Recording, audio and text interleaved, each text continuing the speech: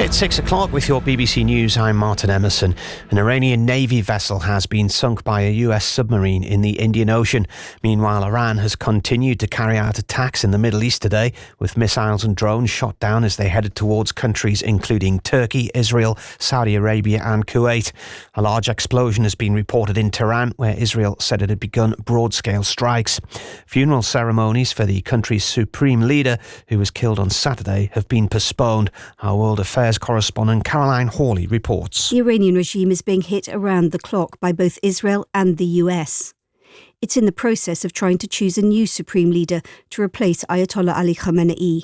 One name in the frame, his 56-year-old son Mujtaba. But Israel has vowed to kill whoever takes over.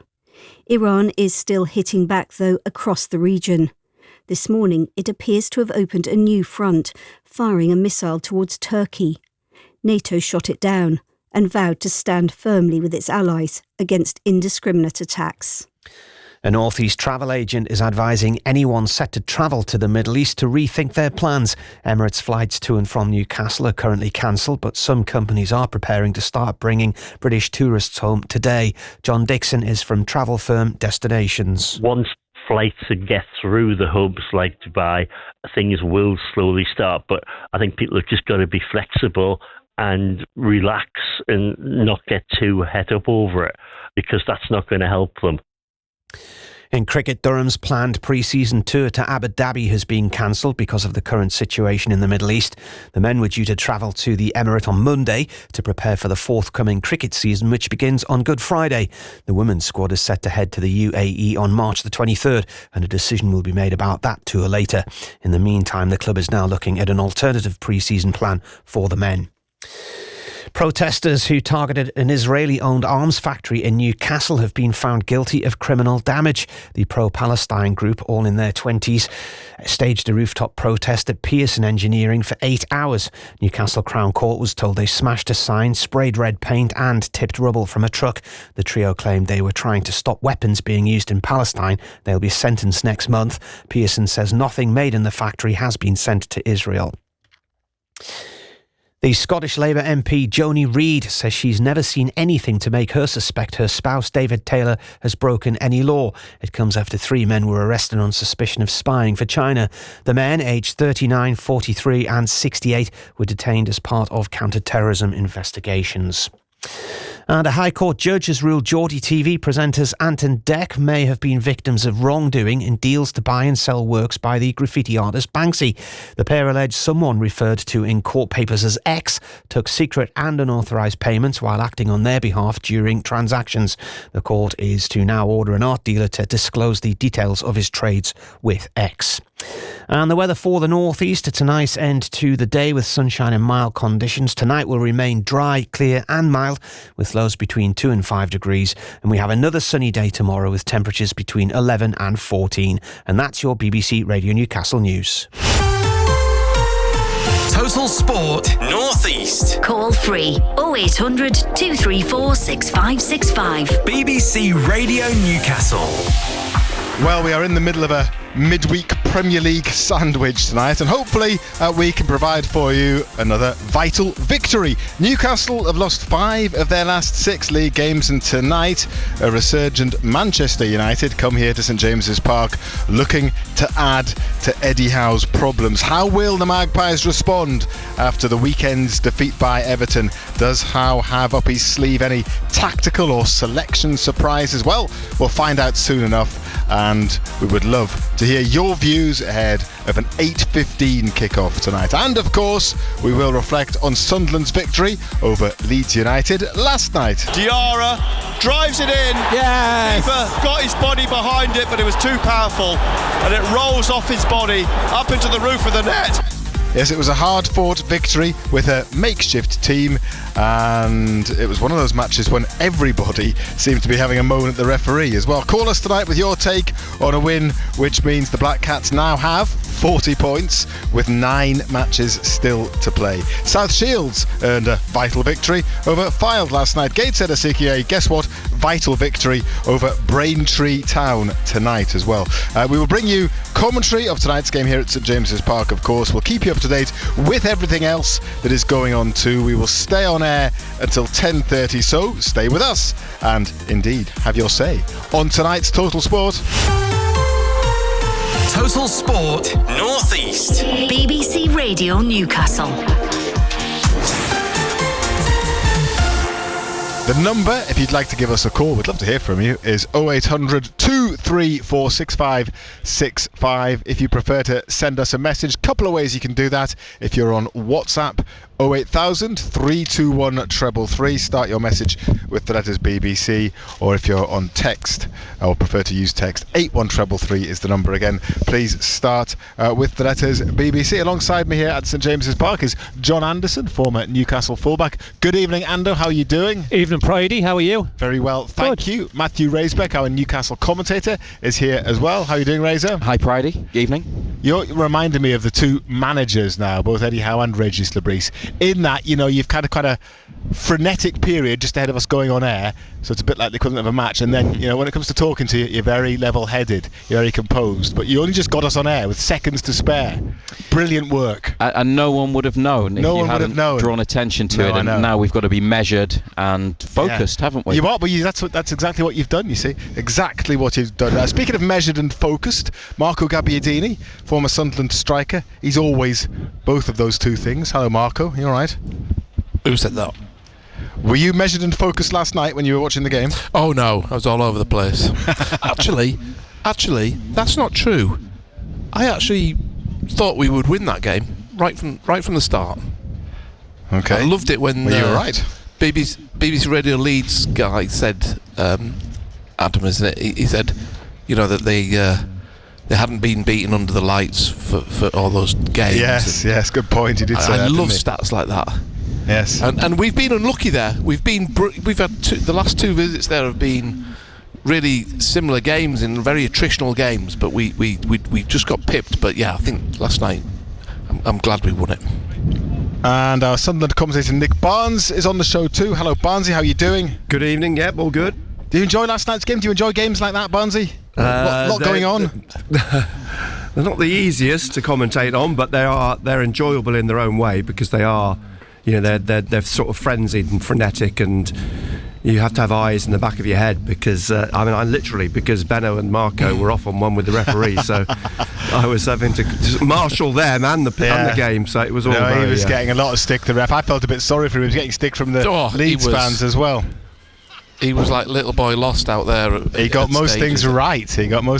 But he did get a few key things wrong, I have to accept. But it was a very difficult game to referee, I think. It was, but are we going into this now? No. Quickly, go on. No. Okay, we're not. We haven't got time now. Okay, keep it little for now. Although Ando's got some questions about the contributions of Luke O'Nien as well, haven't you, Ando? Particularly one contribution. He's unbelievable. That's a nice thing to say. He's man of the match. Who doesn't love a headlock? I know what you're going to say. How I can understand why the referee took stick. I mean, to be fair, it was only one arm. It was only one arm around his headlock, wasn't it? Yeah. I mean, it was just a bit. It was a bit Mick McManus, wasn't it? Do you remember those days, John? Yeah. The wrestling used to. Yeah. Yes. Yeah. He got away with it. There's talk that his arm wasn't round the neck long enough. But is that what it? It's got to be. It's got to be a hold, does it? It's got to be a 3-second hold. Yeah, you can do a throw. Ask him, ref. Ask him. So yeah, we'll come on to all. 1, 2. No, you didn't hold him long enough. There's lots to debate after last night's game, but lots to talk about ahead of tonight's match as well. And decent conditions as well. It's been a sunny day. It's calm. It's probably going to be a bit like Barnesy and Marco were describing last night. It's probably the temperature's going to dip a bit, but good conditions for a game of football which we're looking forward to, Razor. This is always a massive fixture. for Newcastle United and the supporters, regardless of the competition, how well either team is doing.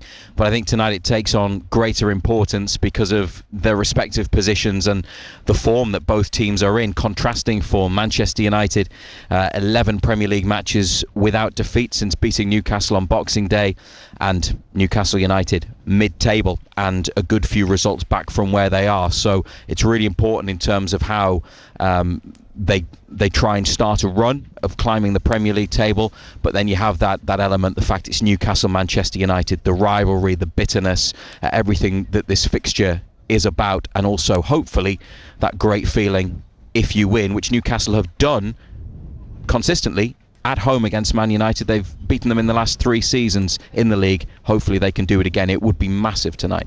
Are you the subject of some kind of documentary, by the way? No, the Newcastle United club content team are filming us as part of a pre-match video. They're getting some of the pre-match flavour at St James's Park. So, yeah. Which includes your crack. Well, if it's good enough. So it might not make the cut. It's up to standard, isn't it, Ando? Always. If not, you can step in.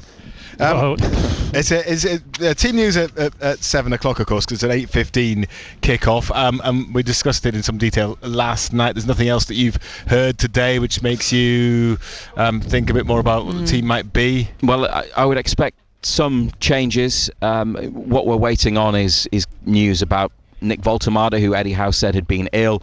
Jacob Ramsey, who was unwell at the weekend, is expected to be involved. There's a couple of key positions that could change, and we're talking about the goalkeeper, maybe, possibly defence. Would Sven Botman come back in? He's such a big and important and such a fine player for Newcastle United. And then what do they do in left side of midfield, which was part of the debate post Everton? And then also up front, I would think Anthony Gordon would probably be centre forward again. Maybe Joe Linton and Ramsey either side of Tonali. So yeah, there's a couple of positions I think that we'll talk about.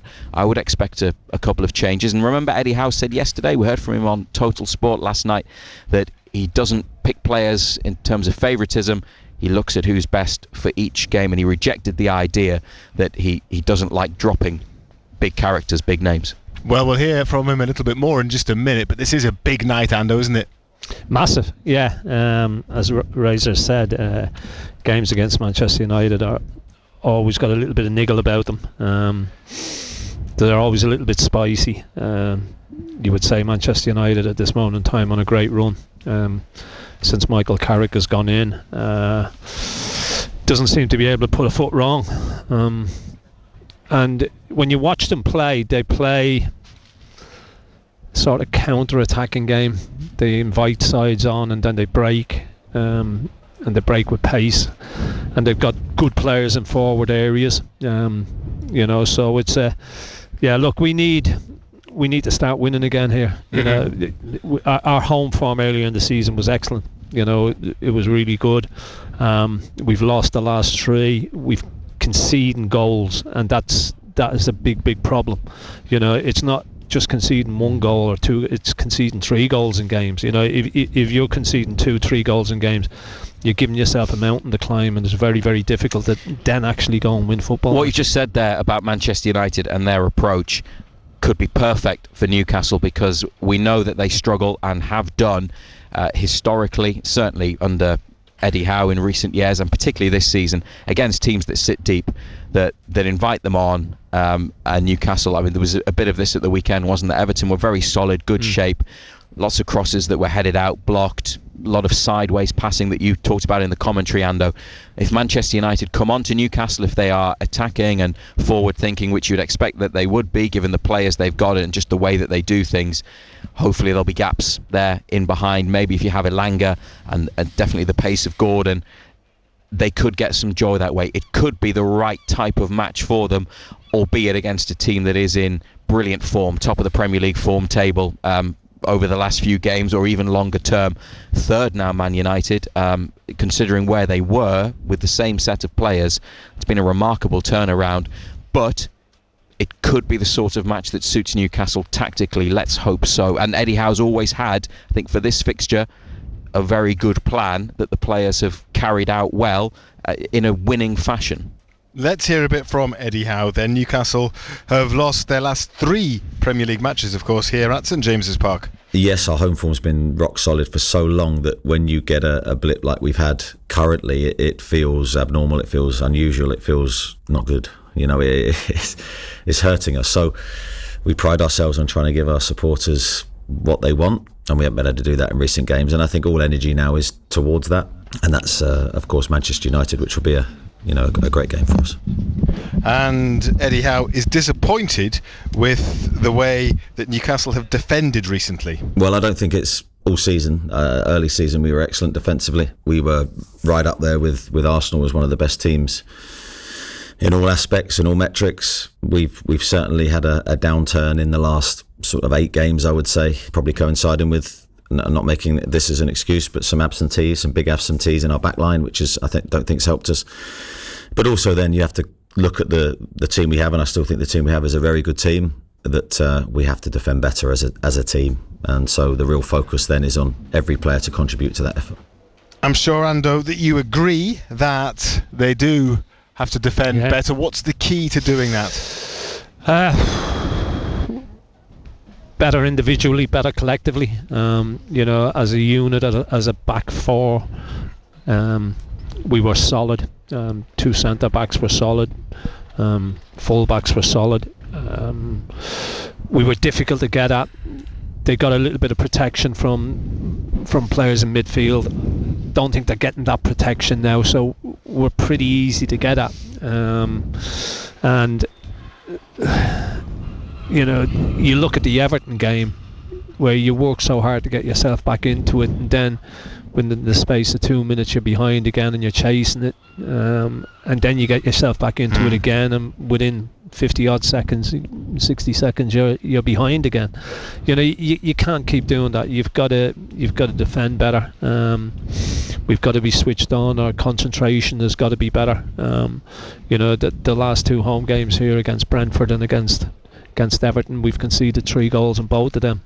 And as I say, if you're going to do that, that's not going to win you football matches. One of Newcastle's key defenders, Dan Burn, has just been in conversation with Steve Howie on the touchline here as Dan Burn arrived, and Steve Howie out on the pitch with the officials. Another key Newcastle defender. Yeah, I was going to say, I'm not sure that conversation would have helped him much ahead of the game. I don't know, but indeed, yes, a key defender of the past.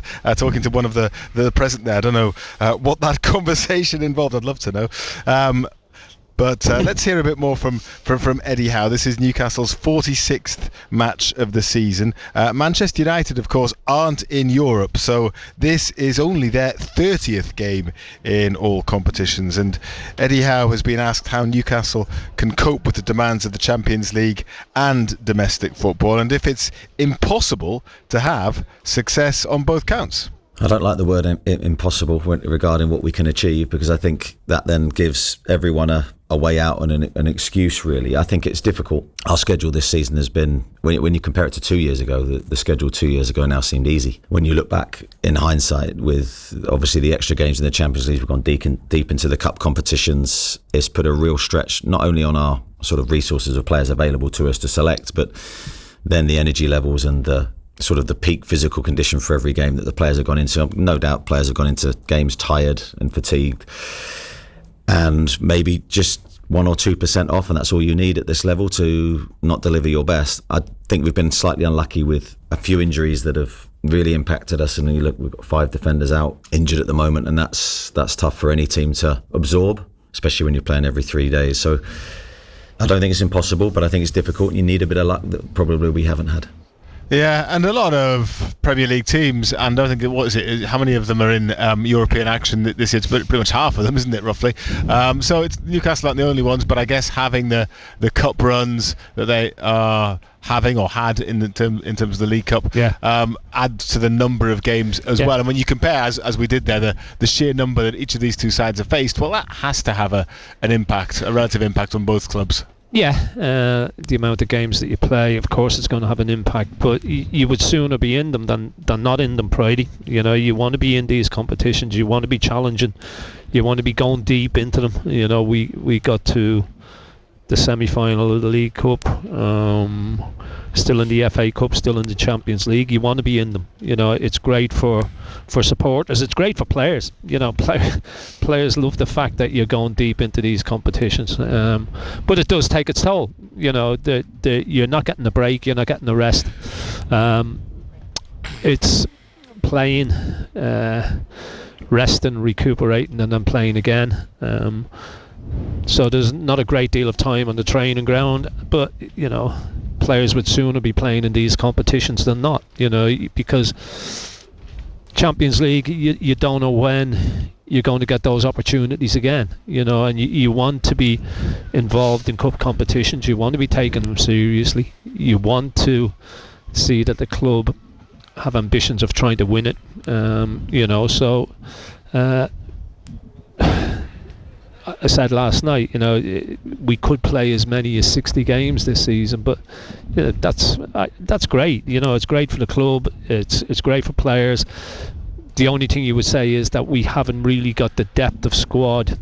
Can't really compare with the other Champions League teams. No, we haven't got the depth of squad to be Spurs really be maybe able the other to, squad that struggles, but yeah, as we've seen, Spurs struggle if they've got a squad or not. But you know, it is what it is, and you've got to get on with it. But as I say, you most definitely would sooner be in it than not be. Well, Manchester United, they don't have a great record here, Razor, do they? But they are flying under Michael Carrick right now, so they're going to be tough.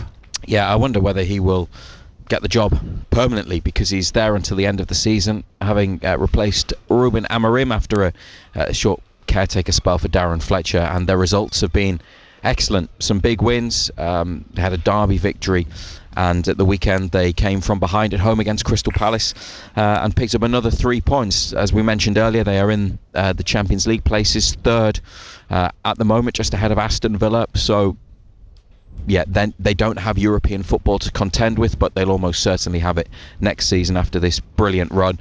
I think you look at the players they've got, particularly in attack, with Brian Mbeumo and Mateus Cunha, two of their big summer signings, and the other, Benjamin Šeško, a player Newcastle tried to get, has started to score goals, and he scored some very well taken goals as well. And you do wonder how things would have been if he was wearing black and white rather than the red of Manchester United. But I think you can only admire the way that they've played and the results they've picked up, and this is definitely a much tougher fixture than it would have been a couple of months ago. Having said that, Newcastle went to Old Trafford on Boxing Day, and quite how they lost that game, in fact how they didn't win, I still don't know. You've got to score, and Man United scored a brilliant goal. Newcastle battered them but couldn't score. Back to XG, Ando, which would have been pretty high for that game, wouldn't it? Yeah. But yeah, they couldn't find the back of the net. It was a real disappointment, real frustration, because they should have won there again, and that was in a period when Manchester United was struggling. Okay, Razor, thank you very much indeed. Team news at around about 7 o'clock this evening, so we'll bring you that when we get it. But of course, you might like to speculate as to what the team will be, what Eddie Howe can do to try and reverse Newcastle's Premier League fortunes. Do get in touch. Give us a call. 0800 234 6565 is the number. Razor's off now, pursued by the cameras, following his every move. And you can also send us a WhatsApp 08000 321 333 or a text 81333. Start all your messages, please, with the letters at BBC. Lots to get our teeth into after last night's game, so we'll do that next. The time now is 23 minutes past 6. Matt Bailey at breakfast. Christine, when did life move in slow motion for you? I was on my way to take my mum to hospital, and there was a white van coming the opposite way, but it was on my side of the road, so I had to swerve, and next thing I knew, I was upside down in the ditch. So I rang my mum and I said, Mum, I'm sorry if I had a crash upside down in the ditch, I won't be able to take to the hospital. And she said, oh, I'll have to ring the hospital and cancel my appointment now. No mention of like, how are you? You've rolled your car. She wasn't happy at all, bless her. Matt Bailey at breakfast.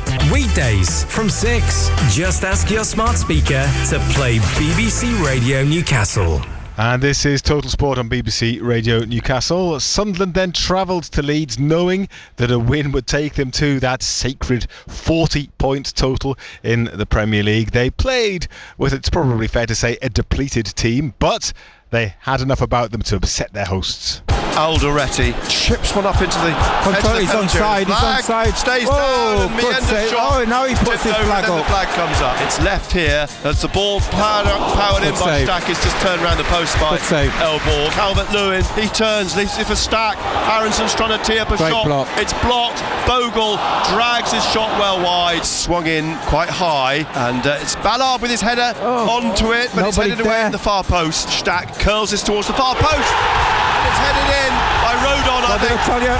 Stuart Atwell saying, wait, and Rodon could well be offside. And it's offside. It's rolled off, and there's a push on the back of Lefebvre. That's a foul, man.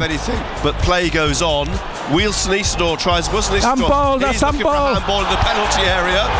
Yes, that's handball. It's rolled off his hand. No, he's used his arm. He's used his arm to move the ball. It's a penalty. That's got to be a penalty. I've got two referees beside me now, Marco and Benno. So it is a penalty. I was on my way out. And they're showing the replay on the big screens, which is leading to fury from the Leeds fans.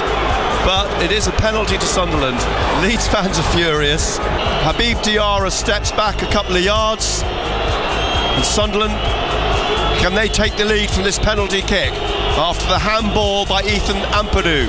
Diarra drives it in. Yes. Keeper got his body behind it, but it was too powerful, and it rolls off his body up into the roof of the net, and Sunderland lead by a goal to nil. It breaks though from Nmecha. He squares it into the centre to Bogle shoots low straight at Elborg. Nmecha in the area on the right. Daniel James rolls the ball right across the face of goal. Ampadu's going to take another long throw. Here he comes. The Welshman arcs back, and it's up onto the head of Beal of Strauch. It was Strauch's header straight into the hands of Elborg. Full-time whistle's blown. Sunderland win by a goal to nil. What a huge result that is, by the way. With the changes that Regis Lebris made. 40 points. Against Leeds, tough plays, really intense, big crowd, big atmosphere. It was a big opportunity, and the lads did really well because finally we won. Yeah, Marco, it wasn't particularly pretty, was it? But it was an intriguing game in many ways. And yes, Sunderland came out on top. They got 40 points. Yeah, I think that's probably one of the most belligerent performances I've ever seen from a football team. It was, they tried, they did everything. Some of it wasn't pretty, some of it was a bit controversial. But actually, the main thing was that the amount of tackles, the bodies on the line, the blocks, the bravery to actually also, when you win it back, to try and play yourself out of corners and in tight areas didn't always work, but it meant that you had a breather and you got possession of the ball and made them work. It takes a lot of bravery to do all those things. It's much easier to hoof it up the field and just jog up and take the pressure off for a second. So yeah, lots. I thought the manager, his substitutions were early. I think it was 55th minute. I think it was that Xhaka came on and started making a few other changes, and you'd have to say that Leeds left it too late. I think they're sort of attacking. That Calvert-Lewin was doing his best. Their three around him, was it Stark and Aronson and who was the other one? There's one more, but they didn't really get their foot on the ball. They didn't get control enough of the game and hurt Sunderland enough. And I think they left it a little bit late to sort of make changes. But you knew what was coming from Leeds, and then when we saw that 12 minutes of added time, that felt like we were never going to get there. But get there they did in the end. Barnsley, how was Regis Lebris after that one? Did he remain emotionally consistent? Yeah, totally. It doesn't get in any sense, shape or form carried away. Even the 40-point mark, which you'd think might be after all the talk all season about let's reach 40 points, and then we know we're going to be safe, and even that it sort of moved on to 43 points, and he just doesn't let himself get carried away. I mean, there's a little bit of emotion on the sidelines during the game. I mean, we're quite close at Leeds to the benches, probably as close as any stadium you get to. Well, maybe not Bournemouth, but quite a lot of. Did you think he was a little bit more animated last night? I don't know whether I'm used to seeing from the top of the Stadium of Light where you don't get to see much of it. I just felt he was really involved in the game last night, more than he usually is, and whether it was that get that 40-point barrier that they were aiming for, or just how he was trying to transfer, as I said earlier on, that belligerence into his team from himself. I don't know, was he a bit different, or is that normal? I think, watching him, I thought there were a couple of moments when he was urging the players to push out, or he was waving players on, but no more than I'd say that was about par for the course for Regis. I don't think he got particularly demonstrative during the game. That was about, I'd say about par for the course for him. We're going to hear from him in a little bit. I want to talk about Luke O'Nien though first, because there's lots of reasons to do so. Ando wanted to talk about him. He's gone off for his cup of tea now, but he was he started his first Premier League game, didn't he? He was captain. He got booked for a rather bizarre incident, kicking a second ball back into, further into the field of play. He was perhaps a little bit fortunate not to concede a penalty. He was named player of the match. Just a typical night for Luke O'Nien, I guess. Well, we thought he was going to get a very stern welcome from the Leeds fans after some of his incidents in the last few games, but he did the same. He just spent the whole evening winding them up, whether it was nicking a few yards on a throw-in, or feigning a little bit of injury, or just stretching the time. But look, he was pretty awesome. He had a tough task. He was up against a lot of pace on the wings that they have, but he came through it. But he does seem to get away with stuff. I mean, he's not the only player. There are players. We were talking about Canati the other week against Sunderland. There are other players who do get away with this stuff, and I think the referee did him a huge favour last night, because right from the start, the referee just didn't seem to. He didn't want to give too many free kicks. And then he also wasn't, his ratio of yellow cards to free kicks was quite low. So it meant that the players then, as I often say, they gauged the scale. And we had 30-odd free kicks last night, which is a lot for a Premier League game. And but that played into the hands of people like Luke O'Nien. It's interesting because watching. At the weekend, we were driving back from Bournemouth, obviously listening to the Manchester City game at Leeds. Pep Guardiola, when I saw the highlights on Match of the Day, he's on the pitch, he's in the fourth official's ear, he's everywhere. He's makes himself a real nuisance, and no actions taken. Daniel Farke wanders onto the pitch at the end of the game, a couple of yards, and gets a red card.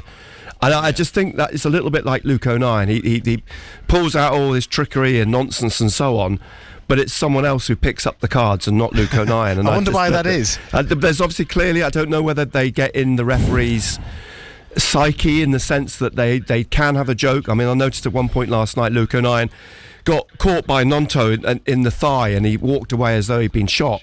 And then the arm round Nonto, and the both of them were sharing a laugh and a joke about it, because he clearly wasn't hurt. And he had a smile with Sean Longstaff as well, when Longstaff was nicked the towel, So he makes himself in so many ways endearing, I think, and I think that's how sometimes that's how they get away with it. Maybe. I mean, and the irony is that the biggest, the hardest knock of the evening, I think there was another one where Nonto went sort of past him, and it was Nonto's hip, I think, that went into his head, right into his nose, and smacked his nose.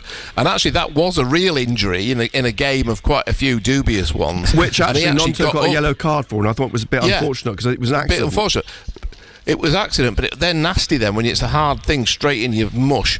And but actually, he didn't roll around like some players would. He actually sort of said, "Well, I'm too tough for this. I'm getting up," and he got up and carried on from that incident. So, yeah, I think that's the kind of thing that you're talking about. He's so unpredictable and such a wild card. It's fun to watch at times. Sunderland fans, get in touch about Luke O'Nien tonight. Let us know your thoughts on his contribution. Let's hear from Regis Lebris, Barnsley. Then, what was he saying after the game? Well, quite interesting, isn't it? Sunderland have gone winless in 17 previous Premier League games played in March.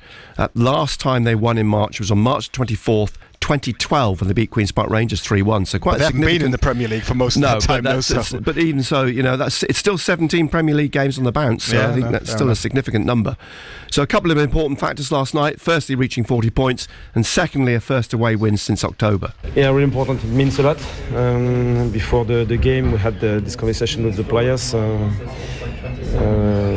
Our first target of 40 points was reachable today, and against Leeds, tough place, really intense, big crowd, big atmosphere. It was a big opportunity, and the lads did really well because finally we won. So let's go on. Let's hear a bit more from him, because I know he's been talking about that 40-point total as well, Barnsley, that he's been mentioning. Every time you've asked him about staying up and targets through the season, he's always talked about that. There's always been, it's always going to be 40 points. It's been reached now, so what next? A new target, 43, then 46, etc., etc. With 9 games to play, we can be ambitious. And the next one will be Brighton at home. We'll have the FA Cup before, and we want to go strong. Well, Benno, after the match last night, Marco, he was very much about looking up now and seeing how high they can finish, and he was still talking about potential European qualification. And it's almost like once you do hit that 40-point mark, even though we knew that Sunderland were going to be safe anyway, it's almost like when you hit that, you do start, there's a psychological thing. You think, well, 9 games to go still. How many points can they accumulate? Yeah, look, I'm not a big believer in that psychological thing in a way. For me, it's factual. We have been in the top half of the table for the majority of the season, so we've put ourselves in a good position. And look, there has been a little bit of a dip in the average points per game over maybe the last 8 or 9 games, but that's there's reasons for that. They're not excuses; they're reasons. When you lose your most experienced player, I mean, we saw the difference that Xhaka made when he came on last night. I know he controls the game, and I know he talks, and I know he encourages and organises, but some of his touches and the way that he steps into space when the ball's rattling about, and he just seems to get himself on the end of the ball, bring it under control, and play a nice simple pass to set off an attack. And you can be as good as you want as a talker, but he walks the walk as well. And I think missing players like him hasn't been easy. And look, they're dropping like flies at the moment, but hopefully we can keep the momentum. And with people like Luke O'Nien on the fringes, and one or two of the others as well. I thought Angulo had a good game last night. He was very positive. So that there's lots to look forward to now. But look, I've been optimistic about it all season, because I think we made such a good start. We put ourselves in a great position, and not too much has changed. We just keep grinding these results out. Well, we talked about Luke O'Nien's contribution. He was part of a rejigged defence, really, wasn't he, Barnsley? Yeah, again, because of recent injuries. Mukiele being out, Ronaldo being out, Sirkin being out. Luke's first start, one of the man of the match, as you mentioned, another rejig defence then. Lucheral, Hertrauder playing in midfield, and of course Melker Elborg marking his debut in goal. I think we defended really well, and it was probably the main topic of this game. How did we press, and against a unusual structure, the team adapted really quickly. We were flexible, and if it was long balls against long balls, and after that first contact, second ball, now you have to manage the ball around this area. We had an opportunity to go forward and to be dangerous in the box, and after that it's a question of seizing moments. How did you feel that setup worked, Marco? Well, I think they got a lot of stuff right, didn't they? I mean, the balance of the team is always a big thing, and look, that's when you're losing players and you've got players out injured. It's hard to replicate what you had before, but you want players to come in and perform, and I think that's more than anything individual performances and. There weren't too many errors last night, and Leeds were putting a lot of pressure on. There was a couple of nervous moments in the back four when, obviously a rookie goalkeeper, and he had a couple of big touches where he just he had to stretch to get to clearances and put a couple of the defenders under pressure. But they worked it out between them because, they're used to training with each other, used to working with each other. So when these changes happen, they shouldn't be too drastic. If the quality of the players are there, which, it's great to see Luke O'Nien, more than anything, making his debut in the Premier League as a starting debut. Covering himself in glory, really, and coming out as he did the hero at the end of the game. So it was just such a good night. One of the things I noticed, Barnsley, about Elborg, the keeper, was he looked so young, didn't he? Oh gosh, he is, isn't he? He's 22, but he's got a very boyish look about him. He has.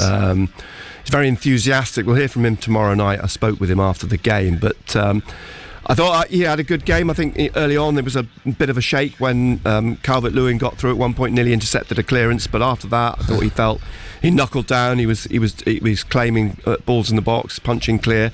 I asked Regis Lebris how he felt Elborg played. It was good, very good, good mentality. Obviously the press was high, intense, so with the ball he didn't have the same knowledge than Robin, but he did well, and it was really good to protect his goal, 2 or 3 important saves, so happy.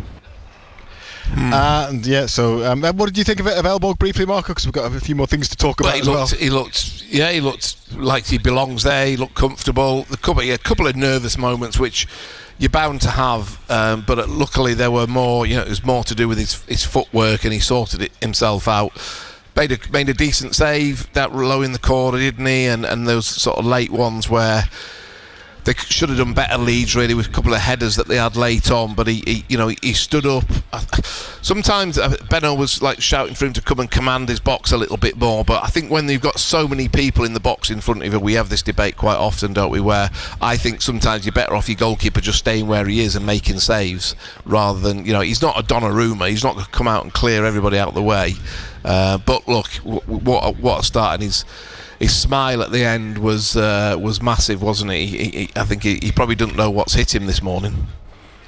And he did go down, didn't he, on 20 minutes, Barnsley? That's the old tactical thing. Yeah, that's happening everywhere now, isn't it? I've seen it actually brought up quite a bit today on social media, not just the Leeds game, other games, and we've seen it quite a lot lately. A keeper goes down, the players all go across to the bench, it's a team talk, so it's clearly a tactical injury, and it riled up the Leeds fans. Understandably, you know what the atmosphere is like at Ellen Road, and they see that happen. They know what's going on, and it just incensed the home fans. But it just leads to the atmosphere.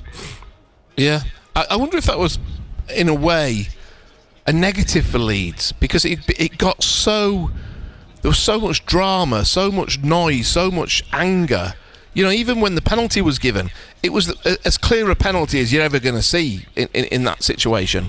But, maybe it was difficult for the fans to see on the big screen, because I think they actually saw the first movement, which misses the ball, but it was the second movement that hits it. And they all were so angry. But, we were sat next to the Radio Leeds commentators, and they're saying, well, it's a definite penalty. A few of the fans turning around and asking the question. And I think sometimes, what Sunderland were doing, the tactic in a way, was to wind them up so much that it made it a hostile situation for the Leeds players. Okay, there are more things from the game to talk about as well. I know Wilson Isidore was commented on a little bit when he came on, didn't look like he was full of energy, and Traore's injury as well. Just briefly mention those, Barnsley, because we've got a lot more to talk about still. A number of people, including Benno and I last night, I just felt Isidore just didn't throw himself in. He didn't seem committed to the game. Now, there might be a lot going on behind the scenes. I think we know he's unhappy. He's not getting game time. But I did think there was one in particular, ball came out and Carl Darlow chased it out, and I thought anybody else in Isidore's position probably would have beaten Darlow to the ball, but he seemed to just at the very last just ease off. It's just little things, and it just clearly sent a message to me that Isidore wasn't as committed as perhaps he could have been last night. And a number of people have raised that today. Bertrand Traoré, it looks like a recurrence of his knee injury again. The previous time he had that, when he came back from AFCON, it was 4 weeks out for a month or more.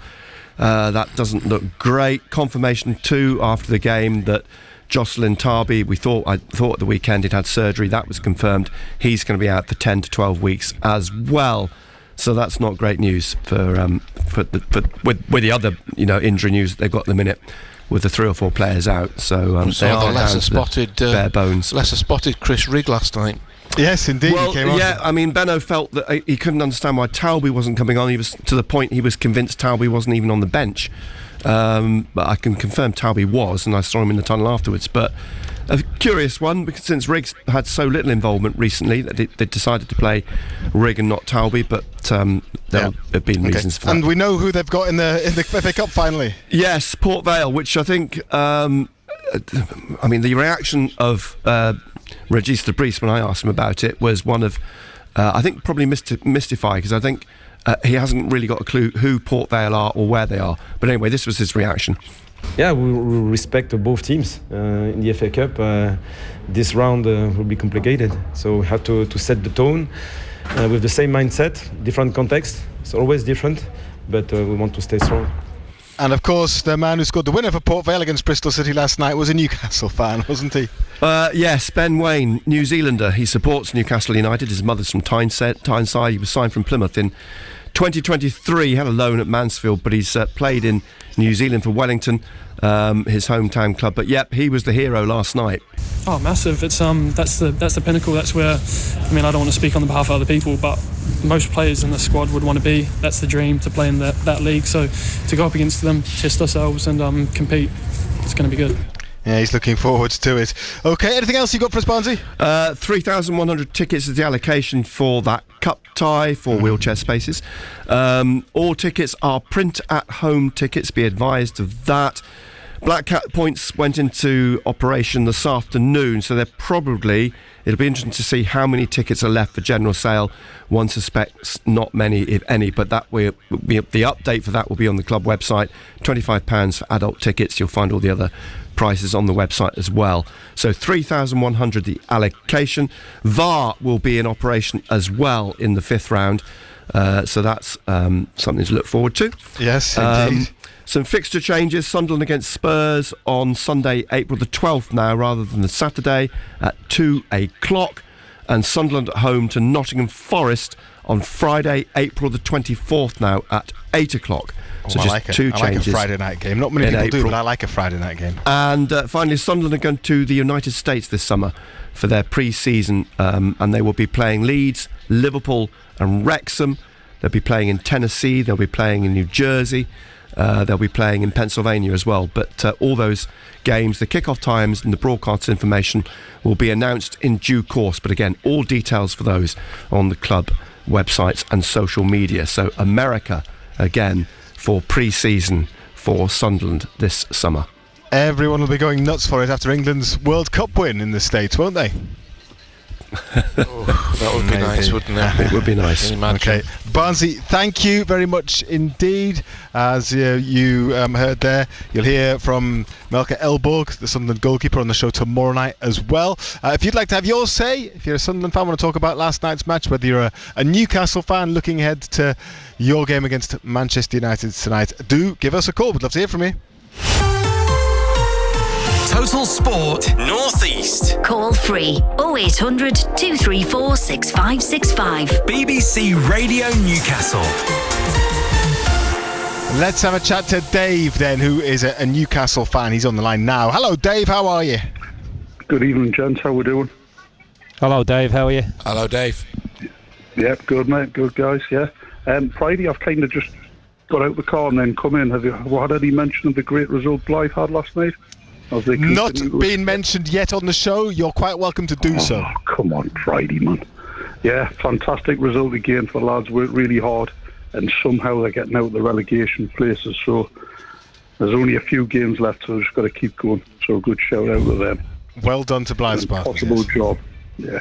Tonight, John, we've had some positive and negative chats. I can't say I'm very positive, mate. I think Man U are in good form. Some good players. Got a manager who is just kind of doing the basics, really. And I don't know. I don't know. There's this talk about fatigue, but we just don't look right. I think you're right to point out the goals we're conceding, and that's always a bit of a dodgy sign, I think. I do wonder, John, whether it's got something to do. We've got Trippier, who's been great, but he's 35. Burns on the other side of 30 is a bit slow. Lewis Hall's playing a lot of games. Malik Chow's playing a lot of games. Pope's having a bit of a dodgy spell, as keepers do. It's kind of like a perfect storm, really. Is it because we're not getting protected by the midfield? I don't know. It just doesn't look good for tonight, mate. Yeah, look at it from a defensive point of view. I've said this last couple of nights. He's hamstrung really with what he can do. He's got young Alex Murphy. He's got Botman, but that's about it. The goalkeeping situation after the weekend, I have to say I would be tempted to take Pope out and put Ramsdale in. I think the second goal was, from a goalkeeping point of view, was a real poor effort. He should have done better with it. He knows that. So I think he might be tempted to do that tonight. But as far as the rest of the back four goes, I think all he could do really, Dave, tonight is he could take Dan Burn out and put Botman in. And I don't think he'll do that. I don't think he'll take Dan Burn out and put him on the bench and bring Botman back in. I think he'll stick with that back four. I think we've got to play to our strengths as well, John. I think we've got to use the pace and go forward. I think if he's defensively, you might leave yourself open, but that sideways passing and stuff, I had no answers to David Moyes' tactics, so I think we just need to try something a bit different. No, the first 20-25 minutes against Everton, we passed it across the pitch, we passed it back. The only one who looked to get the ball into advanced areas and carry the ball forward was Ramsey. I thought he was excellent first half. Unfortunately, had a bit of a sickness bug and didn't appear for the second half. But you're right. Look, the thing is, if you're a midfield player, and I know everybody goes on about stats and pass completion, and players nowadays look at how many times I passed the ball and how many completed passes I did. But if you're a midfield player, surely you've got to take a chance on passing the ball forward. If it doesn't come off, it doesn't come off. But you keep persevering, trying to get it into those right areas for your forward players. And I just felt in that opening 25 minutes against Everton, we didn't do that. We were a little bit better, but Everton did what Everton do. We, especially second half, we got a lot of ball in wide areas and threw crosses into the box, and they were loving it. They were just heading it away, and you can stick this in here all day, and we'll go and attack it, and we'll head it away, and we'll reset and wait for the next one to come in. I think Manchester United will be a little bit different, to be fair. I don't think they're great defensively. I think you can get at them. In saying that, the job that Michael Carrick has done since taking over is, first class. But it just looks like basics, John. Yeah, you're right. That all he's done is he's gone in. He's gone to a system that players are happy with and players are comfortable with and players want to play in. He's gone to a back four. He's played players in the right positions. and all of a sudden they've started to win football matches. It's an easy game, isn't it? Yeah. It's an easy game. Yeah. You know. Yeah. Dave, what's your prediction tonight? Oh, I'm sorry, lads. I'm going for Man U to win 3-1. Dave. Wasn't expecting you to say that, but okay. Perhaps it's one of those ones where you're talking with your head rather than your heart. But who knows? Thank you very much indeed. Cheers, boys. You take care. Cheers, Dave. Contribution all the best. This evening. Thanks, a couple Dave. of quick messages, and we'll have a chat to the Mackham Cabbie before the news, which is coming up at 7 o'clock. Colombo's been on. Ando. The truth about Newcastle is they beat 10-man Villa, beat a very average Qarabag and a woeful Spurs. Newcastle are bang average in truth, but given their investment it must be embarrassing, losing the derby as well. They're in a very poor Champions League. And Europe is very poor quality. It even makes Spurs look good. But Europe has disguised how average Newcastle are. Colombo obviously has allegiances elsewhere, but I just wanted to put his points It sounds like it. I'm sure Colombo would love to be in Europe, whether it's under par this season or not. I'm sure his team would love to be there and competing and playing in the last 16 of it. And I'm sure his team would have loved to have got to the semi-final of a League Cup, but unfortunately, whichever allegiance he's with, his team aren't good enough to do that. I think this is cue for the Mackham Cabbie to come on. Hello, Mackham Cabbie. Hello, how are you doing? Thanks for having us on. And good luck tonight. Cheers, mate. I don't think you've got anything to worry about tonight. 3 points for you, I think you'll pause back. I've got no idea what the Mackham Cabbie is saying. I don't know if you have. You make a word of that. I think that's his cat.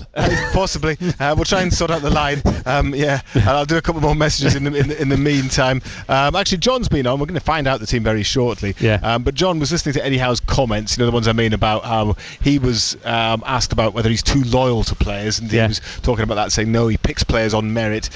John says, if that is true, the team tonight should be Ramsdale, Trippier, Chow, Botman, Hall, Ramsey, Tonali, Joe Linton, Murphy, Gordon and Barnes. Would Ando agree? I went last night. I went Ramsdale in goal. I went Trippier. I went Chow. I don't think he'll bring Botman back in. I think he'll stick with Dan Bourne and Hall, Tonali, Joe Linton, Ramsey, and I went. What did I go? I went Barnes on the left. But I mean, he's talking Gordon in terms of what Eddie Howe said. The team he should pick if he's going to be true to what he said. I have to say I would be tempted to bring Botman back in because Dan Bourne in recent games looks like he could do with a breather, and that's nothing against the boy, before people start shouting the ball and it's Dan Bourne. Players need breaks, they need a little bit of a rest. If you've got Botman there, I would be tempted to give Dan Bourne a rest and bring Botman in. We've got the Mackham Cabbie back on hopefully a better line. Hello again. Hello, can you hear me okay? That's better, yes. Yeah. I don't know if you heard what I said before. I just said to Andrew, you've got now to worry about 3 points tonight. He'll close that big gap against Sunderland. He'll close it tonight. So I would nothing to worry about tonight. That's very kind of you. That's very kind of you. I'm not too sure you believe it, but I will take that. Thank you. Good luck anyway, but he's usually been on me to get you didn't get much of a rise out of him. Listen, you haven't got much time, Mackham Cabbie. What did you make of last night? All right, Mark, good to hear from you.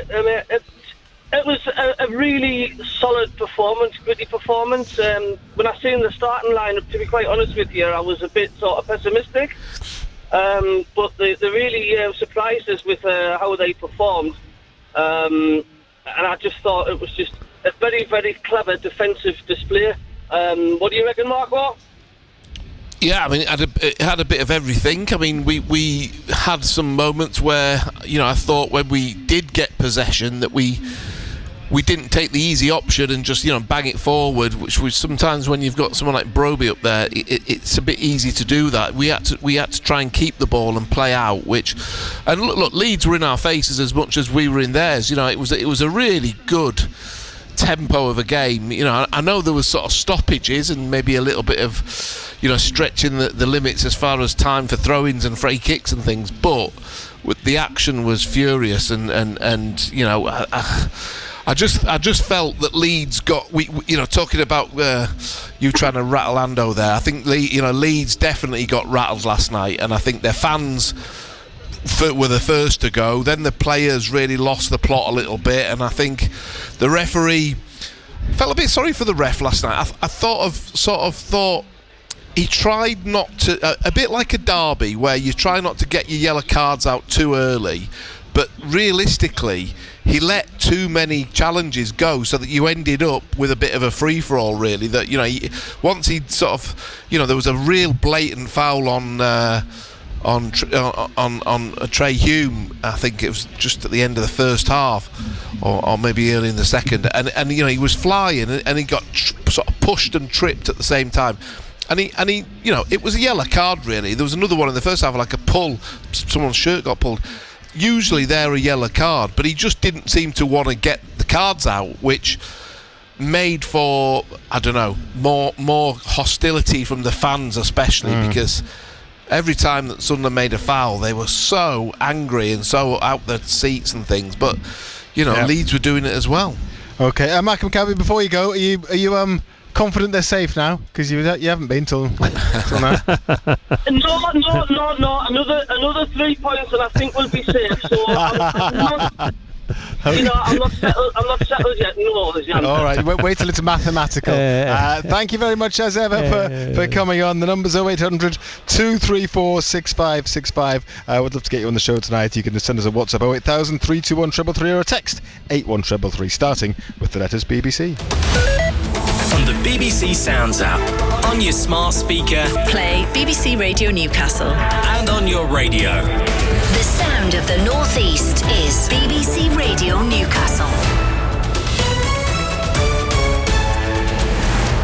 At 7 with the BBC News, I'm John Collins. An Iranian warship sailing in international waters in the Indian Ocean has been sunk by a US submarine.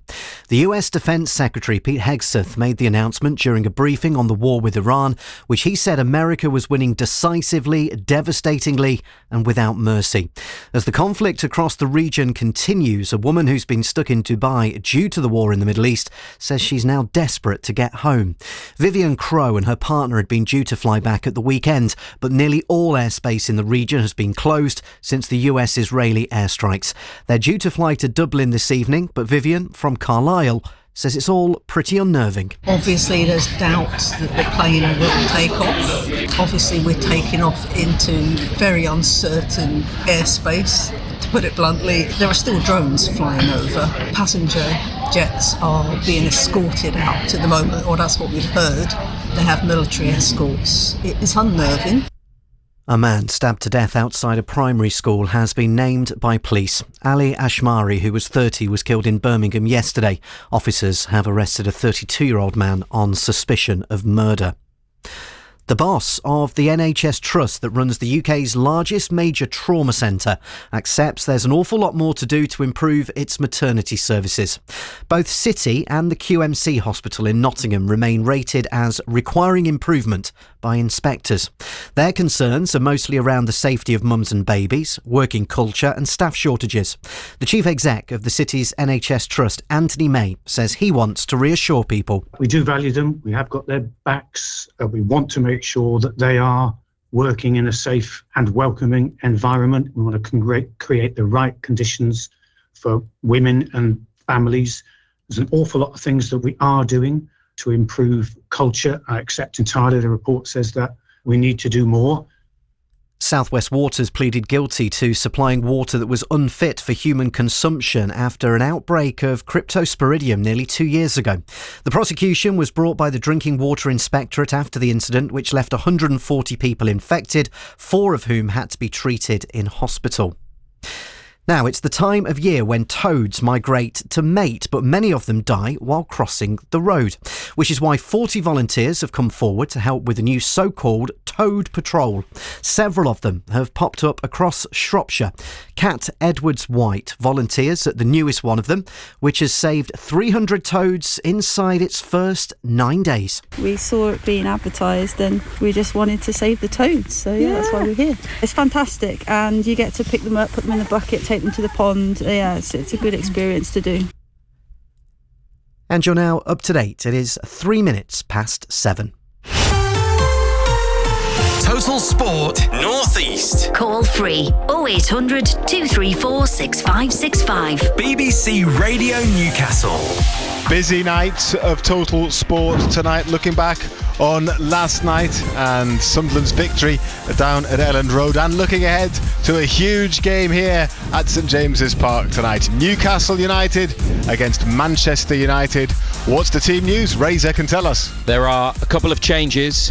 One of them is in goal, where Aaron Ramsdale replaces Nick Pope, who is on the bench, and Harvey Barnes comes in. There's no Nick Baltamada. Eddie Howe said yesterday he was ill. So Ramsdale, Trippier, Chow, Byrne, Hall, Ramsey, Tonali, Joelinton, Ilanga, Barnes and Gordon, and the bench: Pope, Botman, Wissa, Osula, Jacob Murphy, Willock, Alex Murphy, Shahar, Neve.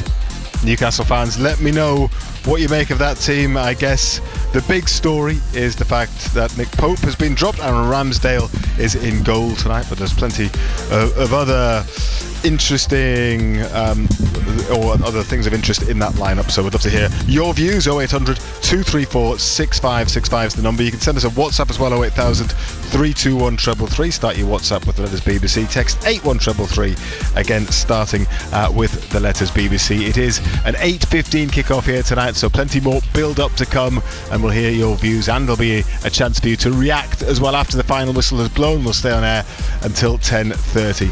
We will continue to talk about last night's game as well. Lots of people getting in touch about Sunderland's victory at Leeds United. Quite a few people getting in touch about Luke O'Nien as well, and the various elements of his performance last night. We'll look ahead to a big game for Gateshead tonight as well. They are playing in the National League, a big match at the bottom of that division as they battle to avoid relegation, so we'll tell you all about that and keep you up to date with that as the evening progresses as well. But most of all, we'd love to hear from you on tonight's programme. Total Sport North East. BBC Radio Newcastle. And a very good evening to you. My name's Simon Pride. John Anderson, former Newcastle fullback, is with me here at St James's. Marco Gabbiadini, ex-Sunderland striker, on the show as well. First thing to do, Ando, get your reaction to that team. No real surprises, Friday. You know, we spoke about it, thought that the goalkeeping situation would change. So he's taken Nick Pope out of the firing line and he's put Ramsdale in. Thought the back four would stay the same. That's exactly what's happened. Thought the middle three would be Tonali, Joelinton and Ramsey, which it is. I thought Murphy would have came in place of Ilanga, but he's stuck with Ilanga, and Anthony Gordon remains playing centre forward through the middle with Harvey Barnes on the left by the looks of it. Which isn't an ideal situation, I guess, is it? No, it's not. You know, Gordon came in for some criticism after the game against Everton, but he was messed about. He was shifted from pillar to post, to be fair. You know, he started as centre forward, then he went to the left, then he was on the right. You know, the one thing he will do playing centre forward, he will chase and he will put centre backs under pressure. He will close a goalkeeper down. You know, so his work rate will be there.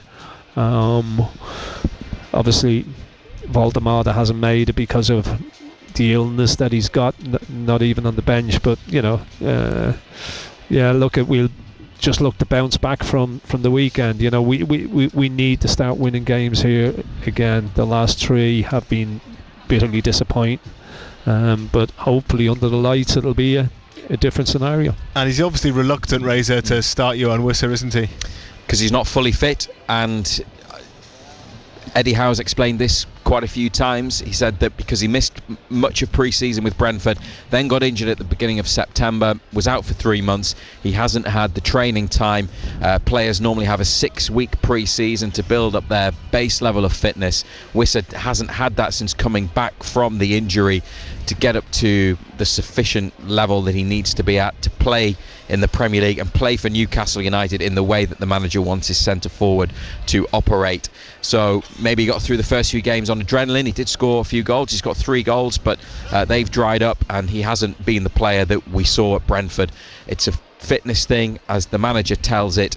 Look, when that gets resolved, I don't know. It might not even be this season. I was just going to say, Razor, look, if that is the case, well, he's not going to get fit this season. No. But he's not going to get any fitter. Because first and foremost, he's not playing games. Yeah, but he can't play games until he's fitter. So it's a catch-22. Yeah. He had a knock. Newcastle said a couple of weeks ago they took him out for a few games. Obviously, he had some training time in that period to get fully fit or get fitter. But look, clearly he's not at the level. But look, this is my view: is that the front three I like tonight. Barnes is on a spell without scoring, but from open play he is a deadly finisher. Hopefully he'll get back into that tonight. I do like Gordon at centre forward because of the movement factor, and when he's on it, I think he can be really effective, even if he doesn't score, what it can do for other players and the team, and it gives Newcastle more of a look of the Newcastle prior to Isak leaving. And Elanga, if Man United come out and play as we expect that they will do, well, whatever you think of Elanga and the struggles that he's had, his pace will get Newcastle up the pitch, it will get them in, and then they've got to find the quality in front of goal. Razor, thank you for now. Let's have a chat to Johnny, who's a Newcastle supporter. Evening, Johnny, how are you doing? Evening, gents. I'm very well, how are you? Yeah, good, Johnny. Yeah, not You've bad at all. heard the team then. What are you thinking ahead of tonight's game? I can't understand why he's starting Elanga. I really can't. I get what Razor's just said about the pace side of things. I completely understand that. But at the minute, it's almost like we're starting with 10 players. And I hate saying that because you want to give players a chance and you want to give players an opportunity. But I don't know what he's seen in the last few games to go, yeah, I'll definitely start you tonight. What did he do against... He had one weak attempt against Everton, but it's almost getting to the stage now. If he wins a corner by getting a cross deflected, it's a good thing. We're paying £55 million for the player to be the difference. We looked at Jacob Murphy's stats last season. He was outstanding. And Langer was meant to be the upgrade. At the minute, I just don't know how he starts. But you've got Ramsdale starting as well. I think that's the right decision. Yes, it's Pope being dropped, but Ramsdale starting is just to say to Pope almost, look, you need to get back to level because we've got a goalkeeper that's at a similar level to you. And I think it's Ramsdale's opportunity now to go, well, I'm going to make this shirt my own, because it's at the end of the season. There's a decision to be made whether or not Newcastle stick with Ramsdale in terms of bringing him in on a permanent. So this is his opportunity. He's got to take it now.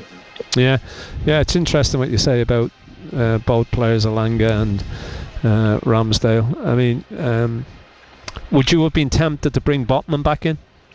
Yeah, I would have gone with Botman today. Whether that, like I say, I don't think Byrne or Chow handled better well at all.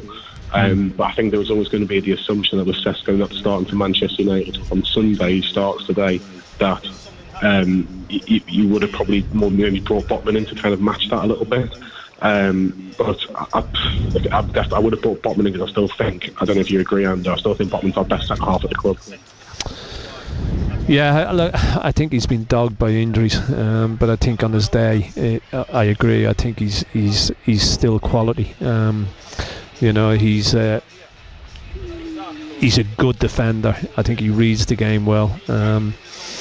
I don't think we've seen the best of him. I still think we've still to see the best of him. But I agree with you. I think on his day, he's the best defender that we've got. I think Chow, since coming in, has been outstanding, and the boys played an awful lot of games. And the reason I asked you about Botman was because in recent games, Dan Bourne, look, he's been fabulous. Nobody can argue that fact that he's been first class since he came in, but he just looks like he's running in quicksand a little bit. It looks like the amount of games that he's played is catching up with him. So I would have been tempted to take him out and look at, again, nothing about his performances or whatnot, just that he looks like he could do with a breather. Saying that, there's one or two others in there who look like they could do with a breather, but because of this circumstances that we're in, you can't do that. But it's a big one tonight. Lost the last 3 here at St James's, conceded goals. And that's been the major problem for us. We haven't been able to keep clean sheets, and hopefully we'll be able to rectify that tonight. Yeah, I think it's a difficult one for Howe in a sense, because at this moment in time, you not say it publicly, of course, but the Premier League's probably, I wouldn't say it's the least in terms of his priorities right now, but in terms of the games he's got coming up, obviously the Barcelona ones looks like a sore thumb, but you've got Man City in the FA Cup 5th round, which is another good chance of. It's a good chance. It's going to be a tough game against Manchester City, of course it is, but if you get through that one, you're going away from Wembley again. It's galvanising the crowds. You're looking forward to a Wembley trip again. That can, give you a bit of momentum. And obviously, you talk about momentum being so important. That could be the start. But I just think I do agree with you. I probably would have dropped him. I'm not, again, similar reasons to you, and not because he's been poor. It's just you need to breathe, and you need to remember he's still at his age. You need to give him that bit of respite. Does that mean that Saturday Botman comes back in for one of them? Yeah. I would imagine so. Well, it might partially depend on what happens tonight. Johnny, thank you for your thoughts. Cheers, mate. Good to hear from you. You've still got time to come on tonight ahead of the game. Remember, it's an 8:15 kickoff. There are some 7:30 games as well. We'll keep you up to date with what's happening in those, of course, throughout the course of the evening. But if you'd like to give us a call, it's 0800 234 6565. Keep the messages coming in as well. Let me do a few more of those now from some Sunderland fans for you, Marco. Mark says, great win for Sunderland last night, although we did get lucky with the O'Nien foul in the first half. Diarra's penalty, by the way, Marco, it was shocking. 9 times out of 10 a keeper will throw his hat on that. I hate the short run-ups and the little skip. What's the point of it? I could see where he was going to put it. Lefay, bar the Panenka, has been excellent and has a much better technique, so Lefay back on penalties, please, says Mark. I think he was waiting for the keeper, and then the keeper went the way that he was kind of going to put it, and so he changed, and he managed to do just enough, really, didn't he? Yeah, he did just enough, but it was still, the keeper probably feels he should have saved it. I mean, obviously we didn't. I didn't really see too much of the pictures of it, but it looked like it sort of glanced the top of his hip as he was moving, diving to the left. But for a split moment, it looked like it was going to spin over the bar from where we were sitting. But because it didn't have any power either, did it? Wasn't. No, and maybe it's one of those scenarios where if it had more power, it might have gone over the bar because of the velocity of the ball and the impact. But I don't know. Yeah, I like Lefay on penalties. Yeah, I think he takes those ones, those sort of rising ones into the roof of the net are the best ones for me, and he seems to have that technique. Yeah, so I'm not sure about Diarra. Well, Kevin Cramlington agrees that Diarra shouldn't take the next penalty, and Paula in Sunderland says it was an excellent result, though I am slightly worried that Luke O'Nien's antics might have resulted in a red card if he'd gone any further in holding his opponents, and I can't wait to find out what Régis Lebris's target is now that we have got to 40 points, says Paula. And quite a few messages are coming in about Luke O'Nien. I think most people are agreeing that he was a bit lucky not to concede a penalty. He was very lucky not to concede a penalty. Who knows what the laws are? I mean, it was a strange night for refereeing, because I think at times he looked almost he just didn't know what to do at times, the referee, and they were making decisions sort of almost guesswork in just sometimes the little decisions like deflections for throw-ins and corners and things. I thought they looked a little bit, they got hot under the collar a bit, really, but the one thing that was, which we're always knocking VAR, but VAR got it right last night twice. It did its job last night. I still can't work out why the linesman didn't see the offside for the Leeds goal, because it wasn't close, was it? He was well offside. Yeah, and again, I guess he's just waiting. But then he can still put his flag up, absolutely, and and the goal will still be given if he was wrong. So I don't know. Yeah, I've no idea why he didn't give that, because as you say, he was quite well offside. Quite well offside. Yeah. I mean, from the angle we was at, we couldn't sort of see that he was offside. I thought Sunderland's line was quite deep actually. Me and Benno were sort of saying, "God, that's how deep." We're right on top of the goalkeeper, which obviously made it, when it did connect, he had no chance with the ball. But he was, when you saw it back once, and he was clearly offside. So I don't, the officials, as I said last week, VAR works. It's the people who are working it that are the problem, and so. Yeah, Luke and I, why they weren't referring, who knows what the rules are. Was he holding before the ball was kicked, so that then that doesn't count? It's all these other issues that are going on, but players just seem to be taking advantage of it now, and there was a lot of grabbing and holding going on in both boxes. Let's have a chat to Nick, who's a Sunderland supporter waiting to chat to us. Hello, Nick. Evening, gents. Evening, Ando. Hey, Nick. You all right? How are you doing? Well, going on to that Nuka 9 incident where he's been sort of grappling with the player, it's a bit similar to Declan Rice for Arsenal against Chelsea on Sunday, wasn't it? When Declan Rice seemed to have his sort of opposition player around. I mean, nothing was given there either. And someone who had the rough end of the officials for the last few games. I mean, I'm still griping about that goal, that penalty that Fulham got on VAR. To me, that was like ridiculous, because there were 4 players offside before even even looking at that. And then that was a joke. Yeah, talks about Barnett. What does they have to do to get sort of penalty? When we were thinking that basically the referee bottled it because it was too early in the game for that penalty, for the fade penalty to be given against Bournemouth. Yeah. And it was, you could argue that their goal shouldn't have stood because it whirled down his arm. But I think yesterday it was right, and we wound away, Leeds fans up, but it was a good, solid away performance. You have to dig in and sort of and it's the first time winning that black kit as well, which is a bit of a monkey off our backs. Yes, indeed. Yeah, a few people mentioned that after the final whistle had blown last night.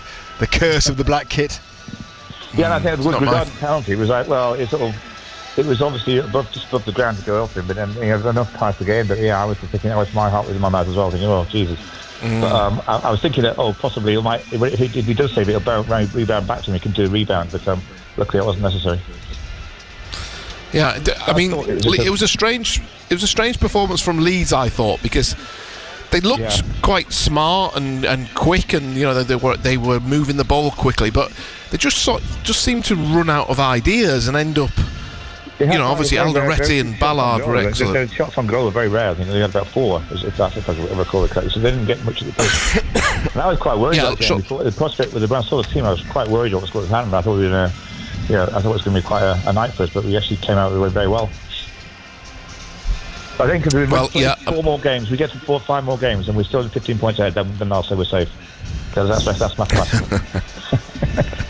No, don't worry. We were safe a while back, I think, but I think it's just we're in a wonderful position now where we've got a run of games to the end of the season, and who knows what could happen. I mean, we literally could be in Europe in a few weeks' time. It would be incredible for that to be achieved, but it's actually there for us. We've got Manchester United and Chelsea. Those are the sort of top tier teams. The rest of the teams are rubbish. Yeah, I think it's this thing about playing teams in little runs of form. You don't want to play Wolves at the moment because they've just. I think Wolves are in that classic thing where they know they're down in a way, and so they're playing with the handbrake off. There's no pressure in a way. But do you remember when they won the league, the championship? They were running over the championship, and we were going down, and we beat them the last day of the season 3-0. It often happens, yeah. It often happens, So, although you're looking at what the harder games, sometimes at this time of the year, games against like the Spurs and the Forests and the Leeds are going to be the toughest games in the next few weeks because they've got so much riding on it. Yeah. Okay, Nick, thank you very much. Good to talk to you. Cheers. Good to get you on the show. Cheers, Nick. Ollie's been on. Ollie says, hi guys, I went to Elland Road last night and I met Benno, which was obviously a bonus, wasn't it? I reminded him that he presented my Football Cup Award in 1993 for East Harrington Primary School, but he didn't remember. How dare you? On Benno. How dare you? It's only 33 years ago. Yeah, I'll have a word with him on Friday night. Yeah, don't worry about that, Ollie. Yeah. Anyway, says Ollie, not the prettiest of games. Should know better. You should always lie in those situations. Yeah. So I remember you. Yeah, you were the best player as well. Yeah. You were that little fellow, weren't you? That skillful kid, weren't you? Yeah. Not the prettiest of games, but a great win. And thanks for the pick. So Benno must have posted for a pick anyway. So you see, he's redeemed himself there. Thank you, Ollie, for your message. And Abs in Washington says, Marco, I think we started the dark arts last night, and it's about time. Sometimes you just have to control and win the game. We have been the good boys for a long time. It's nice to be nasty on a few occasions, says Abs. Well, it hasn't always worked in our favour, and I think maybe there was a turning point with those decisions at Bournemouth, at the weekend, where they've gone, monkeys to this. We're not getting what we deserve. We might as well try and do something about it. I mean, it's funny because I was talking before the game, wasn't I, about the analytics in the game and the set piece coaches and eking out as much as you can from a game. Yes. Well, we've got to the nth degree now, haven't we? Where creeping up the line for which is one of the things I hate, but Luca and I must have stole about 150 yards last night on throw-ins alone. A cumulative gain, yes, indeed. Yeah. Okay. Keep those messages. That'll be the next stat on these sheets. It will, yes. Yeah, yards gained by nicked throw-ins. Keep the messages coming in 08000 321 333 on WhatsApp, 81333 on text. Start your message with the letters BBC. We're at St James's Park ahead of Newcastle against Manchester United. We'll have a chat about Newcastle's opponents in just to take the time now, 7:24. Matt Bailey at breakfast. Christine, when did life move in slow motion for you? I was on my way to take my mum to hospital, and there was a white van coming the opposite way, but it was on my side of the road, so I had to swerve, and next thing I knew, I was upside down in the ditch. So I rang my mum and I said, Mum, I'm sorry I've had a crash upside down in the ditch, I won't be able to take the hospital. And she said, I'll have to ring the hospital and cancel my appointment now.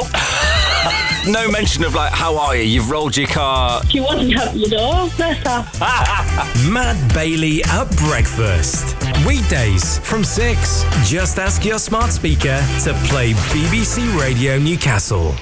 So, a change in goal for Newcastle tonight. Aaron Ramsdale comes in. Nick Pope is on the bench. That's the big news. You're just tuning in. Team news wise for Newcastle. What about their opponents tonight, Manchester United? Well, let's have a chat to Bill Rice, who's the sports editor at BBC Radio Manchester. He's joined us now. Hello, Bill. Hello, very good evening. Thanks for joining us. What a heck of a job that lad that learnt his trade just down the road at Wallsend Boys Club. He's doing pretty well, isn't he? Yeah, he's clearly learnt a thing or two over the years, hasn't he, Michael Carrick? It's been an incredible turnaround, it has to be said. Let's not forget, he had a caretaker spell at Manchester United and did incredibly well there a few years back, but this time round, I think everyone was fearing the worst after a disastrous first half of the season under Ruben Amorim. Things didn't get any better under caretaker Darren Fletcher, and yet once Michael Carrick was appointed, he seems to have put square pegs in square holes, and everything's clicked. Yeah, that's what you were saying earlier, Randa, wasn't it? You just felt that he's just doing simple things which seemed obvious. I said earlier, basically, he's come in, he's gone to a system that players are happy with, that they want to play in. He's put players in the right position, and players are playing football now because they're happy doing what they want to do, where Amorim, he just seemed to stick his head in the sand and said, this is the way I'm playing, even though he didn't have the players that could play that system, but he stuck with it. Michael Carrick's come in, looked at it and went, this is the way these players want to play, so we're going to go with it. Yeah, and got the initial response to it. I mean, it seems obvious now to say Bruno Fernandes is a number 10. Why would you put him in central midfield? Why would you drop Kobbie Mainoo for 6 months to play Bruno Fernandes in central midfield? But Amorim stuck to his guns on that. He was adamant that was the right way forward. But Bruno looks like a man unleashed, back in his more preferred position. It's brought the best out of everyone around him. And as you say, once the players are happy, they start running that little bit harder, working that little bit harder. And it helps when you're getting results, because obviously then it justifies everything that Michael Carrick has done. So yeah, it's a really positive cycle at the minute. I'm sure there's a movement, is there, among fans to get him appointed full time, or is there not yet? Is the jury still out to an extent? Well, I think we're at that point now where it would be more of a risk to not appoint him on the long term, rather than give him the job, because we get to that point where if Michael Carrick qualifies Manchester United for the Champions League, gets them maybe into third in the table where they are at the moment, You take him out, you wait for someone who's off at the World Cup with one of their countries. There's no guarantee they start next season well. Suddenly all the pressure's back on the sporting director, back on the owners. They won't want that. Now, Michael Carrick has proved a very safe pair of hands. He doesn't criticise the ownership. He doesn't demand ridiculous amounts of money to spend. He just gets on with the job in hand. He doesn't say anything too controversial. I think the owners will be delighted with what he's doing.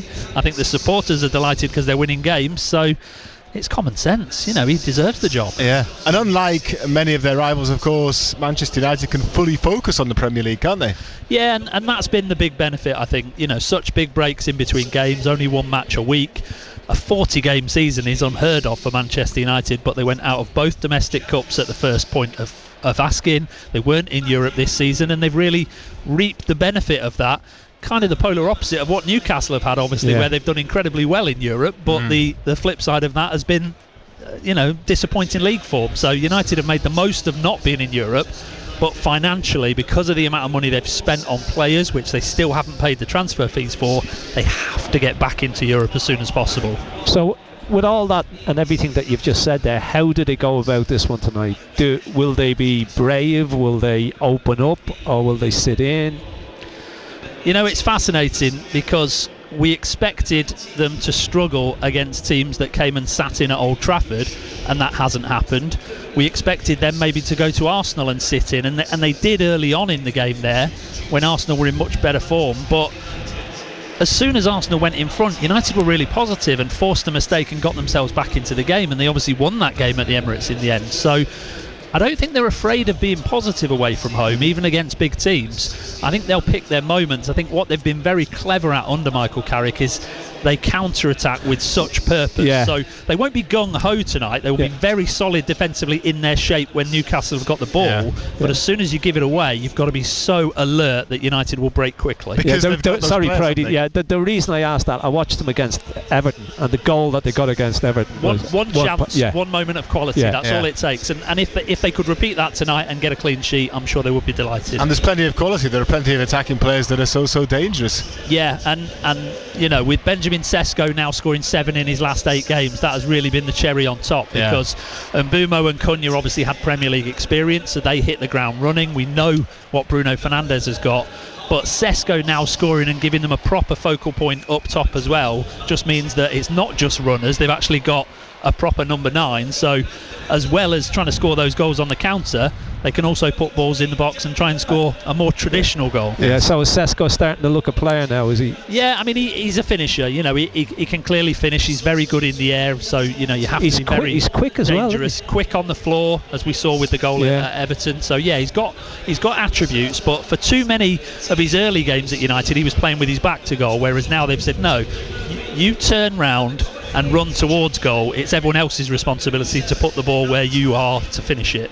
And finally, Bill, Manchester United have been linked with a few Newcastle players. I guess it happens a lot. Manchester United are linked with players all around the world, but there's 3 at Newcastle at the moment. Tonali, Chow, Lewis Hall as well have been linked with. I don't know where they kind of stand in terms of what they'd be likely to do in the summer, and what you think of those players and whether they might be realistic targets. Well, they're crying out for a midfielder. Casemiro's obviously leaving in the summer. Yeah. There's only really him and Kobbie Mainoo, because Manu Ugarte hasn't really hit the heights required since he came in from PSG, so they do need another central midfielder to replace Casemiro, so Tonali would fit that bill, but I know he's got a lot of suitors, so United will have competition for his signature. The interesting one for me was Anthony Gordon, who I would be amazed if anyone could wrestle him away from Newcastle at the moment, but United do need players in wide positions as well, so there is a lot of work still to do with this squad, which might seem an odd thing to say because there's optimism now with United winning games, but the reality is the squad is not particularly strong in terms of depth, and when they're going to be in Europe next season, they're going to need more. Bill, thank you very much indeed. Cheers, Pleasure Bill. to have you on the show. Enjoy the game tonight. I will. You too. Bill Rice there, who is the sports editor at BBC Radio Manchester, covering the game for our colleagues in the Northwest tonight. And yeah, we will bring you commentary here on BBC Radio Newcastle from the Newcastle United perspective with Ando and Razor. It's an 8:15 kickoff. The time now is 7:31. Total Sport North East. BBC Radio Newcastle. And yeah, kickoff is at 8:15 this evening, and Newcastle United main team news is that Aaron Ramsdale comes in goal tonight, Nick Pope on the bench, and then Kieran Trippier is at right back and Lewis Hall at left back. The two centre halves this evening, Malik Chow and Dan Byrne in midfield. Jacob Ramsey, Sandro Tonali and Joe Linton. Anthony Gordon starts through the middle with Anthony Elanga and Harvey Barnes either side of him. That's how Newcastle United line up this evening. Elsewhere in the Premier League, there are 4 other games all kicking off or have just kicked off a couple of moments ago. So it is Aston Villa against Chelsea, Brighton against Arsenal, Fulham against West Ham United, and Manchester City against Nottingham Forest. We've been talking about Sunderland's win last night as well. Keep the messages and calls coming in about that match. Regis Lebris says it's important that his players maintain ambitions or remain ambitious after reaching 40 points in the Premier League by beating Leeds 1-0 last night. And in the National League, second bottom Gateshead in action this evening. They host the team just 2 places above them, so it's a big game in the National League. They're up against Braintree Town. We will head to the International Stadium in just a moment to preview that game with Colin White. In the semi-finals of cricket's T20 World Cup, New Zealand have thrashed South Africa by 9 wickets. Finn Allen scored a 33-ball century. New Zealand will face either England or India in the final. They meet in Mumbai tomorrow. Durham's men, meanwhile, have cancelled plans to travel to Abu Dhabi on Monday because of the ongoing situation in the Middle East. They were due to play a number of games as part of their pre-season preparation with the new cricket season starting on Good Friday. Nottinghamshire have cancelled their trip there as well. Durham's women are due to go there on March the 23rd. A decision will be made about that tour later. In rugby union, scrum half James Elliott has extended his stay at the Newcastle Red Bulls. He's signed a 2-year deal. And in golf, Luke Donald will attempt to become the first captain to win 3 Ryder Cups in a row after his 3rd term as European skipper was confirmed for next year's edition in Ireland. Have you sorted us out tickets for that yet, by the way, Ando? Ryder Cup, no, Ireland, yeah. Still ongoing. That's an ongoing situation. Yeah, it is. As long as we get there. Yeah. Happy with Luke Donald in charge again? Yeah, most definitely. Why not? Yeah. He's done a great job on both occasions, so why not give him the chance to get the hat-trick under his belt? But we'll no doubt have to do the show from Ireland. I think we probably should do a series of shows from there. Absolutely. Yeah. Yes. There might be certain people we need to convince in order for that to happen, but we shall work on it. And Aston Villa have taken the lead against Chelsea. Douglas Luiz after just 2 minutes of that match, still goalless in the other 3 7:30 kickoffs. Gateshead then, as I mentioned in those headlines, are at home to Braintree Town tonight, the 3rd of 3 home games in the space of 8 days. It's yet another game for the Heat against one of their fellow relegation battlers. So let's preview the match now. Colin White is at the International Stadium, and Colin, results have improved recently, but the league position hasn't really, has it? No, it hasn't. The context of this, as we've mentioned on the show before, good evening everybody, by the way, they'd lost 16 matches in a row, Gateshead, 14 league matches in a row until 4 matches ago, and then in the last 4 they've won 2, drawn 1 and lost 1, which is great. The problem is they were 10 points from safety before that little mini run, and they're still 10 points from safety now, despite the results picking up, because they've been unfortunate, if that's the right word, that other teams have been picking up results as well. It's their own, it's of their own doing where they are in the league, but they've unfortunate in the sense that the good results haven't meant they've moved up the table, but in other ways there have been big signs of progress. I mean, they scored as many goals here against Morecambe last Wednesday night as they had scored in the previous 10 home games combined. They still didn't win it, mind you, it finished 4-4, but it was another example of having made progress. They haven't won here for 6 months, Gateshead, in any competition. They also haven't kept a clean sheet all season here either, so they're starting from a low base, but this is the 3rd game in quick succession mention, against teams that are also in the relegation zone. They went all the way down to Truro, the 900-mile round trip, and won. That 4-4 draw I've mentioned against Morecambe, and now Braintree tonight as well. If they win tonight, they would move to 7 points from safety, and still with 12 games to go, and still with at least one game in hand on almost all of the teams around them. So all is absolutely not lost, but there's still quite a long way to go. And another new signing today as well, Colin, for a club that famously has a pretty small budget. So where's the money coming from? Well, funnily enough, when we wrote this question, it was one new signing. By the time I'm answering it, it's two. And they both start tonight. I'll come back to that in a minute. But the answer to the question, where are they finding the money from? Essentially, selling Kane Adom and Tiernan Brooks in January, one to Burton Albion, one to Charlton Athletic. It brought in enough money, and the board were willing to let Rob Elliott have that money. He's been quite open about this, to bring in enough players to see them through the rest of the season, and crucially sign them on for the majority 18-month contracts as well. So they're not paying transfer fees for anybody. These people were free agents, but these are quite a few players tied down beyond this season. So even if they do get relegated to National League North, they will hopefully keep that nucleus there to get them back up again. I remember talking at the tail end of last season on Total Sport about how many players Gateshead had used in a season, and it got, I think, to 53 in the end. It was getting quite difficult to keep count at one point. By the end of tonight, it will be 43, and so it's not as an extraordinary a season maybe last season as we might have expected to be in the context of Gateshead. They've signed 12 players since the turn of the year on various different loans and contracts. A few of them that Rob Elliott knew already. Ben Radcliffe had been on loan here before. Billy Chadwick's the same. Mark Beck's the same as well, albeit he's dislocated his shoulder, so he is out for at least another month as well. They've made 7 changes from Saturday's defeat today. 2 debuts to the 2 that were signed today. Adam Desbois, who's the goalkeeper, Zach Gilsonen, who's the left winger, both of them start tonight. Ash Botswain starts up front. It's his first start for the club as well.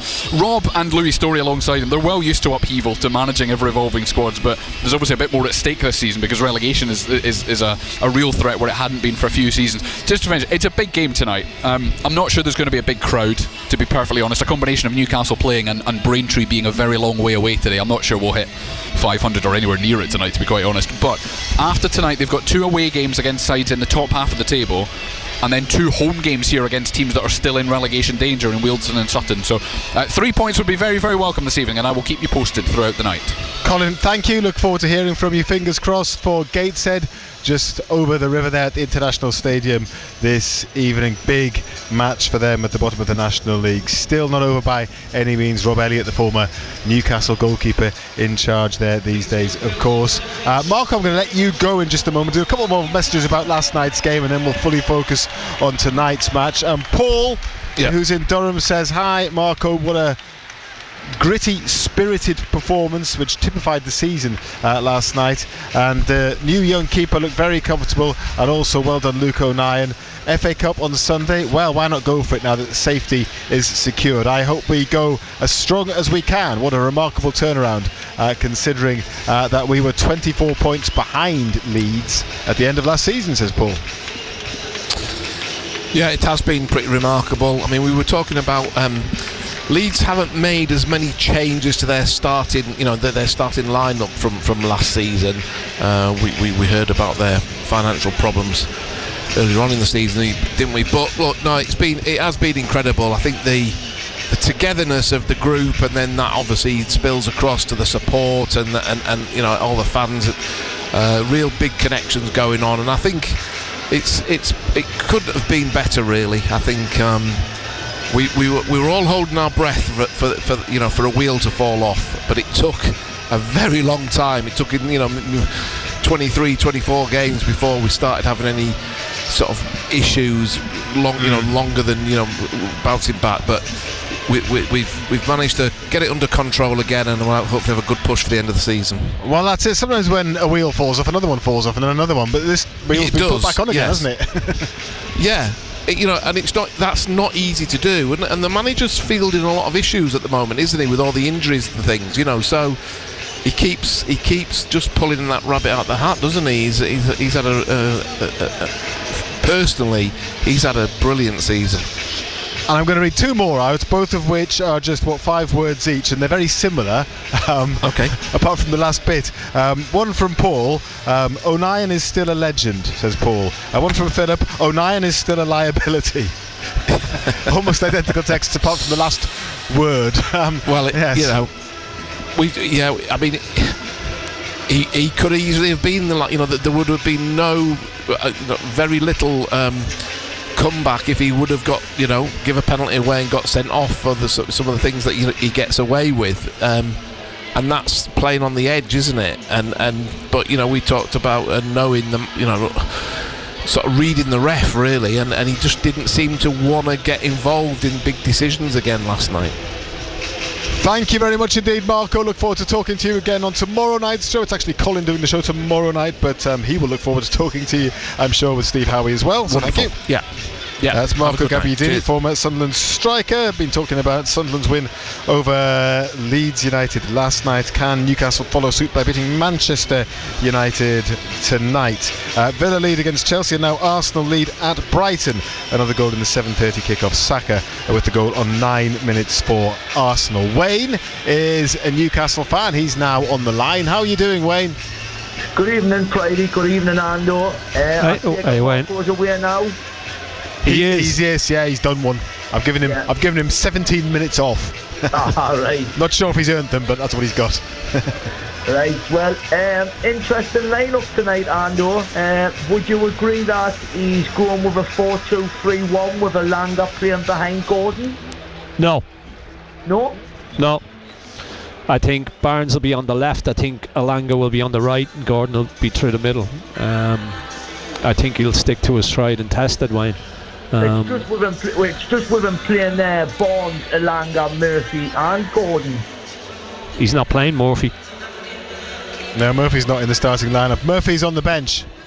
Oh, is he on the bench? I thought I'd seen that he was in the starting lineup there. No, I've just double checked the team sheet, so he's definitely on the bench. No. Both Murphys are on the bench. So he's got Joe Linton, Tonali, and Ramsey in midfield. Ramsey, that's where I've misread it. I've read Jacob Murphy instead of Jacob Ramsey. Yeah, that's where it is. So so I think it'll be the 3 boys in the middle: Tonali, Joe Linton, and Ramsey. He's tried and tested 4-3-3. Yeah, and so I think Elanga will be on that right side. Barnes will play on the left, and Gordon will be through the middle again. So, what do you make of the starting 11? To be honest, even if we win tonight, John, I can't see we're qualifying for Europe. I think we've been too consistently inconsistent this season in the league.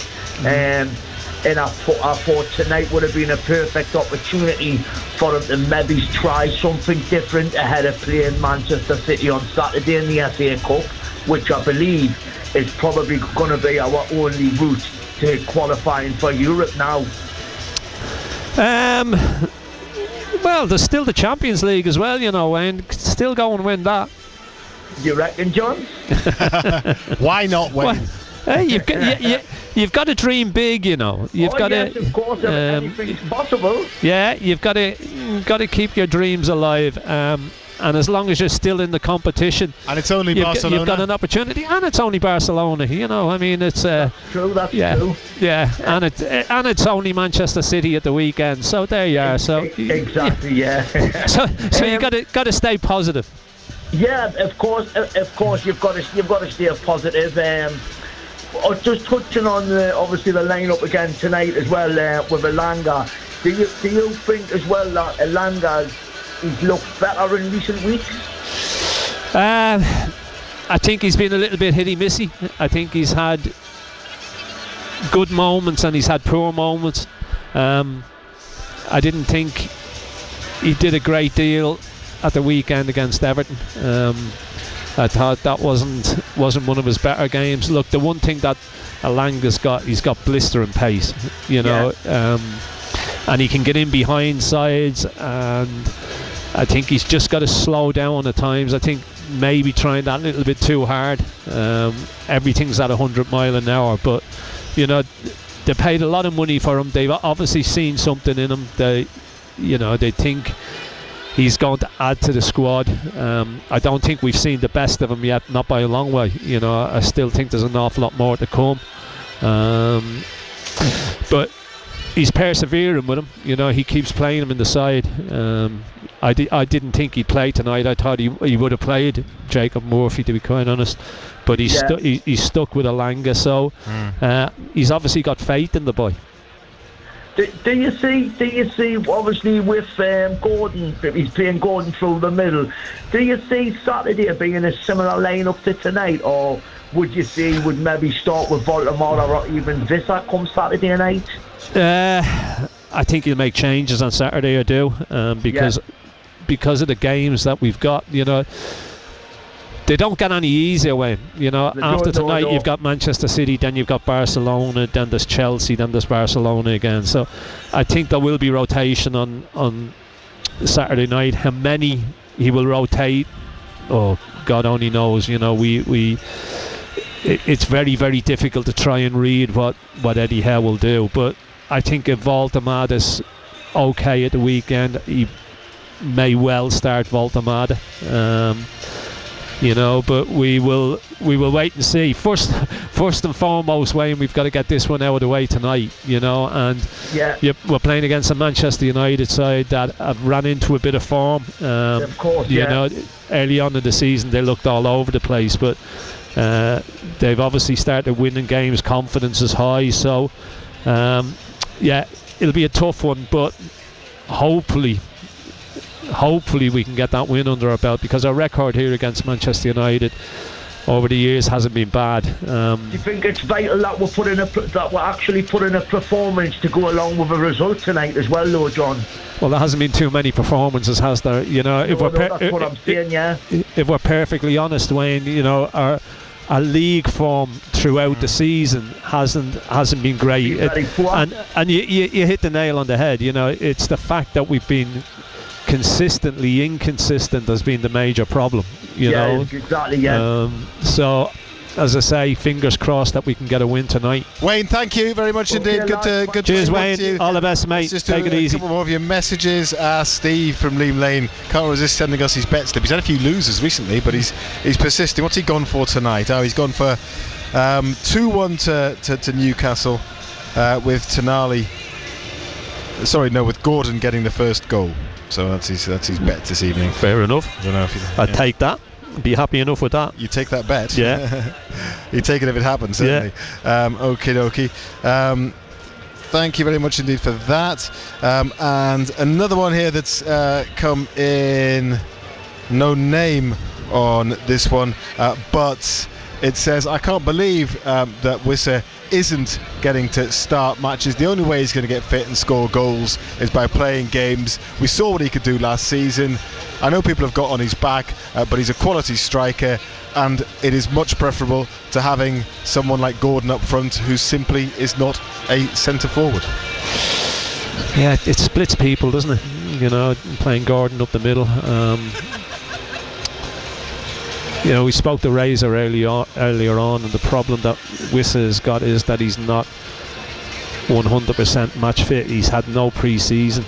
He picked that injury up. He hasn't been able to get up to the fitness levels that the manager requires, and that's solely down to the fact that the pre-season didn't go well and he picked up that injury. And you would think at this stage of the season, Pride, he's not going to get there. But look, the only way he's going to get there is by playing games. And you know, it's okay training, and you can get to a certain level training, but you need to get to match fitness, and the only way you're going to do that is by playing games.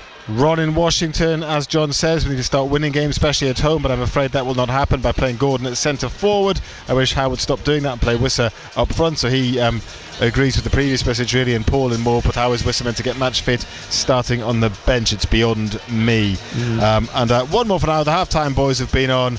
Shame the Friday night bookie Chris isn't on. He could have given odds on how long it'll be before the Man United fans start chanting about Alan Shearer again. Smart money's on under 10 minutes. They do like to do that, don't they? Well, it tends to. Good players always get talked about, don't they? They might chant about you in that case. And he was a good player, wasn't he? He was a. Well, the fact that he and didn't the fact that he turned them down as well, they didn't like that. That's the key thing. Okay.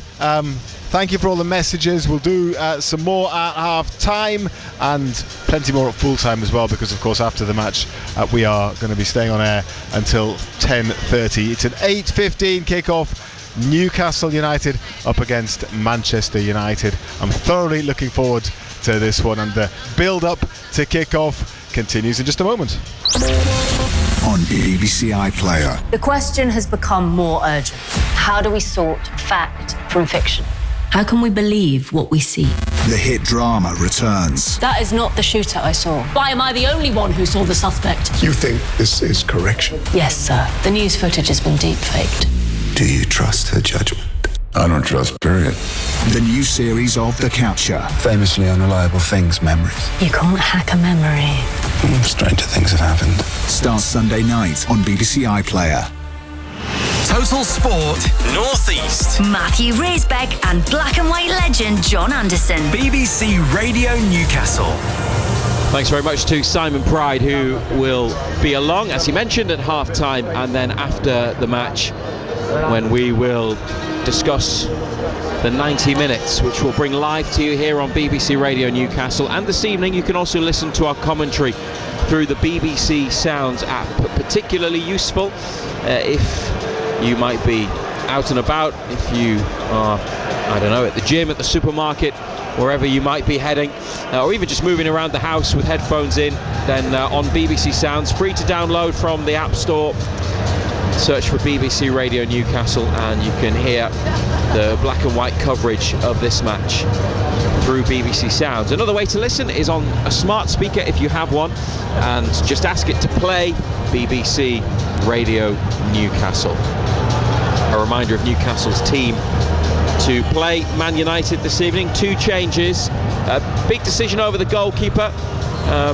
Maybe a decision that you thought should be made and would be made, but Eddie Howe has preferred Nick Pope to Aaron Ramsdale in most cases when both have been fit this season. But tonight Ramsdale gets the nod. He is in.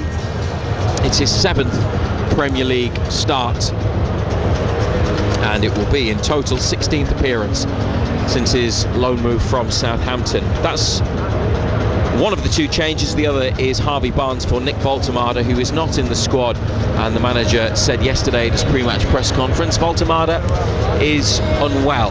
So Ramsdale the goalkeeper, Trippier, Chow, Byrne, Hall, Ramsey, who has recovered from illness, Tonali, Joelinton, Elanga against the club where he started his senior career, Barnes and Gordon. Pope, Botman, Wissa, Osula, Jacob Murphy, Willock, Alex Murphy, Shahar and Neve are the Newcastle United substitutes this evening. And Manchester United, 1 change. It's at right back where Noussair Mazraoui, the Moroccan international who was at the Africa Cup of Nations when the clubs met on Boxing Day, didn't face Newcastle then. He comes in for Diogo Dalot. So Sene Lammens the goalkeeper, Noussair Mazraoui, Lenny Yoro, Harry Maguire and Luke Shaw. There were doubts over both Maguire and Shaw, but they both start. In midfield, Casemiro and Kobbie Mainoo, who was out of favour before Ruben Amorim left the club, but playing regularly now under Michael Carrick. Bryan Mbeumo, Mateus Cunha, Bruno Fernandes and Benjamin Šeško, an in-form front 4 for Man United. On the bench, Altay Bayindir, the goalkeeper. He played in this game last season when Newcastle won comfortably by 4-1. Diogo Dalot, Joshua Zirkzee, Tyrell Malacia, Amad Diallo, Manuel Ugarte, Aidan Heaven, Tyler Fletcher and Godwill Kukonki. John Anderson, the former Newcastle and Ireland defender, our match summariser for every Magpies game here on BBC Radio Newcastle. Ando going back over the team, 2 changes. Probably not a surprise to see Barnes in. Many would have expected him to have started against Everton, but the goalkeeping change is, I think, something that will be that will have caught the eye and probably many would have expected. But when Ramsdale has played, there have been calls for Pope to come back in, and when Pope's made a mistake or had a bad game, some people want Ramsdale in. Probably what is clear is that there's not really consensus across the fan base over maybe who the best keeper is, but there might be consensus over the idea that Newcastle probably need to sign a new goalkeeper in the summer. Yeah, I don't think there's a great deal between the keepers, to be quite honest, Fraser. Ramsdale's played a few games in cup competitions and one thing and another. I think he needed to take Nick Pope out just for his own sake, for the keeper's sake, because the mistake he made at the weekend, he's made a few lately, obviously affecting his confidence and his belief. Probably needs a little bit of a rest, so Ramsdale gets that opportunity. You would say that Ramsdale, no doubt about it, is the better keeper with his feet. He's quite happy with the ball at his feet, uses it well, but yeah, I don't think it will come as a great surprise to anybody, the fact that he's decided to take Pope out and put Ramsdale in tonight. Those are the two teams. The referee is Peter Banks, who's from Merseyside. He has not impressed you when you've seen him officiating Newcastle this season. Ando, referee for now a 5th game. He was also the VAR that upset Newcastle when they drew with Chelsea, because he didn't give that penalty they thought they should have had when Anthony Gordon was barged over in the box. Hopefully he will have a good game tonight. Paul Tierney is VAR this evening. Newcastle's players waving to supporters and high-fiving some of the mascots who are pitch-side as they head off the pitch and towards the tunnel. Manchester United starting 11 leaving the field as well. Just over 15 minutes until we get underway here at St James's Park on what is still a dry and quite mild evening. Let's hear from Eddie Howe. Firstly, on his opposite number, Michael Carrick, who has 6 wins and a draw from 7 Premier League matches, in charge of Man United. His team are in good form in the league, Newcastle less so. Eddie Howe recognises the work that Carrick is doing. I think he's tweaked things tactically. I think he's looks like he's built a really good atmosphere there, and I think then players in a good atmosphere will play better. So I think it's been real positive for them. You can see a big upturn in their general performance. I think they're statistically good in terms of attacking output, defensive output. So then they've got some really good players. It's going to be a great game for us and a great opportunity for us at home to rediscover our best form. And Michael Carrick, who's from Wallsend and a boyhood Newcastle United fan, admires what Eddie Howe has done here. Yeah, huge amount of respect for Eddie and his staff.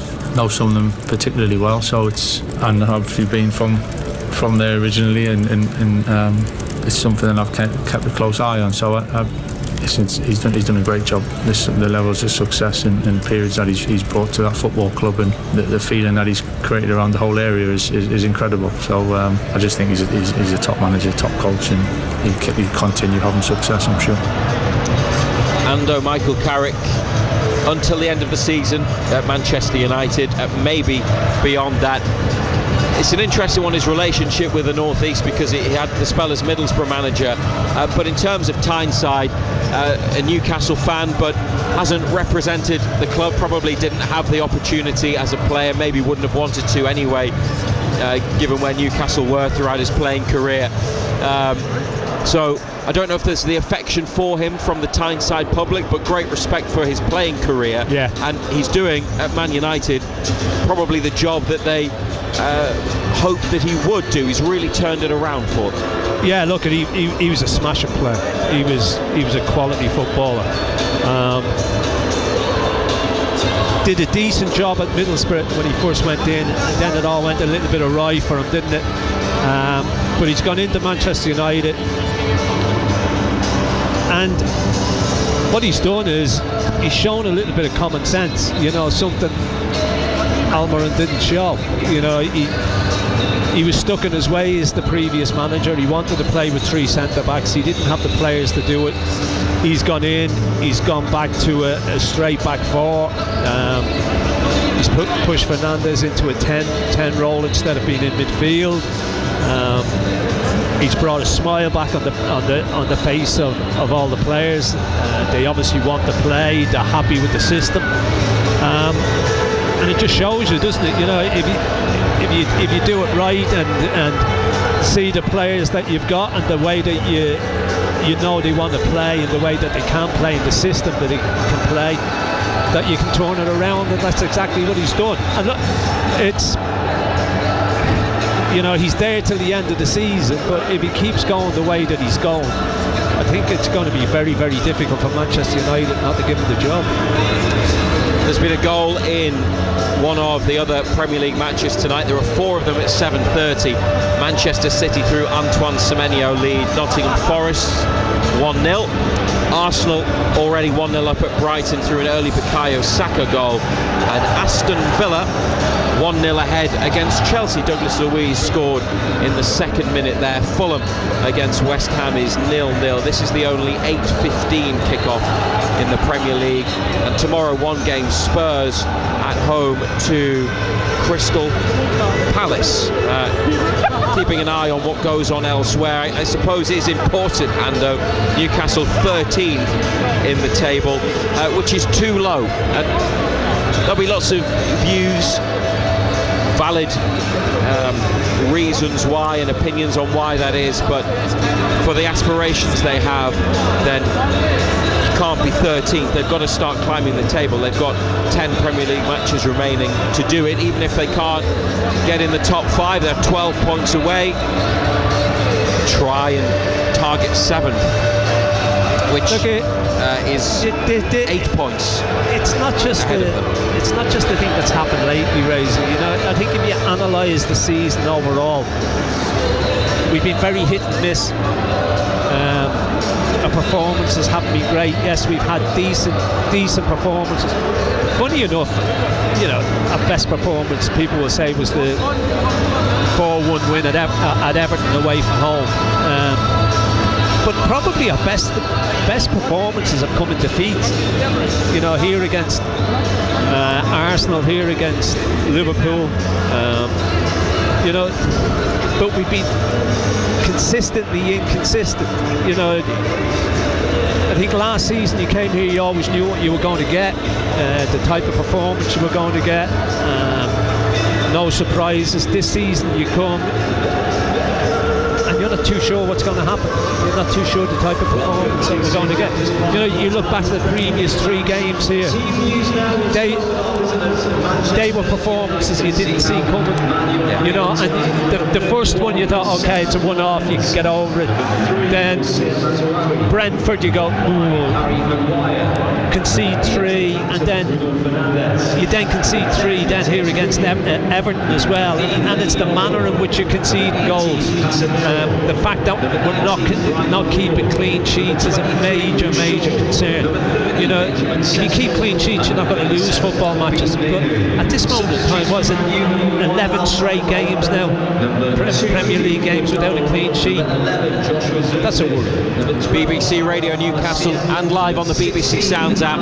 Newcastle United against Manchester United is on the way. We are also covering a huge match just across the time in the National League at the bottom. Gateshead 10 points from safety now, with the former Newcastle goalkeeper Rob Elliott back at the club for a second spell in charge, hoping to try and get out of trouble. They are at home to 4th bottom Braintree, who are also in the relegation zone. At 7:45 kickoff there. Colin White can bring us up to date.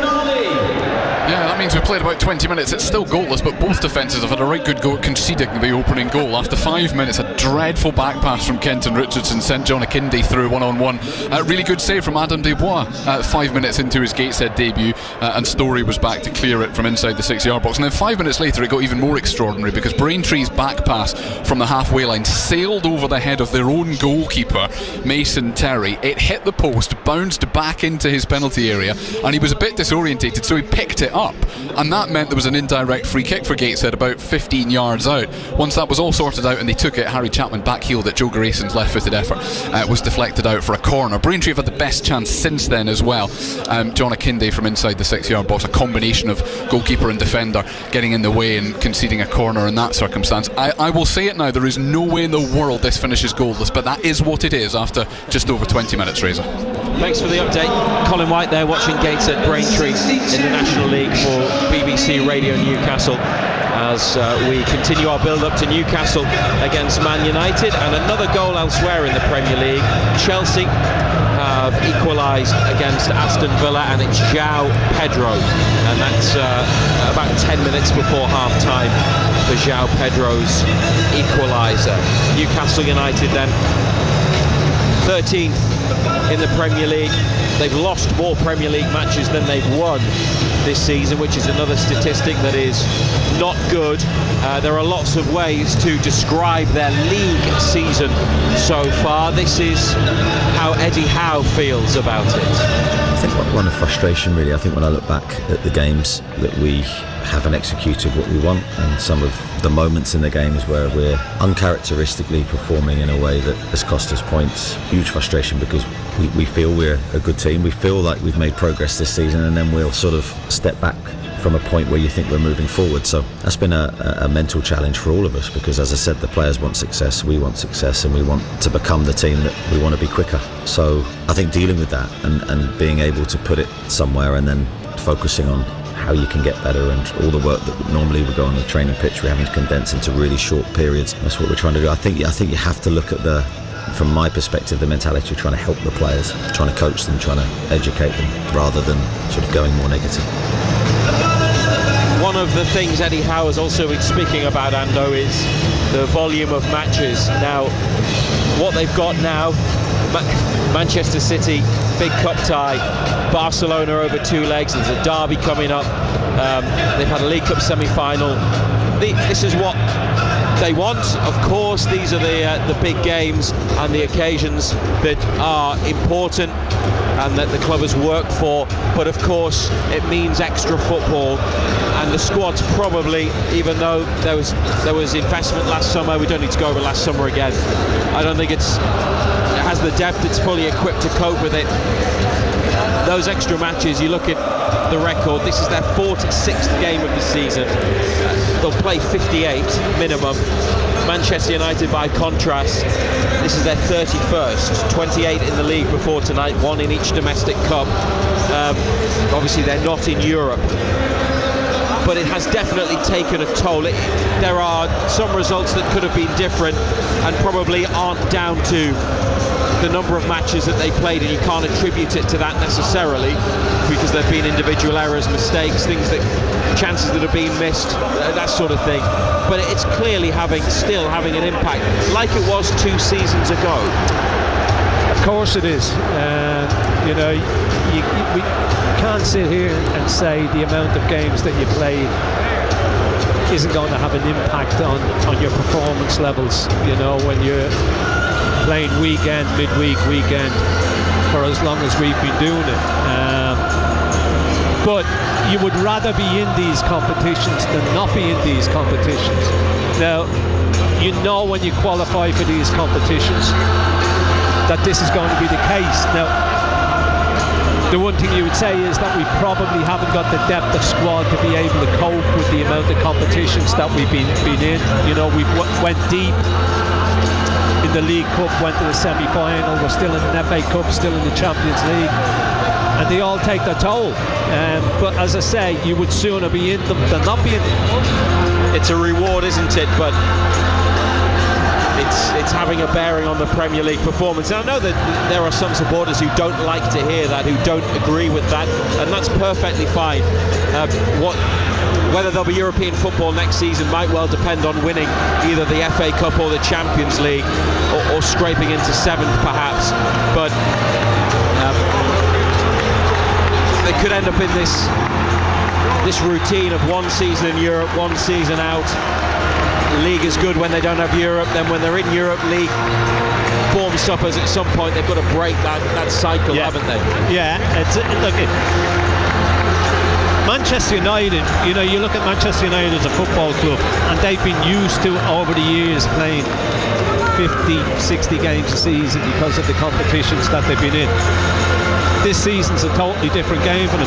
They'll play the least amount of games this season than they played in, I don't know, 30 years maybe.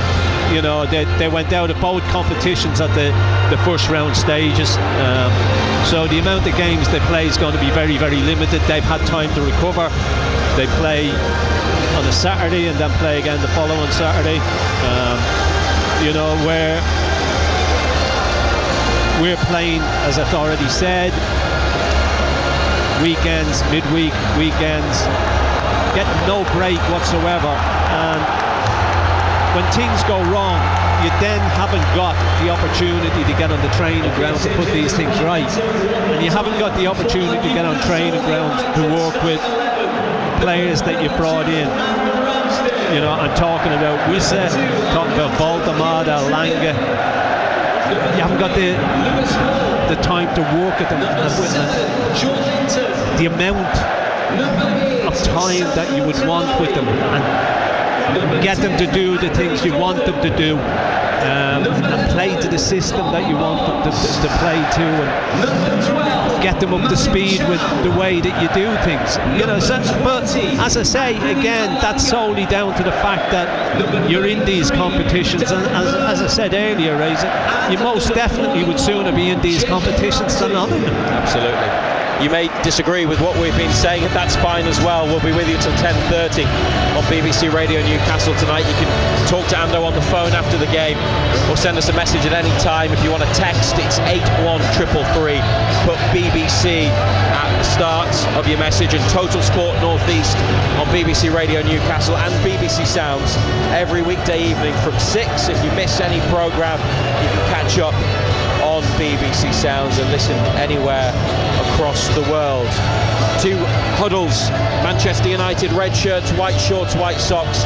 Goalkeeper Lamons in yellow, Mazraoui, Yoro, Maguire, Shaw at the back, Casemiro, Mainu, and Burmo, Bruno Fernandes, Cunha and Šeško. Newcastle United, two changes. Ramsdale in light blue, he is in goal in place of Pope. Trippier, Chow, Byrne, Hall, Ramsey, Tonali, Joelinton, Elanga, Gordon and Barnes, and it's Barnes who replaces the unwell Voltemada in the Magpies' other change. This is not a positive thing, but 30 years ago today, tonight, Manchester United's heartbreaking 1-0 win here, the Eric Cantona goal in the 95-96 title race. Newcastle battered them. Schmeichel was unbreachable, and Cantona scored in the second half, and it was part of the turnaround. I'm sure you remember it well, although you'd probably rather forget it. I had forgotten about it, but thanks for reminding us. If you are too young to remember that, it was still a special season, but it ended in heartbreak. Newcastle and Man United, big rivalry, and a lot of it goes back to that title race that season. Rivalries renewed in recent times at Wembley, Newcastle having the better of it here as we get underway on BBC Radio Newcastle and BBC Sounds and the Newcastle United website and app.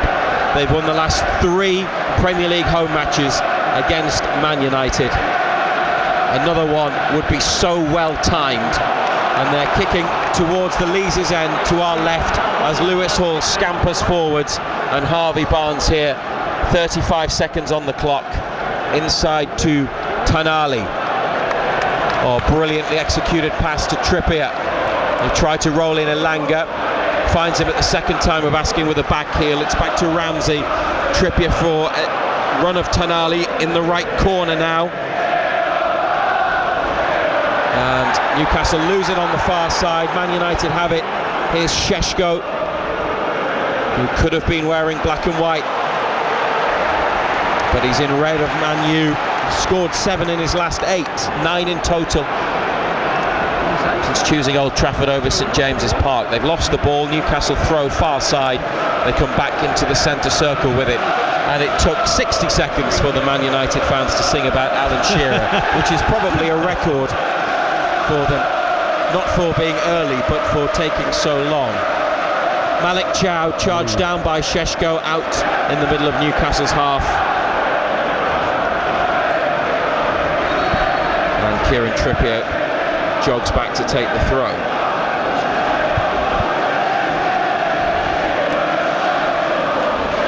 Ramsey gives it back to Trippier, Chow to Ramsdale.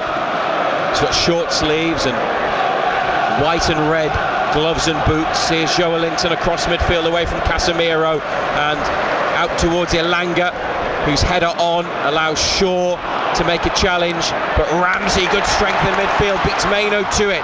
Gordon at centre forward, gets turned, Joelinton edge of the area. Harvey Barnes has gone 11 without a goal. On the outside of Mazraoui, can't create anything there. Back to Hall, now Joelinton, close to the edge of the area. Tonali comes out wide left, then has to come back and inside to Byrne in the 3rd minute. They've knocked it around well enough, mainly in the Man U half. Here's Elanga. Ramsey to Trippier, Elanga in a more central position, onto Joelinton. He's got time to turn, I don't think he realised it. Laid off to Hall, intercepted by Mazraoui, but Hall's won it back, heads for the line. The cross just too high for Gordon. Trippier coming in, he lifts it back up. Oh, it's hit the post. Hall on his chest in the area, just over. On the right foot from Lewis Hall after Trippier's cross clipped the front of the post on the way back down, and Newcastle over the top, but a good start at St James's. Yeah, bright start on the front foot, decent ball lifted in, just hits the post, doesn't it? Trippier keeps the ball alive, little dink ball in, straight over the head of the goalkeeper. Defender just leaves it. Don't. Short goal kick, then it goes long. Chow on halfway, Joelinton gets up. Elanga, who had 3 seasons in the Man United first team after coming through their academy, and they go back now to Ramsdale in the D, foot on the ball, gives it to Byrne. Joelinton facing his own goal, back to Chow, edge of the area, under pressure from Casemiro. Trippier back to Chow and inside to Ramsdale. It's got to be quick here, out to Byrne, flicked up over the head of Mbeumo, and now Hall can bring it forwards. Mbeumo chasing, scored in his last 2 against Newcastle, though both for Brentford. It's another one that missed the Old Trafford match on Boxing Day. Mbeumo, Chow up to Elanga, hopefully he can have a positive night. That's a decent run, and he's found Gordon, who comes out wide, and it's Ramsey, and then behind Gordon with the return. Bruno Fernandes on, nobody there up the right wing, and Mbeumo had tucked in and dropped in, and Dan Burn goes and gets the loose ball. 0-0. But it's been a lively start. Yeah, good intensity to the start, isn't it? Good pace to it. Gordon makes a run off Maguire. Gordon's cross deflects into the hands of Lamans down by his near post. Yeah, good run in behind Maguire. Cross has taken the deflection as well. Maguire's just got there, got a little toe poke on it, ends up in the arms of the goalkeeper. Lamans along the floor to Maguire, along with Shaw, who's also starting. Here's Luke Shaw on the ball now, back to the keeper. Substituted against Crystal Palace and rated doubtful, but both past fit to start. Still with Lamans, Barnes goes to rush him, and away it goes. Trippier lets it bounce and go out. Eddie Howe, Jason Tindall, Michael Carrick, all there, all dressed in black tonight. Carrick smartly dressed, hands behind his back.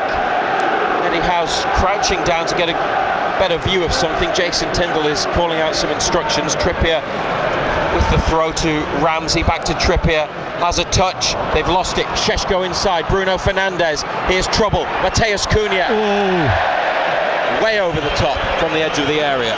Just lashes at it, doesn't he?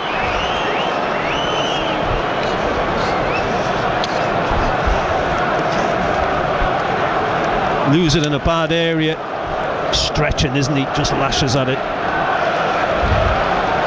High over the top, never troubling Ramsdale.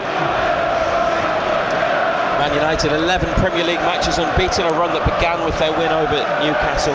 They did lose in the FA Cup to Brighton in that time at home. 5 defeats in 6 in the league for Eddie Howe's men. Here's Matheus Cunha behind the halfway line, out to the left wing, away from Trippier. Gordon chases back. Manchester United have to come to halfway, and Casemiro. It's 0-0. We're in the 8th minute. Lenny Yoro at centre back to Maguire. I think you can get at him, you know. Yoro, 20-year-old, 52 million. And he cost about a year and a half ago. It's at the feet of goalkeeper Lamans, brought in the summer to be the new number 1. Barnes again goes to close down, looking for Matheus Cunha. Trippier's header on by Ramsey. Gordon looking for Ramsey with a return header. Man United through Mainu and then Maguire away. Trippier heads it back over halfway. Casemiro on his chest. Here's Bruno Fernandes, forced back by Tonali.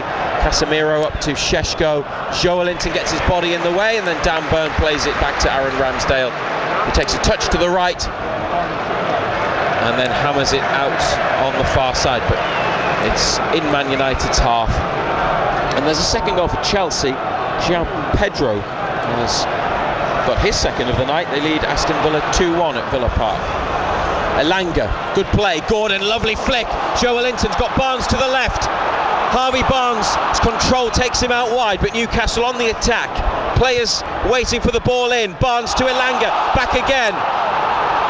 Barnes' shot is blocked, and Mbeumo for Manchester United on the touchline. It's behind Mazraoui. He's going to get a free kick. Elanga into the back with his shoulder. Good play again, though, isn't it? They moved it well. Yeah. A couple of great little touches in there. Great little flick from Gordon, wasn't it, round the corner? Just want to highlight this because it might feature later in a discussion. I've just seen it briefly. Some fans screamed for handball when it went up from was it Barnes to Elanga. They suggested it hit Mazraoui on the arm, but players continued, so nothing in that for the officials. Joelinton's header back to Burn, and now to Ramsdale. BBC Radio Newcastle, also tonight on BBC Sounds. Hall trying to get it in behind Mazraoui. It's swerved away and out, but Newcastle can push up the pitch. Eddie Howe waving his team forwards. You like the start they've made, don't you, Ando? Yeah, it's been bright, it's been lively, more intent than we've seen against Everton at the weekend. Looking to get the ball forward as early as possible, something that we didn't do against Everton. Man United's throw. Dan Burn, strong sliding challenge on Mbeumo.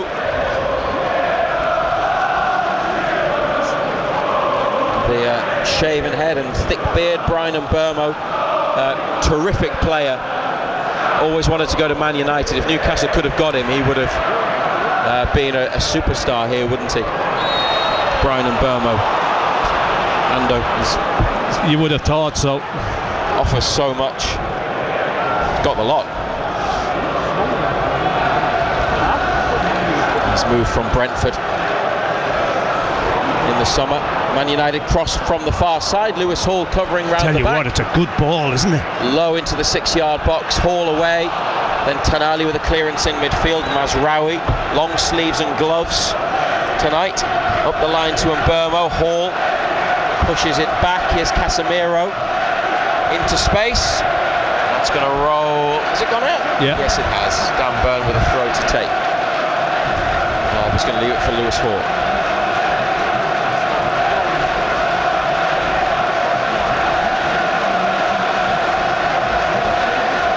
Good atmosphere. St James's. Joe Linton header on from the Newcastle throw. Tanali, big header forwards. Gordon chasing after Yoro. Wants to let it run, he's kept it in. And played it forwards. Hall heads it on. Newcastle get it back. Gordon to Barnes. Then again, they combine. Yoro slides it out. Yeah, we look a lot livelier than we did against Everton. Movement's better.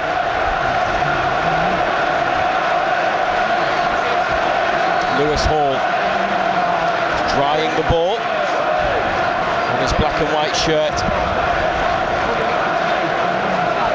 This could be a long throw from about 15 yards out on the left. Every Man United player back. No, it's a short one to Tanali. Curls in a cross, and it's Yoro's header. Elanga hits it just wide of Lamons at the near side of his goal. Keeper down to his left. Had to get across. Don't think he was sure where that was going. Elanga from just inside the area. He had it. Knew it was going wide, didn't he? Took his arms away. Always knew it was wide.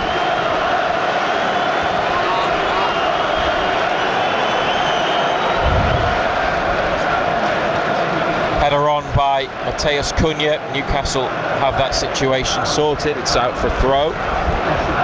13 on the clock. Joe Linton comes sprinting back towards the middle of the pitch, but Tanali gets the ball and then loses it to Bruno Fernandes. Casemiro, edge of the area. Chow intercepts. Beats Mbermo to the ball. Here's Hall. And Barnes has dropped in. He receives it. Now Joe Linton. Oh, brilliant drop of the shoulder and turn. He's absolutely done Bruno Fernandes there, and then Barnes onto Hall. Inside for Joe Linton. Wide left for Tanali. It's a wonderful Newcastle move. Tanali's cross finds Joe Linton in the middle, and it's come to Barnes, edge of the area. And Barnes with a curler just wide. Great effort. Great play all round. Joe Linton involved on a couple of occasions. Great little turn in the middle of the park. Couple of neat little 1-2s in there as well. Comes to Barnes, wraps his right foot round it. Lamons is rooted, isn't he? It's not too far wide either. Close to taking the lead. But it remains goalless on BBC Radio Newcastle. On the BBC Sounds app. Maguire takes the goal kick onto the head of Cunha. Ramsey's got it down on the floor, back to Trippier. He gets away, still going, finds Gordon. Elanga in behind. Gordon across midfield to Joe Linton, swept over towards Barnes. Closed down by Mazraoui. Barnes with Hall on the overlap. Hall dinks it. Lamons plucks it out of the sky. The lack of pace on the cross probably favoured the goalkeeper. Yeah, just needed a bit more, didn't it? It was just dinked in there. Easy take for the keeper. Good play again though, good build up. Ball on the floor from Lamons. He's got one cap for Belgium. He gets it again. A return pass from Maguire. Jacob Ramsey out of midfield. Lamons long ball towards Mateus Cunha. Kieran Trippier ducks underneath it. Newcastle have a throw just at the edge of their defensive third.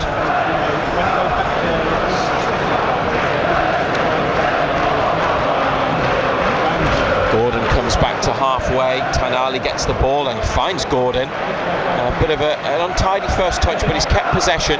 Starts to go up the line. Manchester United win it back. And Casemiro onto Šeško, deep in a position for the 6'5" Slovenian. He lays it off. Yoro across halfway to Mazraoui. Back to Yoro. He's slim, isn't he? Yeah, not a great deal of him, is there? Yoro. Bit of possession for the away side. Casemiro just ahead of halfway, back to Yoro. Maguire is available, that's where it goes. Inside to his left, slightly behind him. Maguire brings it forwards, and now Mazraoui on a run. Cunha cut out by Chow. Look for Bruno Fernandes in the box. Newcastle clear. Anthony Gordon. It's a foul by Harry Maguire. Peter Banks blows the whistle for a Newcastle free kick.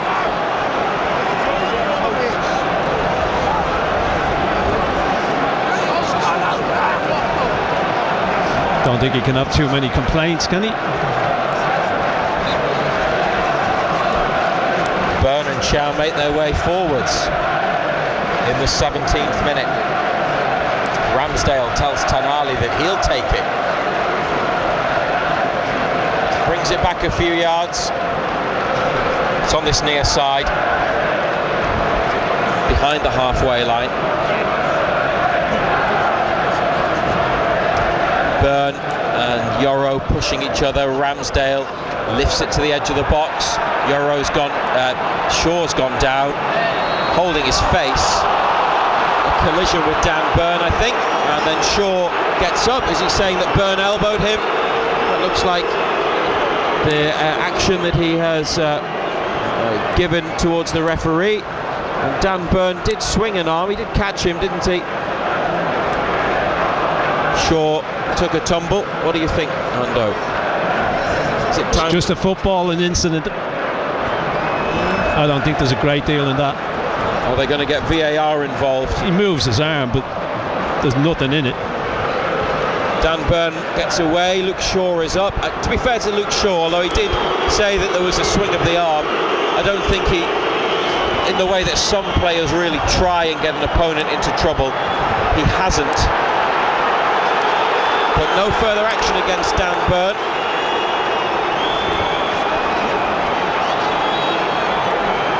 And play will restart with a Manchester United free kick. The way that VAR is, we just never know. There will no doubt be the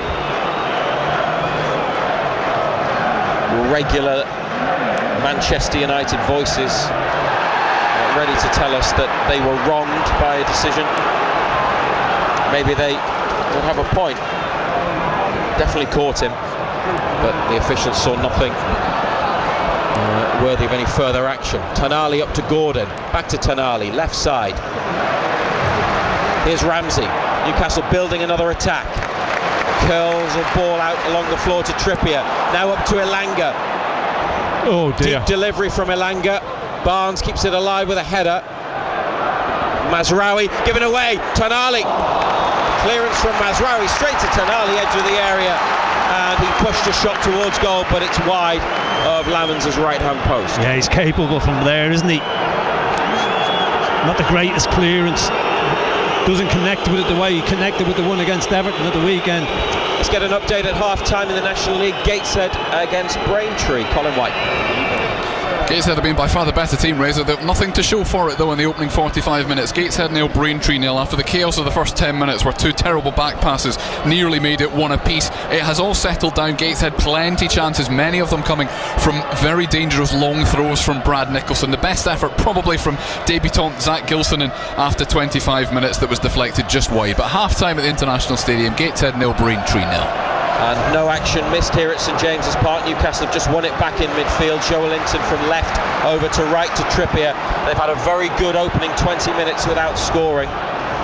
Here on BBC Radio Newcastle and BBC Sounds. Here's Elanga. Oh, that's a ball that's behind Lewis Hall. He's trying to keep it in, and Burmo's giving him a nudge. And Burmo didn't need to do that because Man United were going to win a throw in Newcastle territory. But he lent in on Hall, and Newcastle get a free kick, which they'll be grateful for after almost cheaply giving away possession. Back to Ramsdale from Byrne. Up to Tonali. Finding pockets in there, aren't they? Finding pockets of space, midfield players, Ramsey, Tonali, Joelinton. There was no space, was there, against Everton? No. They are finding room tonight, but it's been a performance that just feels more like it from Newcastle. Trippier, Elanga with his speed coming to run after that one, but Lamans to the edge of the area just kept the ball in, landed on it, made sure that he didn't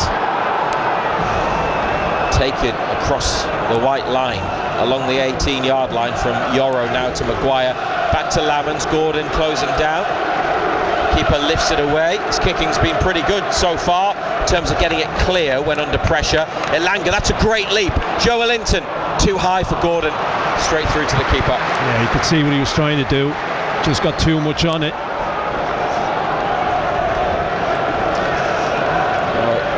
Cunha doesn't fancy it in the air against Trippier.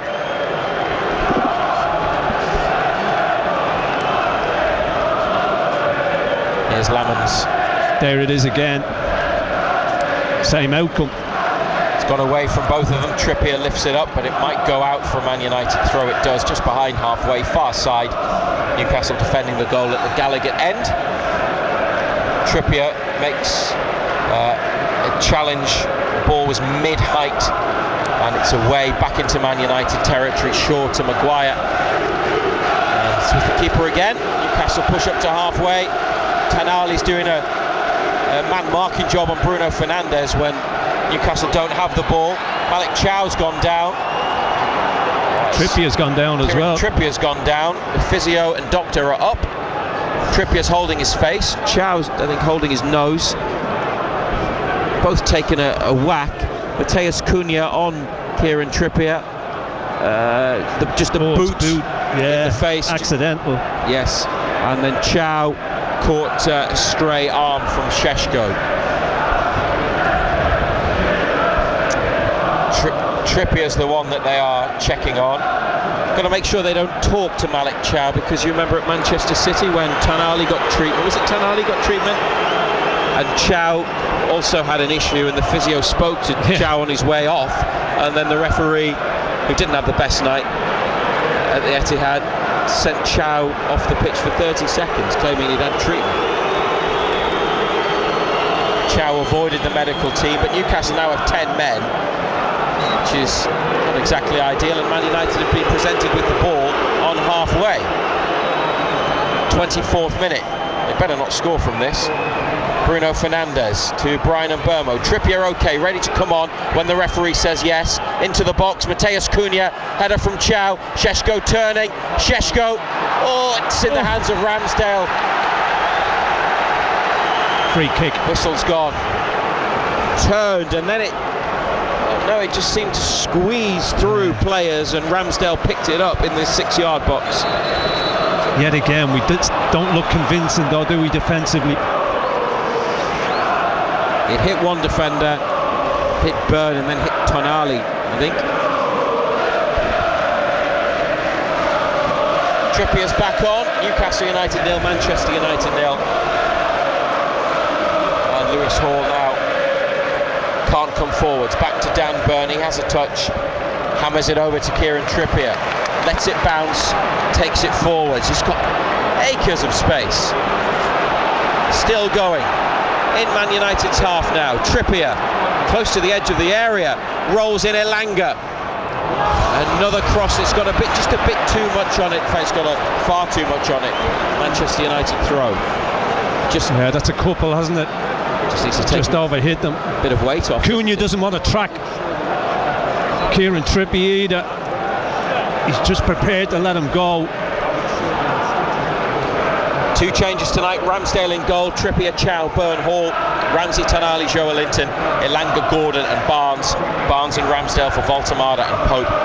Voltemada is ill. Still no Livramento, but he's close to being fit. BBC Radio Newcastle and BBC Sounds. It's goalless. Elanga takes it inside, away from Shaw, but it's won back by Manchester United, by Casemiro, and Jacob Ramsey's pulled him back and gets booked.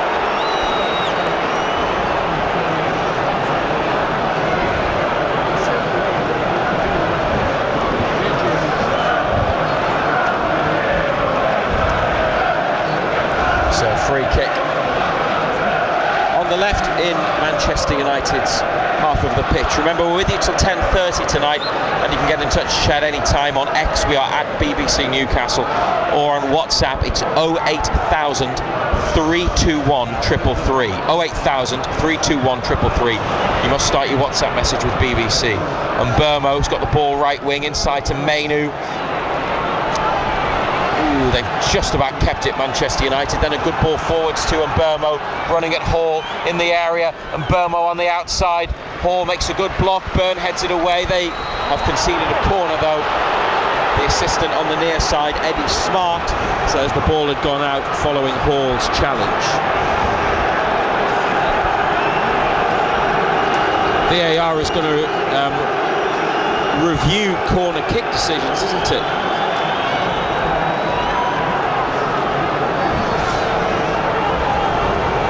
The replay we've seen is inconclusive, but the assistant will have had a better line of sight. And Mbeumo left-footed from the right for Manchester United towards the back post. It's come off a Newcastle head. I think it was Trippier. Another corner, far side. Although there are some arguments in the box. Maybe it wasn't Trippier, maybe it was someone else. It was Trippier. Because he's the smallest in there, you can't see him. Yeah, he was surrounded by players. So another corner, Bruno Fernandes right-footed from the left, scooped in, Dan Burn heads away from in front of Ramsdale, Gordon on. Oh, if he'd lifted it in behind, sure, Elanga would have had the chance to run. Instead it was straight at Shaw. Man United go forwards and it is out for a goal kick. 28th minute. As we always say when Newcastle United play Manchester United, if you hear us refer to United, then we would always and only ever mean Newcastle, not Manchester United. Just in case you were wondering. Here's Joelinton for United, out off Casemiro. They've got a throw next to Eddie Howe and the Newcastle bench. Hall takes it quickly, gets it back. Ooh, where does he go? Away from Šeško, and Burn across the penalty box. Ramsdale takes a touch, and that's a long ball towards halfway. Shaw's got it. Newcastle win it back. Gordon, nice one inside for Joelinton. Now they attack. Joelinton with purpose. Gordon in the area. Tackled, and it won't come for Elanga, and it's cleared into midfield. Chow takes control onto Joelinton, headed out wide right to Jacob Ramsey. Inside for Joelinton. It's a fair challenge. Manchester United win the ball back, and they play it up to Šeško. Lovely layoff to Mateus Cunha. Lewis Hall makes an interception, but it runs from Mbeumo on the right wing, 35 yards out, back to halfway. It's 0-0. And good game. Still happy with how Newcastle are playing. Yeah, playing very well. So much livelier, so much brighter. Mbeumo back to Mazraoui. Yoro just plays a short ball back to Casemiro, the 34-year-old. And they've given it to their goalkeeper. Lammens in the D. Takes his time. Bruno Fernandes is on Kieran Trippier this time. It's the same ball. I obviously think that there's some sort of, I don't know, weakness or maybe a Man United strength on that far side, but you said they've been playing that ball all night and it hasn't worked for them yet. Newcastle have won those duels. Yeah. It's another throw. Trippier's just strong, isn't he? Trippier to Ramsey. Back to Trippier. Switches it. Hall heads it back to Ramsdale. They can start again.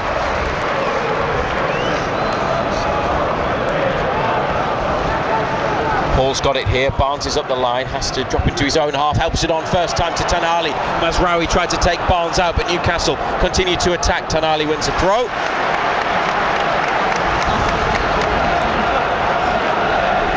Hall takes it back to big Dan Burn, keeping Sven Botman out of the team.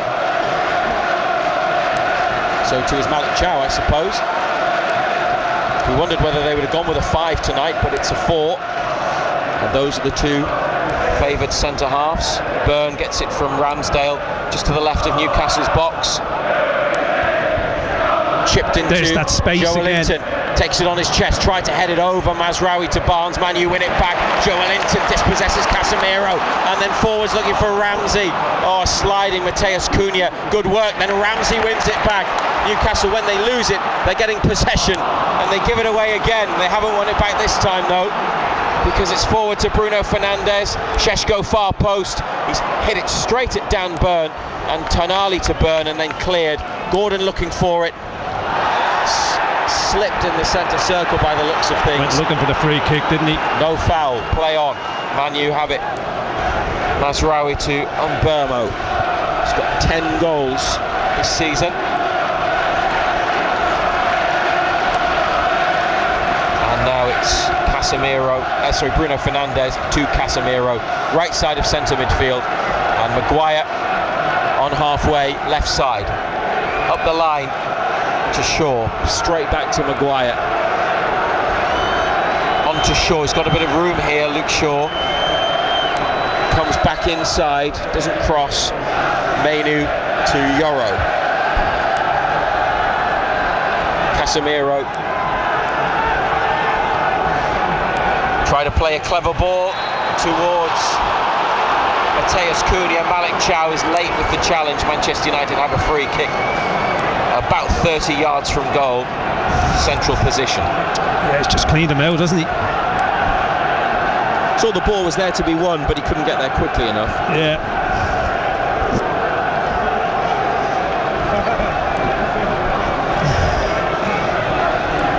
Good touch, just took it away from Chow, and he's just committed to the tackle.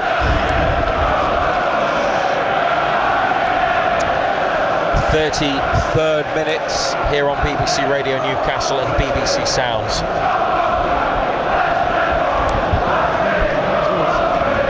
Aaron Ramsdale just making sure the wall is right. They've actually been told to come forwards by the referee, which is quite rare. They're on the edge of the D. Bruno Fernandes slightly right of centre. Is he shooting from here? It's one where he could be lining up a shot, or he could just put a bit of disguise on it and try and sort of whip it across to the far side of the box. Maguire is up there, Šeško in the middle, Bruno Fernandes dinks it into the area, Chow heads it away, Gordon chests it, Elanga, good ball juggling and trying to run. Elanga's done well, he's found Gordon inside for Joelinton. The break is on. The break is on. Joelinton, edge of the box, cuts inside.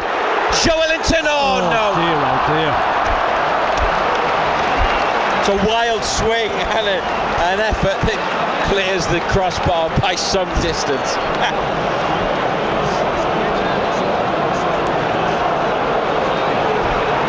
Brilliant build-up though. Ando. Great break. Yeah, fabulous break. Broke with pace. Not the player you wanted on it. Was it? Not when you see the shot. Eddie Howe put his head in his hands when he saw that. There are options in the attack. Joelinton took the shot on. Next time he may pass it. Now Lamans is taking an eternity over the goal kick and is upsetting home supporters. 0-0. Trippier heads forwards, Gordon and Elanga chasing after it. Elanga's managed to get to the ball, but it was out when he had his touch. It's a Man United throw, would have been anyway, but didn't give it up. Elanga has contributed to some of Newcastle's attacking play tonight. I don't think he's done too badly. Collectively, they've played very well, and they could be ahead, but they're not. Ramsey almost overran it. He's found Hall. It's gone out off Mbeumo. Manchester City 1. No, it's not. Oh no, it hasn't gone out, sorry. Manchester City 1, Nottingham Forest 1. Morgan Gibbs-White, and now a soft free kick for Manchester United, won by Mazraoui. Gordon with the challenge. Home supporters do not appreciate that decision. Neither does Anthony Gordon.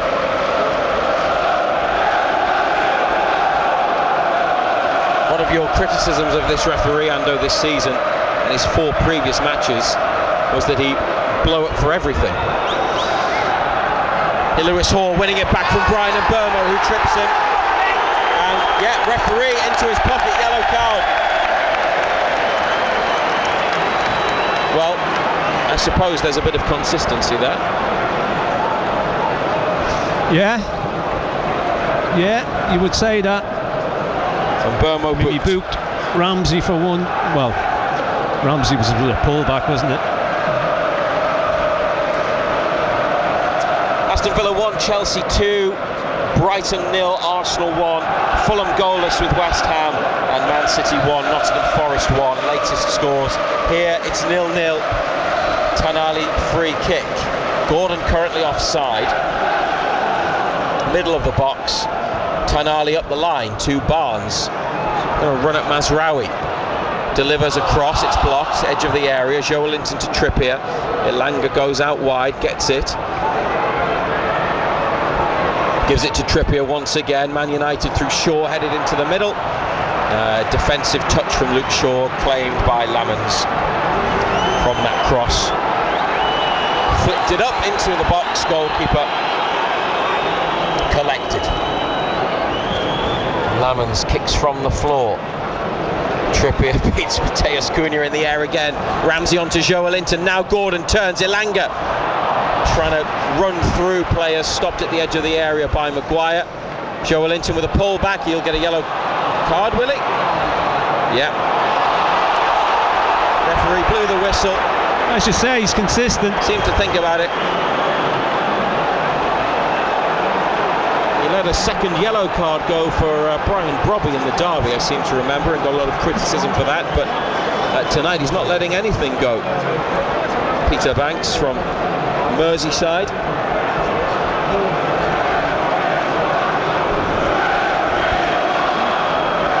Who is taking some flack.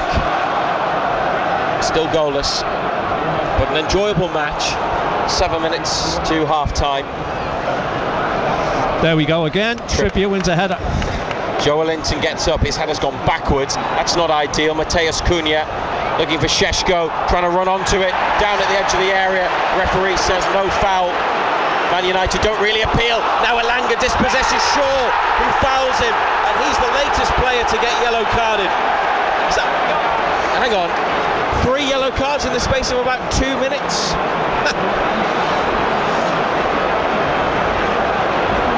At this rate, going to need a pencil sharpener or a new piece of paper, or both, because it's going to be making notes of cautions one by one. They go into the referee's book. Earlier, Ramsey yellow carded for a foul.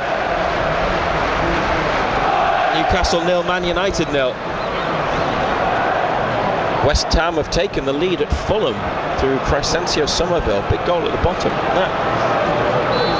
Chelsea 3-1 up through Cole Palmer at Aston Villa. Free kick, Trippier looking for Gordon in the box, away by Mainu. They've wasted the initial ball, but they've got it back. Tonali, who plays it against a red shirt. Newcastle have it in midfield, staying on the attack, looking for Byrne, heads it up. It's still alive in the area, but Maguire, big leap. Oh, and Burma with a flick straight to Hall. Now Chow, Tonali, Ramsey's got a man on. Ramsey protects the ball, gives it back to Tonali. Joelinton away from a challenge on halfway, then a decent run. Newcastle, it's all a bit tight and played it at frenetic pace, but they've kept possession. Good switch by Tonali. Elanga takes it down well, running at Shaw. Elanga with step overs. Is there an end product? It's a good ball in near post. Keeper's got it. Crowd responding to what they're seeing and witnessing from the team. Barnes was involved there, Byrne was close by. They couldn't guide it in. It remains goalless, but they've been the better team. They've got it back again. Ramsey to Byrne, might give it to goalkeeper Ramsdale. Closed down by Bruno Fernandes. Ramsdale out to Byrne. I've just missed another goal somewhere else while Newcastle were attacking. Here's Chelsea at 3. Man City 2-1 up against Nottingham Forest. Rodri has scored for Man City. Mazraoui on halfway. Bruno Fernandes blocked by Hall.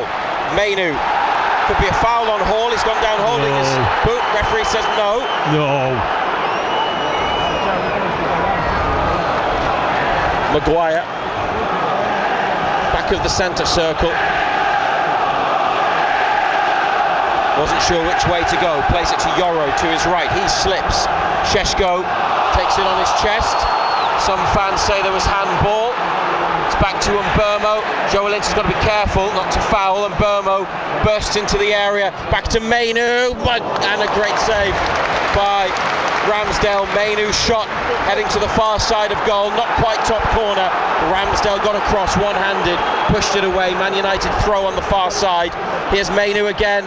And Ramsey with a good challenge. Chow with a clearance.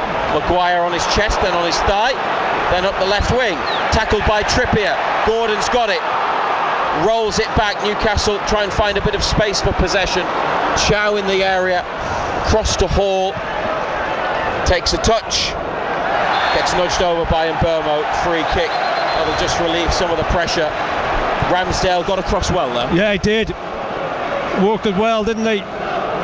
Mainu just whips it with his right foot, trying to pick that top corner out. Gets a cross, strong right hand to it. 43rd minute, no goals on BBC Radio Newcastle. Send us your messages for half time. 08000 321 333 on WhatsApp. Put BBC at the start. Aaron Ramsdale. It's a long ball over halfway. Joelinton's the target. He's got it on his left boot. Looks for Gordon. Can't quite climb high enough. Man United thump it clear. Lewis Hall takes a throw, or is about to. Middle of Newcastle's half. Gets it back from Tonali. Beats one, then two. Knocks it one side of Mbermo. Goes the other. Hall gets another free kick. Brian Mbermo. Got to be careful now. He's adding to his number of fouls, and soon he'll be in the region of persistent fouling. He has a smile and a moment with Lewis Hall there about that. It wasn't a particularly nasty one, it was just one that got Newcastle a free kick. Trippier looks inside for Elanga on halfway, but the ball is misplaced. Chow with a good header, and Joelinton. There's so much room. That's that pocket of space I'm on about. Can they make it count before half-time? It's behind Ramsey, and Barnes can't keep it in. See, that's not difficult. It's not a difficult ball. Perhaps a lack of quality at key times tonight. Thinking about that Joelinton effort after a great break over the top, and moments like that they could make more of. But hard to be critical because they have played very well. So much better than Saturday, but Mateus Cunha into the area. Ramsdale pushes it clear. And Mbermo! What a chance! And Mbermo over the top from 6 yards. Should have given Manchester United the lead. Tell you what, as well as we've played, they've had the better chances. Two great chances they've had. Mateus Cunha drove into the area. Ramsdale pushed it out. It hit Burn on the knees and came across the box to Mbermo, sorry. And off his right boot. Oh, he smashed it over the bar. It did sit up. Big chance. But he should score. Got away with one, didn't he? Bit disappointed not to be ahead, but they're lucky not to be behind. Here's the numbers board from fourth official Tim Robertson. 3 minutes minimum. Paul's header. 3 minutes of additional time to be added. Joelinton lifts it up. Yoro. Tonali with a header. Elanga heads on. Gordon trying to bring it down. Gordon for the run of Ramsey, maybe. Far side of the area. Lemons, good goalkeeping. And it's just a goal kick, isn't it? Came out. Ramsey doesn't appeal for anything. And arguments out there as Gordon played. Oh, he's going to be off. Jacob Ramsey, hang on. Is he going to book him for diving? Now, Lamons came out. Well, is there a bit of contact? Not saying there's enough for a foul, I'm just asking the question. No. Has he sent off Jacob Ramsey? Yeah. A second yellow card. Ramsey complains and protests. Oh dear. A strong first half performance from Newcastle United, and Jacob Ramsey, who scored against Everton and then had to go off through sickness, has been sent off tonight. Lamans came out. He didn't appeal for a penalty. Just seemed like good goalkeeping. Is that a clear dive?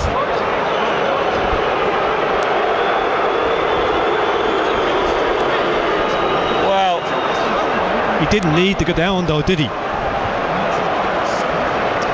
You're watching it again. Newcastle are reduced to 10 men. What a shame. After their first half performance, it hasn't yielded a goal.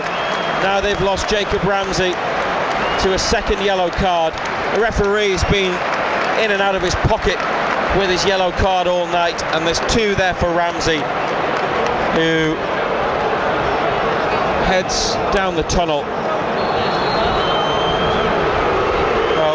Let's see if he applies consistency the other way in the second half. It just makes their task so much harder now.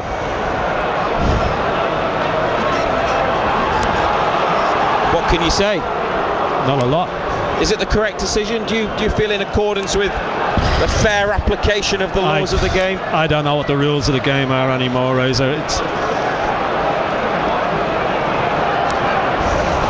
Man United in the Newcastle box. Here's Mateus Cunha blocked by Chow. Could be handball after the block from Chow. Anyway, Newcastle have it. Ilanga back to Trippier. Just got to get to half time now, haven't they? Joelinton, man on to Tenali. He's got runners, still got the ball. He's come inside well. Gordon back to Tenali. Joelinton, he's got to be careful. He's on a yellow. Gordon dispossesses Casemiro, who was far too slow. Newcastle are in the ear of the fourth official as Gordon makes his way into the box, goes down, nothing given.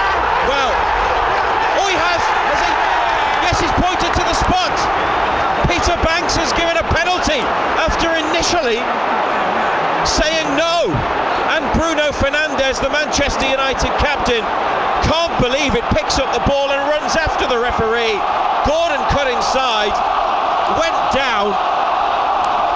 Minutes after Jacob Ramsey was sent off, Newcastle United are awarded a penalty, but VAR will surely be taking a look. Was it inside the box, the foul? Yes. And who was it? It was Fernandes. Mazraoui was there as well. Yeah, it was Fernandes. It's a penalty for Newcastle, who have 10 men. But it comes about because it's all happening too quick in there for Casemiro. He wanted all day. Anthony Gordon tripped. Well, reduced to 10 men, but their play was still positive, even if the mood inside the stadium had dropped. And Gordon's won a penalty. And still Manchester United appeal and complain and protest, doing what they do. But in first half added on time, Anthony Gordon has a penalty kick to take against Sene Lamans. And Newcastle with 10 men. This would be a precious lead. Gordon from 12 yards as the keeper jumps up and down on the line, touches the crossbar. He won the penalty, Gordon. He's going to take it. Can he give Newcastle United the advantage? Gordon from the penalty spot. Here we go. It's it! Gordon down the middle. Lamans dived out of the way to his left. And Anthony Gordon is just so reliable from 12 yards. It's his 15th goal of the season. It's his 9th from the penalty spot. And he has delivered in a huge moment for 10-man Newcastle United, who've been the better team, but have had Jacob Ramsey sent off. And in first half added on time, they've opened up a lead. Newcastle United 1, Manchester United 0. Just so reliable from the spot, isn't he? This time he goes straight down the middle. Not his best penalty, you would say. Keeper stands still, he stops it, but he goes one way. Ball ends up in the back of the net. Newcastle United have scored the last 24 penalties they've been awarded at St James's Park. That doesn't include shootouts in the Cup, awarded in normal time of games, League and Cup. Last one not to go in was against Man City, May 2021, but they scored from the rebound then. Anthony Gordon has banged in a fair few of those. It's a great run. We kick off on BBC Radio Newcastle and BBC Sounds. That lead could be, I mean, it's a precious goal, isn't it, Ando, given that they've got 10 men. I'm not saying they can't score another, but if you go 0-0 half-time, a man down, it's very different to taking the lead, of course, psychologically. Yeah, I mean, the sending off, you thought, what way is it going to go? Great run by Gordon to win the penalty. Just nice and positive. Cross in the box from Man United. Trippier headed it away when it could have gone backwards. Could they get a second? Play goes on. Tonali, Elanga, and now Gordon over halfway. Newcastle. Anthony Gordon. Well, he's in the mood. He's turned one way, then the other. Found the feet of Barnes, corner of the box. Keep an eye on the referee. Will he blow? Barnes between challenges. And it's come into a deeper position. Joe Linton looking for Gordon. Wanted a free kick, nothing given. Manchester United, their turn to attack. Mateus Cunha up the right. Oh dear me. The slightest touch and they go down, as you say, and that was Tonali with that foul. Quickly taken free kick by Bruno Fernandes. Mazraoui away from Hall. Oh, he's won a free kick. It is a free kick as well. Hall says that Mazraoui has either slipped or dived, or there wasn't much contact. But it's boot on boot, isn't it? It's a nailed on free kick. I'm not giving my opinion. It's my job to describe. It's my job to describe what happens, and that includes player reactions, without always giving a view myself. And Lewis Hall appealed and said it wasn't a foul. I'm sure if Lewis Hall says it wasn't a free kick, it mustn't have been. But you've seen the replay, and it was. Yeah. Bruno Fernandes in line with the penalty box, sends it in. It's an equaliser. Newcastle's lead in first half added on time didn't last long. How long are we playing on for? We are now into the 54th minute of the first half, and Bruno Fernandes clipped in the free kick, and it's Casemiro who scores with the header. He made the mistake leading to the goal. Ramsdale is beaten, and Newcastle's advantage on the scoreboard has gone. It's Newcastle United 1, Manchester United 1. Whipped in near post, isn't it? He's so good in the air.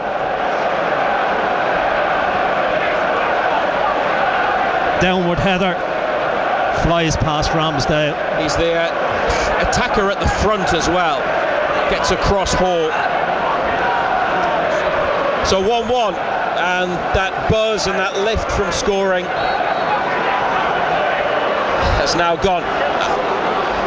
Referee now blows for half-time, and the boos are for Peter Banks, who is, well, not well liked around these parts. He did give Newcastle a penalty that Anthony Gordon scored, but he sent off Jacob Ramsey. Kieran Trippier's having a word with him, and the supporters are not happy, but they applaud the efforts of their players, who've been very, very good. Ando. Yeah, it's been a good game. It's been feisty. There's been bookings. There's been a red card. It's been a lively 45 minutes. Joe Willock is on halfway, trying to talk to the officials. He gets shoved by the assistant referee. Jason Tyndall's waiting for a word. He always likes to put Newcastle's case forwards. How do they play the second half then, with 10 men? 1-1. Keep doing what they've been doing. They've been great first half. The energy they've played with, the intensity that they played with, we haven't seen it in a while, but it's all been there. They seem to bring it out against the so-called top sides, and they did that. Didn't create a great deal, to be fair, Razor, for all the play that we had. You know, Lamons hasn't had a save to make, but the build-up play, the intensity's been there. Just at times that final ball has let us down. You get the penalty, last minute of the half after being reduced to 10 men. and then unfortunately we just couldn't see it out.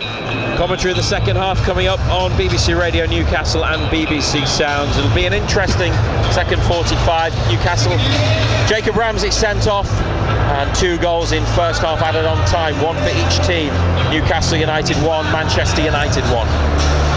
Matt Bailey at breakfast. Christine, when did life move in slow motion for you? I was on my way to take my mum to hospital, and there was a white van coming the opposite way, but it was on my side of the road. So I had to swerve, and next thing I knew, I was upside down in the ditch. So I rang my mum and I said, Mum, I'm sorry I've had a crash upside down in the ditch. I won't be able to take to the hospital. And she said, oh, I'll have to ring the hospital and cancel my appointment now. No mention of, like, how are you? You've rolled your car. She wasn't happy at all, bless her. Matt Bailey at breakfast. Weekdays from 6. Just ask your smart speaker to play BBC Radio Newcastle. Well, I think you could say that was a fairly eventful first half. 1-1 at St James's Park at half-time. Newcastle 1, Manchester United 1. This is me, Simon Pride, alongside John Anderson. And I don't know if you want a cup of tea at half-time. I've got a lot to talk to you about. But let's just go through the headlines, shall we? Firstly, the sending off of Jacob Ramsey. The first booking was a silly booking, but it was a booking. The second one, a dive, trying to win a penalty. We've seen replays. He obviously goes down. It probably wasn't a penalty. That doesn't necessarily mean it was a dive, though, does it? No, it was the delayed reaction, wasn't it? It was... He didn't need to go down. No. Because there was no touch on him. He didn't need to go to the ground. It almost felt like he realised as he was going, actually I shouldn't do this, but then he still went down. And the referees looked at it and thought he's trying to hoodwink us, and decided to show a second yellow card. It took a while though. He did. He thought about it, didn't he? I don't know if he spoke or his assistant spoke to him. He seemed to be having words with the linesman on that far side. And he walked across towards the linesman as well, which makes you think that the linesman obviously influenced them in the decision. It didn't feel like a blatant dive to me, but it's very difficult to know. Probably only Jacob Ramsey knows. Not long after that, Newcastle win a penalty. Anthony Gordon scores it, and then I was planning my half-time chat with you about how they were going to have to approach the second half and how the dark arts are going to have to come into play, about how they were probably even going to have to try and even things up, which they probably still will do, in terms of maybe winding up a few Manchester United players, who there's a few on a booking that might get sent off themselves. But of course then the Casemiro goal changes the complexion again. Yeah, it does. You get the penalty, you think, we'll go into half-time 1-0 up, have a word to say what we're going to do, which way you're going to sort it out, and then they score right at the death. There was a few more minutes added on by the referee, whether that was down to the fact that he took his time over the penalty and one thing and another. But it is what it is, half time. I mean, it's been a good game. I think we played with real good intensity that we haven't seen in a while. We've got the ball forward. Some of the play, some of the one-touch stuff has been really, really good. But yeah, kicking down the hill second half. We'll have to see how it goes. What should the tactics be second half? I mean, should it be any different to how it would have been if it was 1-0? I mean, I guess 1-1 with 10 men would be a good result now. So yeah, I think you've got to be a little bit more cautious when you're down to 10 men. But we've seen here against Liverpool earlier in the season, when we went down to 10 men, that we really upped our game, and hopefully that can be the case again the second half. I'll let you go. Go on, have your cup of tea. And Ando will be back for the second half, and of course he'll be here to take your calls and messages after the final whistle has blown as well. What about the other games then that are taking place in the Premier League this evening? These all kicked off at 7:30, so then to the closing stages now, and Aston Villa 1, Chelsea 4 is the latest from Villa Park. Aston Villa had taken the lead through Douglas Luiz as early as the second minute, but their season is rather unravelling a little bit, isn't it, Aston Villa, as it seems anyway, and Chelsea have hit back with 4 without reply. A hat-trick for João Pedro, and Cole Palmer has added his name to the score sheet as well. Villa 1, Chelsea 4 Arsenal lead Brighton by 1-0. Bukayo Saka with the only goal of that game so far. And it's Fulham 0, West Ham 1. Somerville, who's been on good goal-scoring form the last 6 weeks or so, hasn't he? On the mark again for West Ham in that London derby. And plenty of goals at the Etihad. Manchester City 2, Forest 2. With Antoine Semenyo putting City ahead, Morgan Gibbs-White equalising, and then Rodri putting City back in front, and then Elliot Anderson, the former Newcastle midfielder, equalising. So it is 2-2 in that game. Another game of great interest to us here on BBC Radio Newcastle, taking place just across the river at the International Stadium, Gateshead, where Gateshead are playing Braintree in the National League. Both teams needing the points in order to try and drag themselves away from the relegation zone. Well into the second half now. Colin White can tell us what's happening. I can. I'm slightly worried because after 15 minutes I told Razor there was absolutely no chance this game would finish goalless. We've played 72.5 minutes and it still is 0-0. Gateshead, just as you were coming to me there, having another really good chance from Ash Boatswain. They have been by far the better team, Gateshead, but nothing to show for it. The first 10 minutes were all a bit manic and chaotic.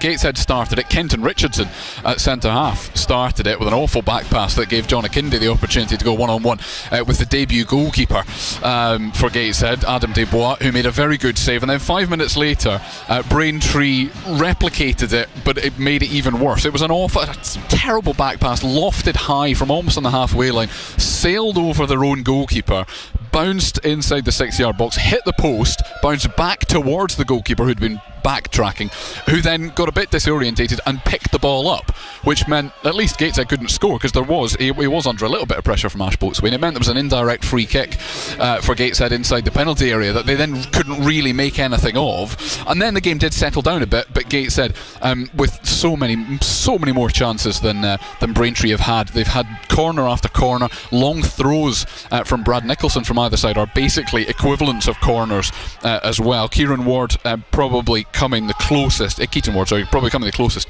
A couple of minutes before half time with a shot just over the crossbar after he'd cut in from the left hand side. They made one change at half time, Gateshead, which meant they went from a back 3 to a back 4. They then made a triple substitution about 5 minutes ago, which means they've gone back to a back 3 again. They are chasing. They've got Levi Amanche up front now as well, alongside Ash Boatswain, so both 6 foot plus strikers up top there.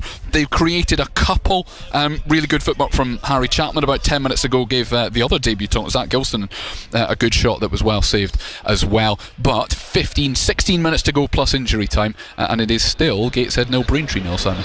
Thank you very much indeed, Colin. We will obviously bring you news of any goals in that game. Fingers crossed Gateshead can make that breakthrough between now and the end of the match.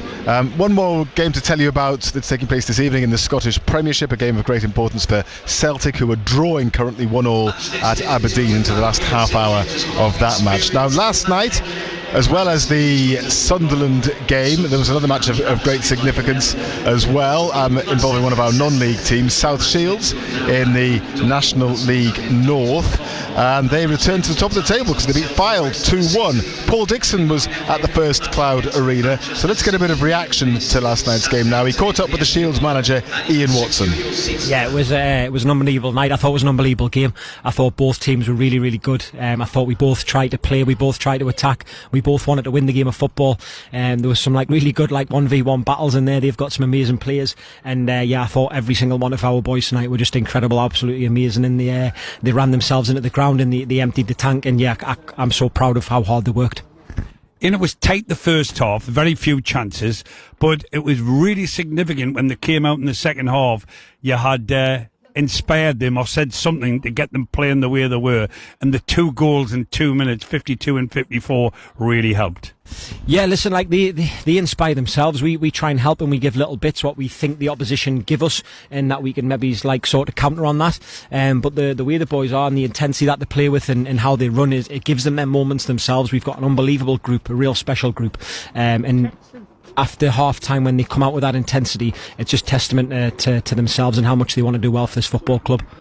two great goals. I mean, Blackett, that's 26 he's got now. He's so desperate to score goals that he just gets all the goals off the back of his eagerness, and he's an unbelievable finisher, and he gets little flicks and little touches, but he's just a constant problem for the opposition. In nearly 3,000 here tonight, and when that second goal went in, I think the whole lot of them were cheering. Unbelievable atmosphere. No, it's amazing.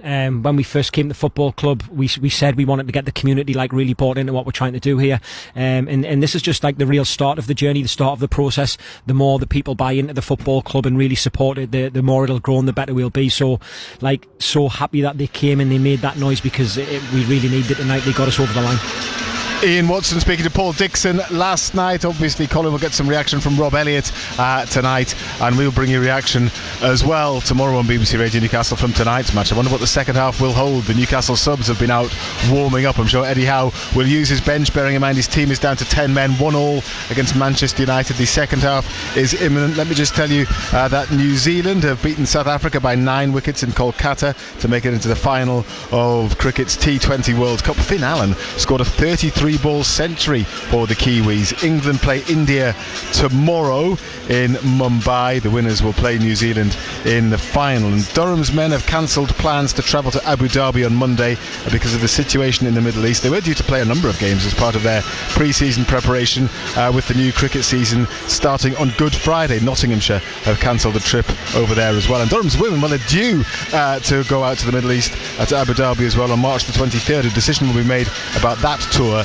later. In rugby union, scrum half James Elliott has signed a new 2-year deal at the Newcastle Red Bulls. And in golf, Luke Donald will attempt to become the first captain to win 3 Ryder Cups in a row after his 3rd term as European skipper was confirmed for next year's edition in Ireland. So the second half is imminent here at St James's Park. I do wonder what it will hold, bearing in mind the way that it ignited this match just towards the end of the first half. A sending off for Jacob Ramsey, a second yellow card for diving and trying to win a penalty in the eyes of the referee. Then Anthony Gordon wins a legitimate penalty, scores it, and then Manchester United equalise just before half time. The players are coming out. The second half is imminent.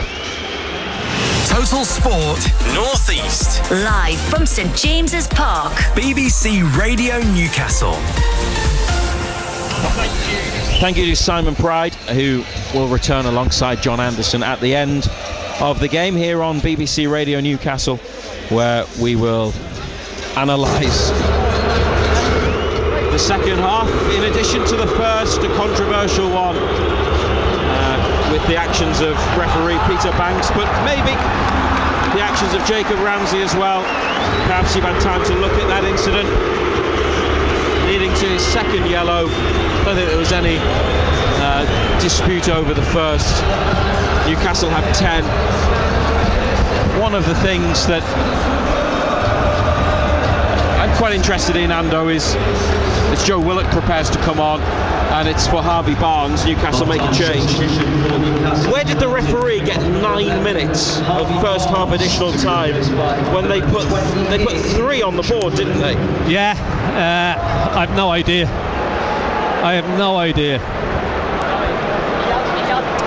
Willock on for Barnes. It's a change for Newcastle, who have Ramsdale, Trippier, Chow, Byrne, Hall, Willock, Tonali, Joelinton, Elanga and Gordon. That's the 10 against Manchester United.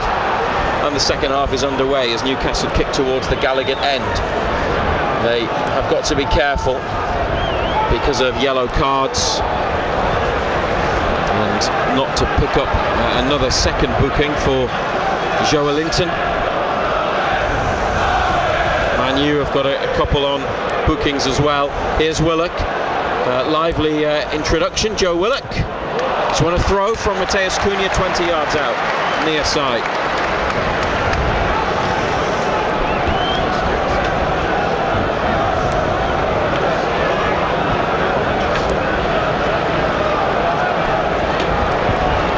It's going to be Kieran Trippier to send it in. Dan Burn's gone forwards, Lewis Hall stayed back. Man United bring everybody back, and it's away by the first Man United defender, and it's gone out off Willock, so it's a throw for the visitors, who have Lamans in goal, Mazraoui, Yoro, Maguire, Shaw at the back, Casemiro and Mainu in the middle, and Burmo, Cunha, Fernandez and Šeško are their forward players. Maguire turns away from Elanga in the penalty area after they went backwards with the ball from the throw.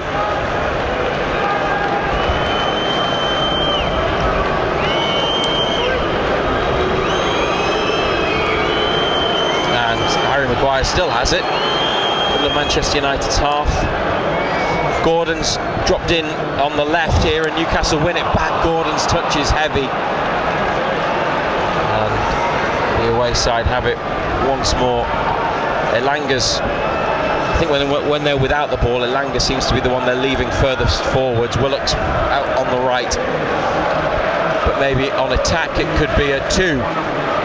Is Shaw across halfway for Mainu. Bruno Fernandes back to Yoro.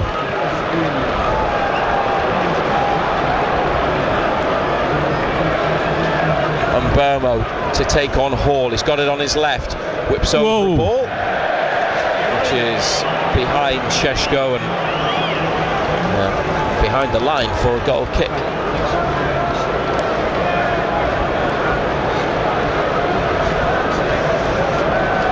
Did you have a chance to review any of the big decisions at half-time? No. See any of them again? No, I haven't seen any of them at all. By the time I got downstairs, they'd all been done and dusted, so I haven't seen them again. Ramsdale with kick with plenty of height. Joelinton flicks on, Gordon trying to get on the end of it. It's turned clear and Hall chests it. Joelinton onto Gordon, trying to flick it up the line for Hall, who'd made a good forward run. It's out for a throw. We're in the 4th minute of the second half now, and it's still 1-1.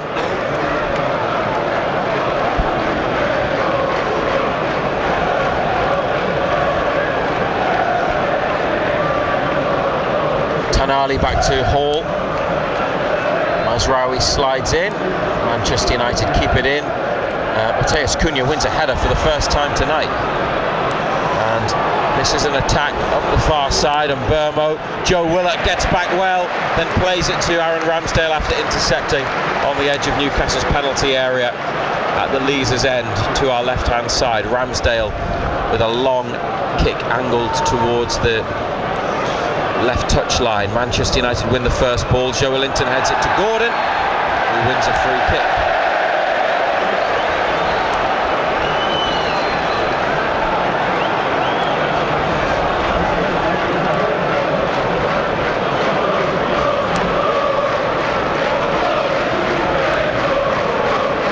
Tanali has got Byrne and Chow going forwards.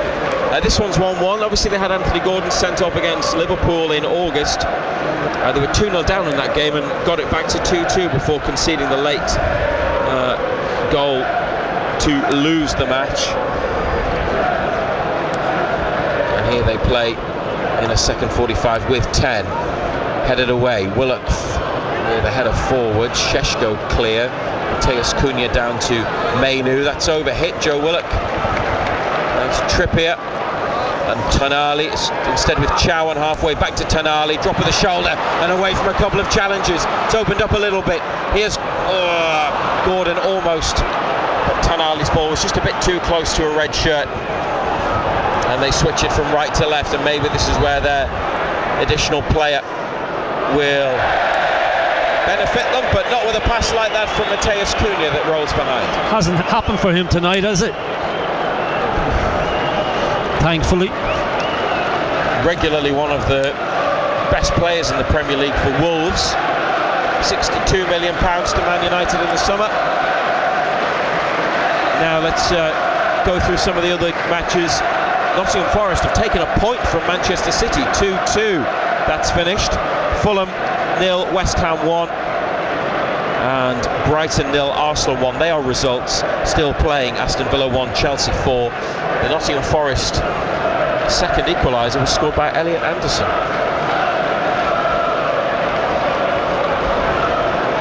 Burn on his chest after Manchester United head the ball away. Back it goes to Aaron Ramsdale, 52nd minute. Ramsdale, it's long. Elanga gets up but mistimed the leap. He climbs pretty well, Elanga, there he just went too early.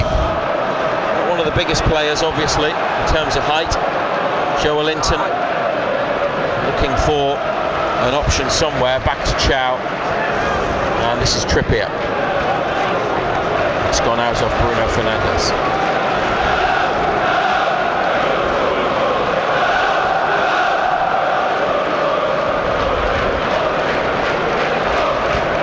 Trippier and Joe Linton, a couple of passes. Then back to Chow, just behind halfway. Inside to Ramsdale. Takes a touch outside the penalty area, onto Burn. And back over to the near side to Trippier, backpedaling, chests it down. Up the line to Willock. Gordon needs to get in the box, there's nobody in there. Nobody in the middle. Willock back to Trippier. Joe Linton's got it, through a little gap for Trippier. They need somebody in the box. Trippier's cross, Tonali edge of the area. Here's Gordon, trying to find room for the shots. He does, left-footed straight at Lamans. 20 yards. I said in the first half, Cunha is just letting Trippier go all the time. He's not tracking him yet again. He just gets in behind Cunha, who doesn't track. Lamans ball headed on by Šeško. Trippier behind Chow, covers and nods it back to Ramsdale. 1-1.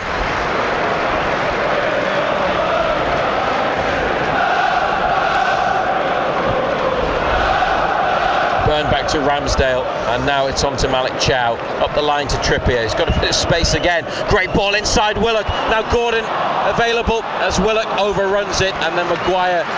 Poor touch, wasn't it? His shins and behind. Great little ball inside by Trippier. It's a poor touch by Willock. Just got away from him, didn't it? Still playing some quite nice stuff, even with 10 men.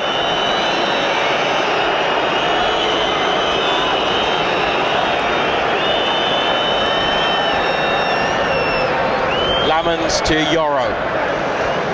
Out to Mazraoui. Back to Yoro.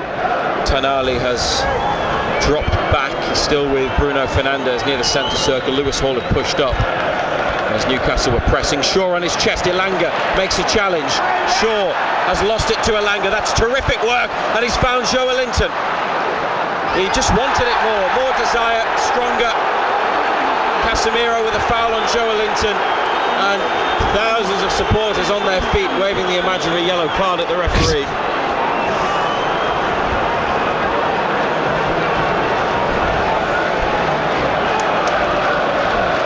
No booking, just a free kick. It's too quick in there for Casemiro.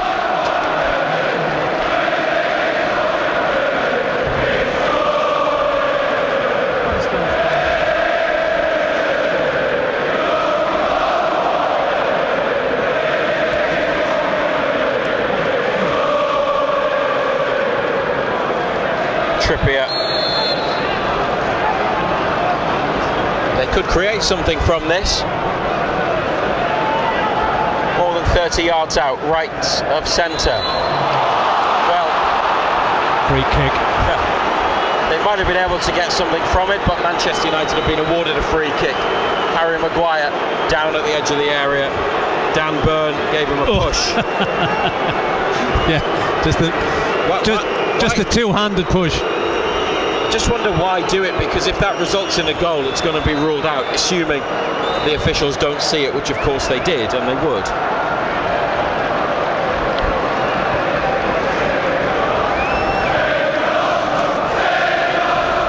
Short to Mateus Cunha, Asula, Murphy, Jacob Murphy and Wissa warming up.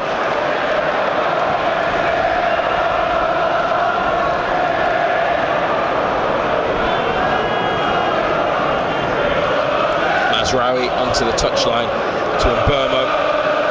It's about 35 yards from goal. Chipped into the area for the run of Mbeumo. Big Dan Burn gets up to head and then play it away. Joe Linton. Well worked to Willock, coming away from the edge of Newcastle's box, realises Šeško's on his shoulder, turns and gives it back to Chow. Now Burn out to Hall. with 10 men. They've been doing all right, haven't they, positionally? Burn out to Trippier, on to Willock, back to Trippier, up to Elanga, now trying to run. He could play Gordon in. Elanga's taking it out wide left. Newcastle keep possession, back to Hall, just ahead of halfway. 57th minute. Elanga on the left.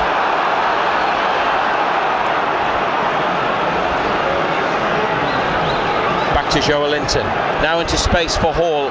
Only Willock really in the area. There's nobody to hit with a cross. Chow up to Willock, who gives Mainu the slip. Willock wins a corner. It's done well since coming on, Joe Willock, and Newcastle with 10 have played well in the second half.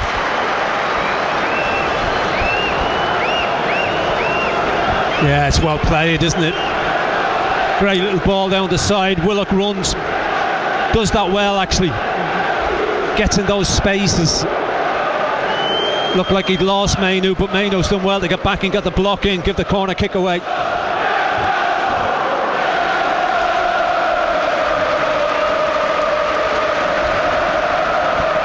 Here it comes. Kieran Trippier puts the ball down. Byrne and Chow run away from the 6-yard line. They are followed by Yoro and Shaw. Joelinton at the back of the box. There's nobody close to goal. Nobody in the 6-yard box. Referee telling Kieran Trippier to get on with it. Outswinger. Joelinton with a climb, but his header's gone backwards. And Burmo clears. Ramsdale comes to halfway. Has a look. Plays it square to Hall. And it goes long again. Shaw beaten to it by Willock. It's not a bad header on by Joe Willock. Byrne was in the middle, and Manchester United's clearance comes out on the near side. Willock might have never got off his feet, did he? Hurt himself there. Just rubbing his nose and his forehead. Throw goes back to Chow and back to Ramsdale. How would you describe their performance, Sando, at the start of the second half? Yeah, it's been great. They've been really good. Carry on. Their energy levels have been good. Everything about it's been spot on. Mateus Cunha. Kieran Trippier makes the challenge. Referee says free kick to Manchester United. We're also covering tonight a massive game at the bottom of the National League. Gateshead against Braintree. There's been a goal, Colin White. And it's a Gateshead goal in the 4th minute of 7 added on at the end of this game. Told you it wouldn't finish goalless. Gateshead 1, Braintree 0. The umpteenth long throw from Brad Nicholson caused chaos in the box. It broke back out to Keaton Moore, who curled a beautiful right-footed shot from 22 yards into the top corner. Still 2 and a bit minutes left on the clock, but Gateshead lead 1-0. Thank you, Colin. Gateshead were 10 points from safety at the start of the night. Here it's still 1-1. Manchester United have had possession in Newcastle's half. They've got an edge of the area. Now Shaw, that goes back to Mainu. Shaw's got it again on the near side. Bruno Fernandes turns, lays it off to Mateus Cunha. He's rolled it towards Mbeumo. Lewis Hall intercepts, goes on a run. It's a fair challenge. Well, the referee put his whistle to his lips though and then pulled it away. Bruno Fernandes through ball. Oh, and Mbeumo's got it and then played it against Chow, and Mbeumo's cross sails behind. Fortunately, the follow-up attempt from Mbeumo to do something. Out it goes. Manuel Ugarte coming on from Man United for Luke Shaw. Substitution for Manchester United coming off number 20. The latter will come on for Shaw. And Diogo Dalot is also coming on, and he is replacing Casemiro, who scored there. Yeah, as I said, it's all just happening too quick in there for him.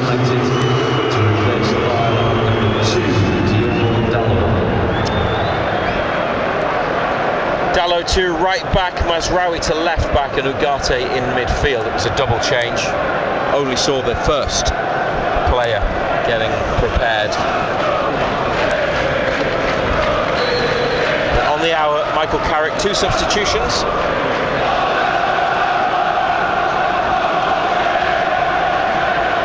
Still 1-1, despite Newcastle being down to 10 following the Jacob Ramsey red card. 2 bookings in the first half.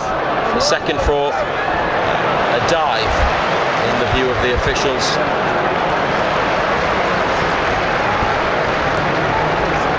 was sent off in the first minute of added on time. Gordon scored in the 6th minute from the penalty spot, and then Casemiro equalised in the 9th minute of first half added on time.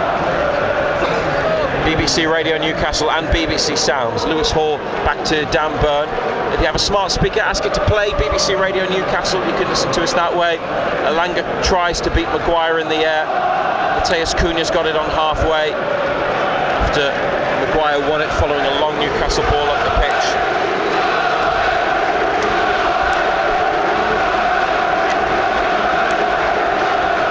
Bruno Fernandes in behind, and Burmo didn't run. Ball sees it back to Ramsdale. Crowd are trying to do their bit as well.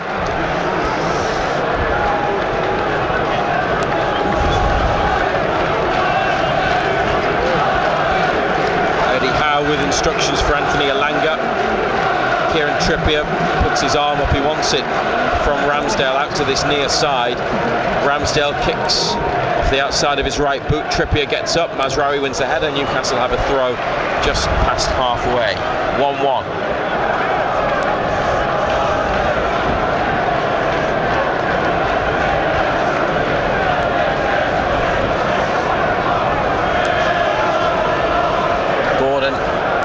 Short, then makes a run up the line. Trippier goes back down the line to Chow.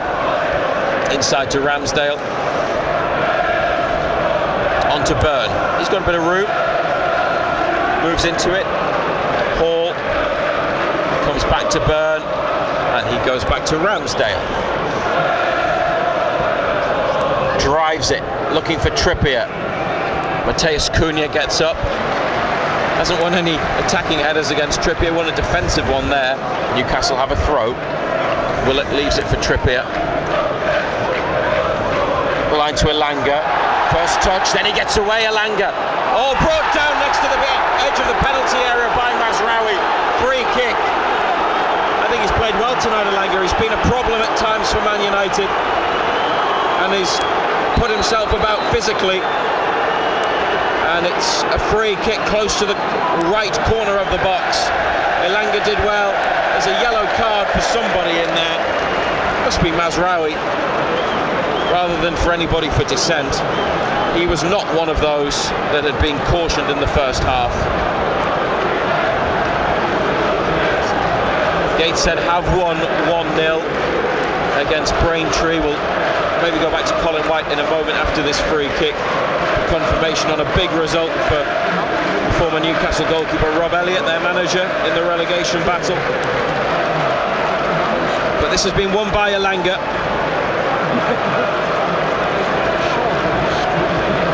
And Gordon now walks away from the ball. Elanga pulling his socks up on the edge of the box.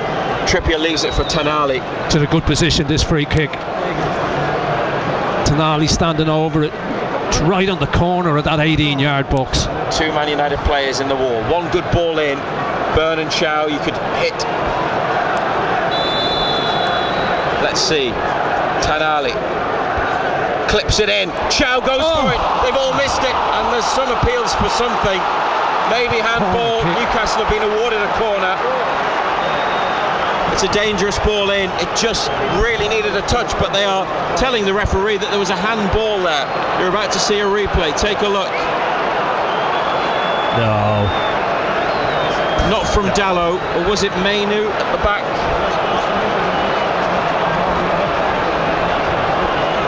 Referee is telling players to wait. He'll probably give the corner, won't he? You think he should give the penalty? No, but I don't think the first one was. It's just whether it was the second one. But the replay didn't really show it. Paul Tierney is still talking to Peter Banks. They are checking.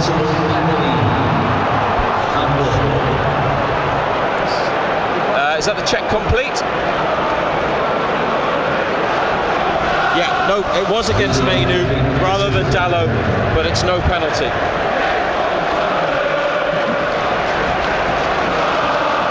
They'll just have to score from this corner instead. Bit of wrestling going on. Chow being held and Joelinton. In it comes. Gordon round the back. Oh, he's missed it. Gordon made the run round the back and tried to connect with a corner. Players had vacated that area. There was loads of space. It was a difficult one. He was maybe just a yard back. But do you think he should have done better? It's a chance, isn't it? He skews it, doesn't he? He just can't get across it, can he? No. Trippier and Tenali with strong challenges, and Willock out of play. But Newcastle with 10 men, but full intensity. Michael Carrick shouting and screaming from the sidelines, trying to encourage his Man United players. It's still 1-1. They could have been back in front.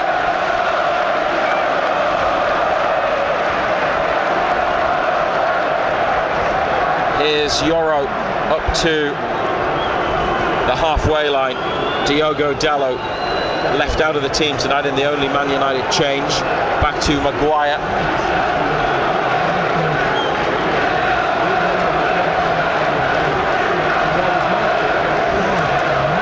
This is Dalot. He's 25 yards out in this position. Ugarte, the other substitute. Mainu, edge of the area, right side. Back to Ugarte. Newcastle get bodies in the way. They make a block. Back to Mainu. Black and white shirts, all behind the ball. It's 30 yards out. Mazraoui, central position.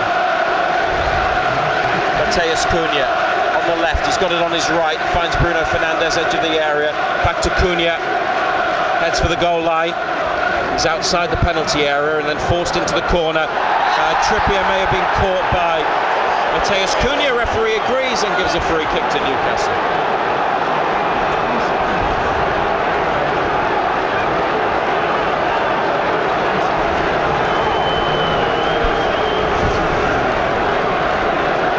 Do you think that's fair enough or soft? It's hands up. Can't have your hands in the air now.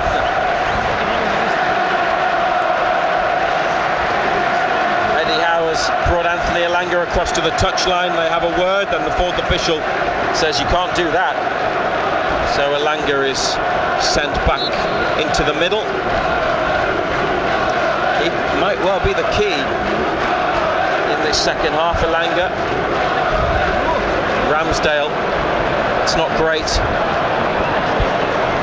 The right side of Newcastle's part of the pitch in the corner, out of play on the far left-hand side. So they've given it straight back to Manchester United. 69th minute.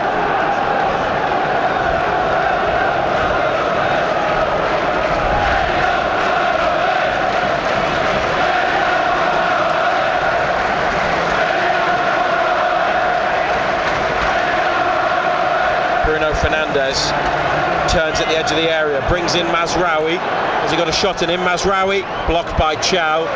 The effort didn't get off the floor. Man United forwards. Trippier heads away. Mazraoui up the line to Mateus Cunha, and they've got space in the middle. Bruno Fernandes. Dalot to Mbermo.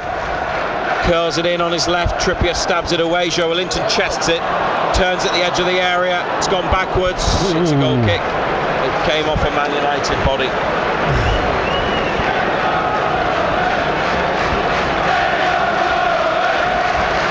Ando, how long do you think these players, they made one change at half-time, can keep doing it for, physically?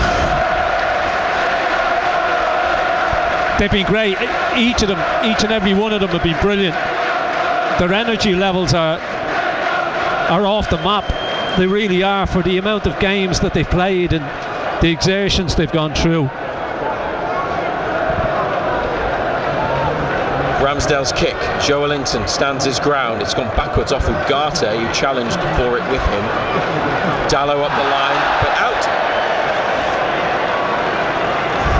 Far left side, east stand, St James's Park. Joelinton with a throw, almost on halfway. Murphy, Wissa and Osula still warming up. Joelinton had the ball. Lewis Hall also had one, and they are going to let Hall take the throw. Gives it to Joelinton, back to Hall, back to Byrne.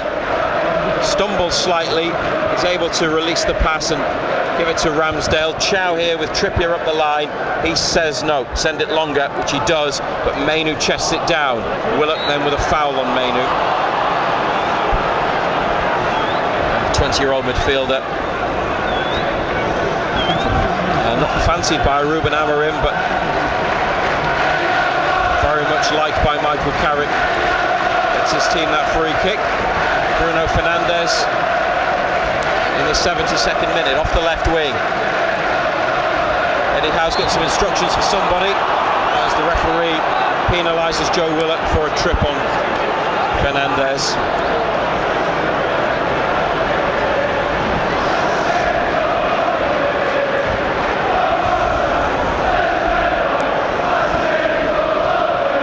And Maguire goes into the box.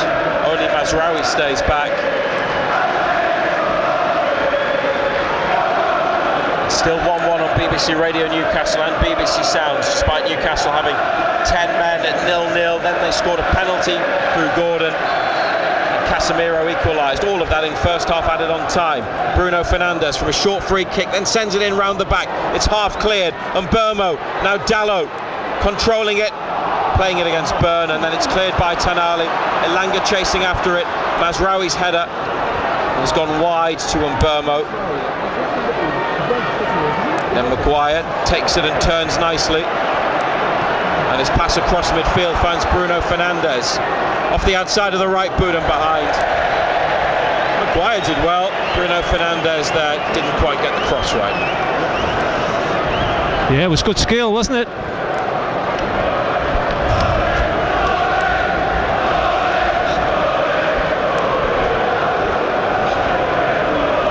Since these two met on Boxing Day, this is Newcastle's 19th match. It's Man United's 12th. And 10 men out there have kept it at 1-1. Have battled brilliantly. They've had a couple of moments as well in attack. If they were able to win this, whether they nick it or better, it would be a really special result in the circumstances. But over the 74 minutes, it's been a very strong performance. Dan Burn sliding in, scooping it behind for a corner. It was the run from Ugarte, and Burn had to be at full stretch.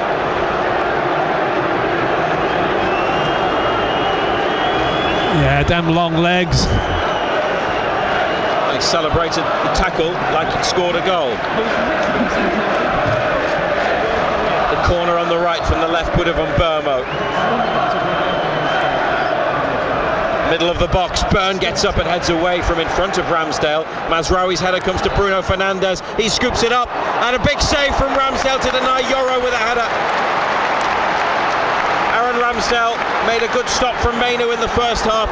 He's made a vital one there from Yoro's free header, following the second ball in after the corner. Now Willock blocks Fernandez's cross.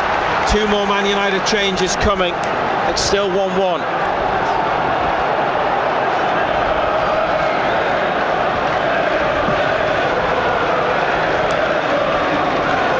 The throw's been taken by Mainu.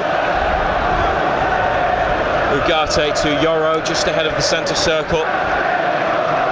Still Jacob Murphy, William Osula and Johan Wissa warm up.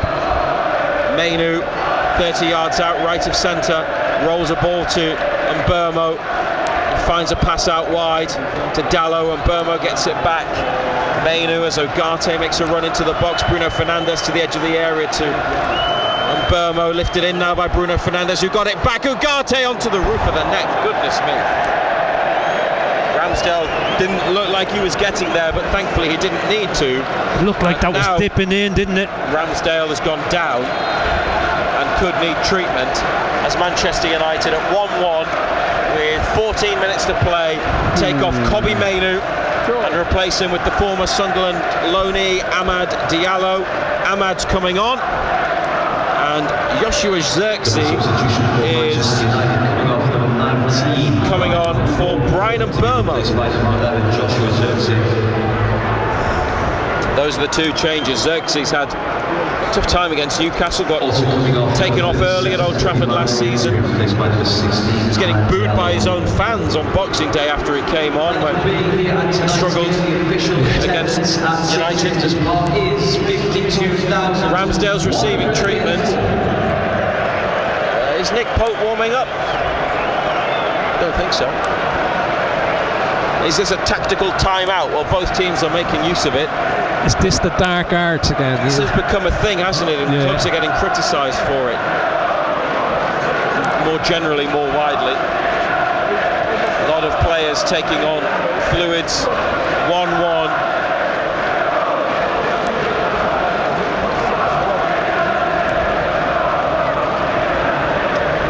Ramsdale has received treatment. You can't take the goalkeeper off. I think there's something to be debated, isn't there, about whether an outfield player has to go off for 30 seconds if the goalkeeper goes down for treatment. But that would stop teams doing it. Both have had the tactical timeout. It'll get added on to the game. Maybe the referee will find a lot of additional time at the end of the second half. Hey, maybe that'll be to Newcastle's benefit rather than Man United's. When Casemiro scored in the 9th minute at the end of the first half, after 3 was shown on the board. The penalty went in the 6th from Gordon. 1-1 still. Joelinton collides with Bruno Fernandes. No foul. Gordon now for Willock, running into the left corner. Willock pulled down by Dalot. Free kick. Yolo again. He's left it 3 times for everybody else. Oh. That's a dive.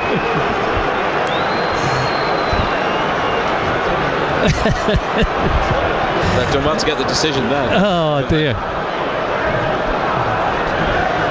Well, hopefully we can get something out of it. Yeah, no further action against Diogo Dalot. Obviously the referee thought it was a foul. I haven't seen it back, you have. Yeah. But he didn't book him. No.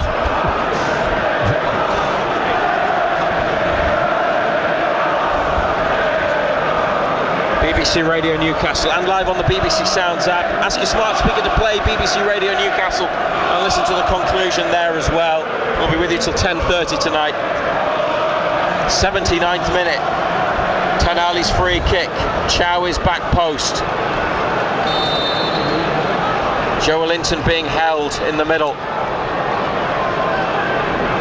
Chow makes a run across to the front. Tonali clips it in. Keeper punches. Elanga brings it down back to goal. Now to Hall. Tries to play it through a gap for Elanga. It's blocked. Xerxes. Yes, he's got it forwards to Mateus Cunha. Trippier says he's dived. Referee's given Manchester United. Oh, hang on. Is that? No, it is Man United. Yeah. Well, Kieran Trippier went after Mateus Cunha. He was full of hell, Kieran Trippier, implying that he dived. You think there was contact? He's seen it coming. It's a Man United free kick, yellow card for Trippier, just to confirm the decisions there. Obviously, anything to do with a dive or an alleged dive is a sensitive topic tonight, with Jacob Ramsey's second yellow card for that. Manchester United attack. Ugarte's ball is blocked by Tonali. Gordon looking for Elanga. Stopped by Yoro. Joelinton and Gordon are there in the left corner. Gordon's got it. It's won a free kick. The assistant flagged and then the referee blew. Diogo Dalot penalised. We're in the final 10 minutes. If you'd like to give us a ring, call us now. You can book your place on our show. 0800 234 6565. Whether you're a regular or perhaps if you've never called us before, there's lots to discuss from tonight's match. We'd love to hear your view on 0800 234 6565. If you ring us now, we'll get your details and add you to the list. We'll be on till 10:30. Text 81333. Start your message with the letters BBC. Ramsdale with a free kick. Is there a way for them to win this, Ando? 10 v11? Yeah, there's still... Yeah, very much so.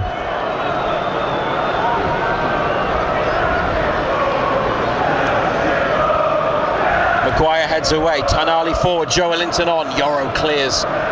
Stop Gordon from getting in behind. Here's Ahmad. Tidy control, then playing it back to Dalot. Yoro sweeps it over to Mazraoui. And the Moroccan drops his shoulder, comes away from Willock. Tall figure of Xerxes. Xerxes must be playing a bit of a deeper role in midfield here. Newcastle have won it back. Mazraoui wants a free kick, they don't get it. Manu, Gordon makes a run. Great tackle. And he is dispossessed. Mazraoui gets up slowly. Gordon is stretching his hamstrings and his calves. Mazraoui's limping, he's obviously been hurt. Mateus Cunha, Newcastle got to defend here. Cunha back to the edge of the area. Bruno Fernandes well wide.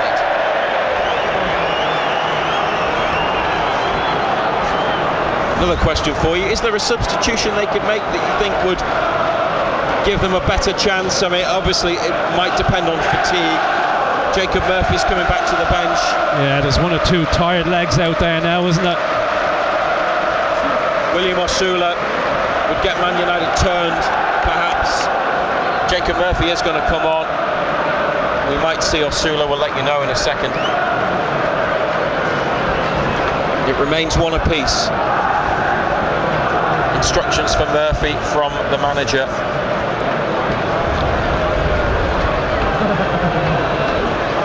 Elanga just mistimed the leap there. Maguire's header, Byrne. Brought down by Dalot, inside to Ugarte. Middle of the Man United half. Mazraoui's fine now, look at him. Yeah. Many times do we see that? Oh no, he's played the ball to Mateus Cunha and he's limping, and then he looks at the bench, he gets it back. Oh dear. He must have a problem. Yeah. Cunha for the run of Xerxes. He crosses. It's flicked away, I think, of a Newcastle head. It was too high for Ahmad. Kept in though. And now Bruno Fernandes to the back post. Trippier puts it behind. Had to do some important defending. Goal kick. He played it against Mateus Cunha. Referee spotted something there that wasn't immediately obvious. And Newcastle's change. The first one is Jacob Murphy for Anthony Elanga, and I think Elanga's done well tonight. And he gets the appreciation for that performance. And Anthony Gordon is the other player coming off, and William Osula is on. And Osula, remember his goal against Liverpool when they had 10 and almost earned them a point, looked like it would earn them a point. Would Osula provide a big moment late on with Newcastle at a numerical disadvantage?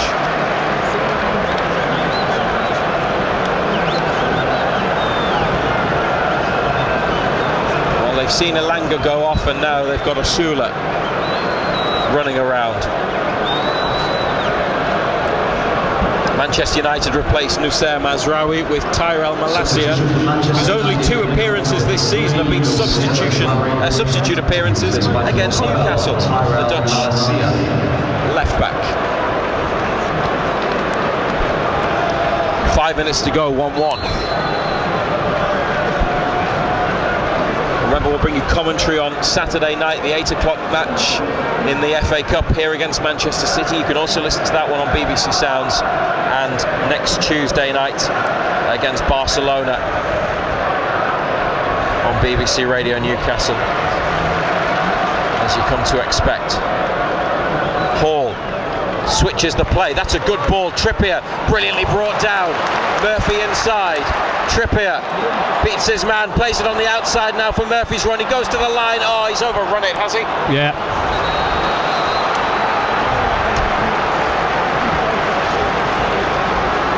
What a shame. They'd worked a good position there. Manchester United take the goal kick. When do you get to a point where it's must not lose, or just don't lose, if you know what I mean? You probably got to that stage at the 45th minute. Fair enough. Mateus Cunha on the left, in it goes. Chow's header, a slip there from Ugarte. Joelinton to Tanali. Osula chests it. Joelinton now looks for another black and white shirt. Back to Chow, edge of the box. Trippier. It's gone up the pitch. It's out, but Newcastle can move forwards and get up. Bruno Fernandes to Harry Maguire, back again inside to Ugarte. Got a 4-4-1 system. Yoro inside Newcastle's half of the pitch. Gets it back from Ugarte, right side, the far side. Bruno Fernandes has a touch, gives it to Ugarte, returns it to him. Now Maguire in the centre circle. Plays a pass in between the lines. Xerxes back to him from Šeško. Xerxes is taking it on. Still Xerxes into the area. Šeško blocked. Surely not him. After the events of the summer, Newcastle stopped the effort. Xerxes played against Trippier, and he's turned away from Mateus Cunha, and Trippier to Murphy. Might just have to get rid. Well, they get it half clear. Then Osula makes a nuisance of himself. Stops Bruno Fernandes coming away with it, but Man United have got it back. Hall steps out of defence to tackle Dalot. He then gets the better of Willock in a 50-50, and this is Ahmad and Bruno Fernandes back to goal, laid off. Ugarte blocked by Tanali, and Joelinton trying to prevent a corner. He's done so, and he's come away with it. Can't get very far. Back to Hall. Desire to fight for the black and white shirt and protect a 1-1 scoreline with 10 men there. 2 minutes of the 90 remain on BBC Radio Newcastle and the BBC Sounds app. Xerxes goes for a shot. Oh, what a save! Aaron Ramsdale. Incredible save. Might be his best yet as a Newcastle player. Xerxes on the angle, right side, 20 yards, dipping just underneath the crossbar. Ramsdale with save. One hand to push it over. Great save. Good hit. It was dipping as well. The corner kick now from Manchester United. In swinger from Ahmad. Hall's header. Willock's onto it. Knocks it away into space and then runs. Ugarte inside, nobody up there with Willock. Manchester United get it back, and then Malacia straight out of play. A minute to go. They don't deserve to lose, but for Ramsdale they probably would have there. That's a great save. Strong hand. And he got the thanks and congratulations from his teammates as well. Straight after, Joelinton's giving it away up the line. It's cheap. Here's Osula, he's won it. Then he gives it to Trippier, and Osula starts running, and he can chase after it. Maguire coming across, then backs away. Osula stumbles but keeps it in. Can Newcastle win it? Osula step overs. Osula! Oh my word! William Osula, that is magical! And 10-man Newcastle United are going to win, surely, and they're going to deserve to win with a goal that is absolutely incredible from William Osula.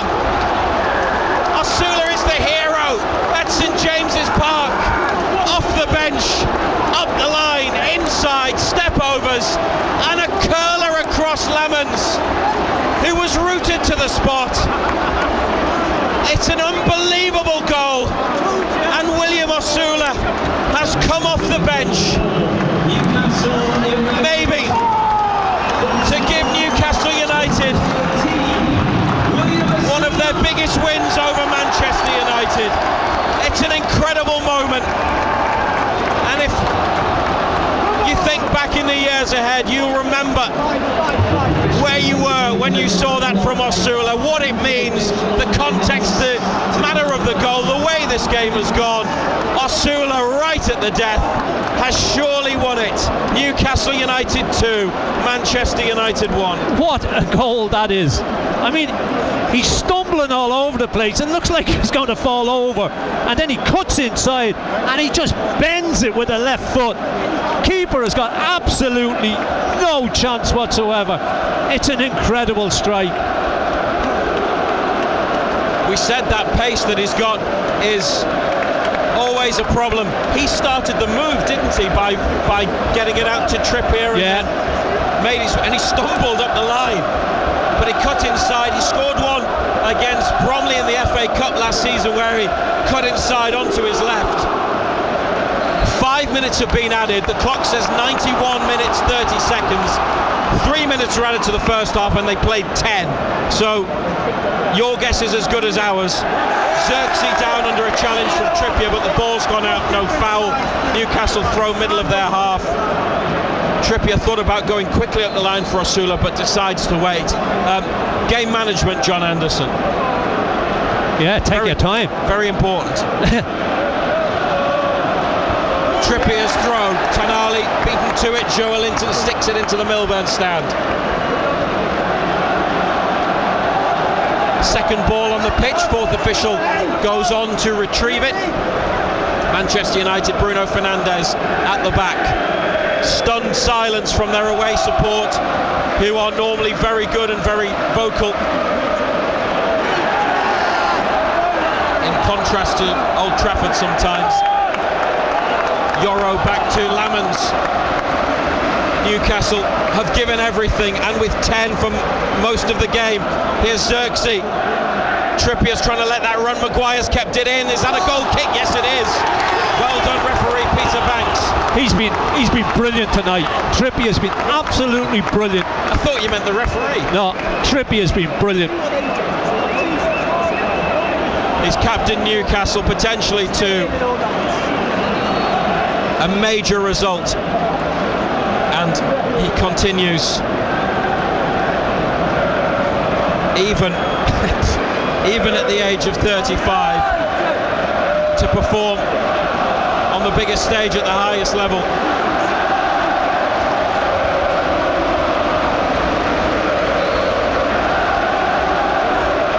William Osula as Newcastle take a 2-1 lead. Osula in the 91st minute. Trippier away. Osula runs in behind. The ball's gone out. Trippier's absolutely dead on his feet. There's nothing in the tank. 94th minute. 93 minutes 50 seconds to be precise, but there'll be more time because of the goal celebration. Maguire head edge of the area. Jacob Murphy has just got to go and it's out. He's cleared it. Manchester United throw.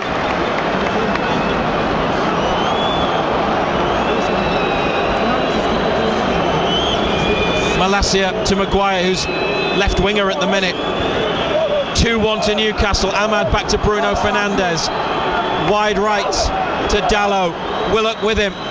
Dallow's left-footed cross. There's a slip in the middle. It's a free kick. It's a foul. Well, I have to say the referee's been very good in the last 5 minutes or so.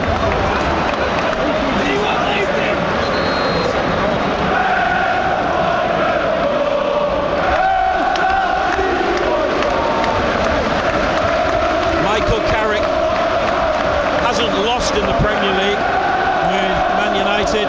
They were 11 unbeaten going into this since they somehow stole a victory against Newcastle on Boxing Day. This could be 4 home wins in a row against Man U. They achieved last season's without Eddie Howe, who was being treated for pneumonia. They've done this potentially with 10 men. It's been an incredible effort, but it's not done yet. We're beyond the 5 minutes.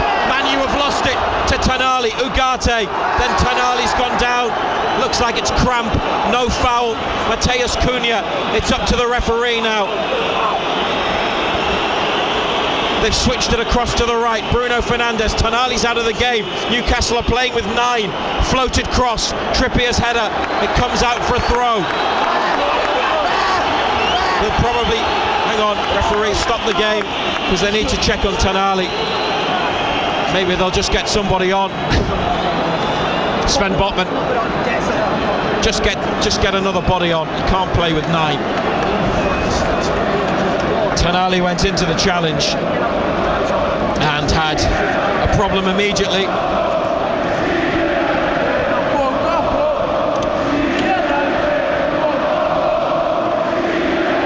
That's the substitution. Tonali's going off. Newcastle United. Botman is on. Number 8, Samuel Tonali.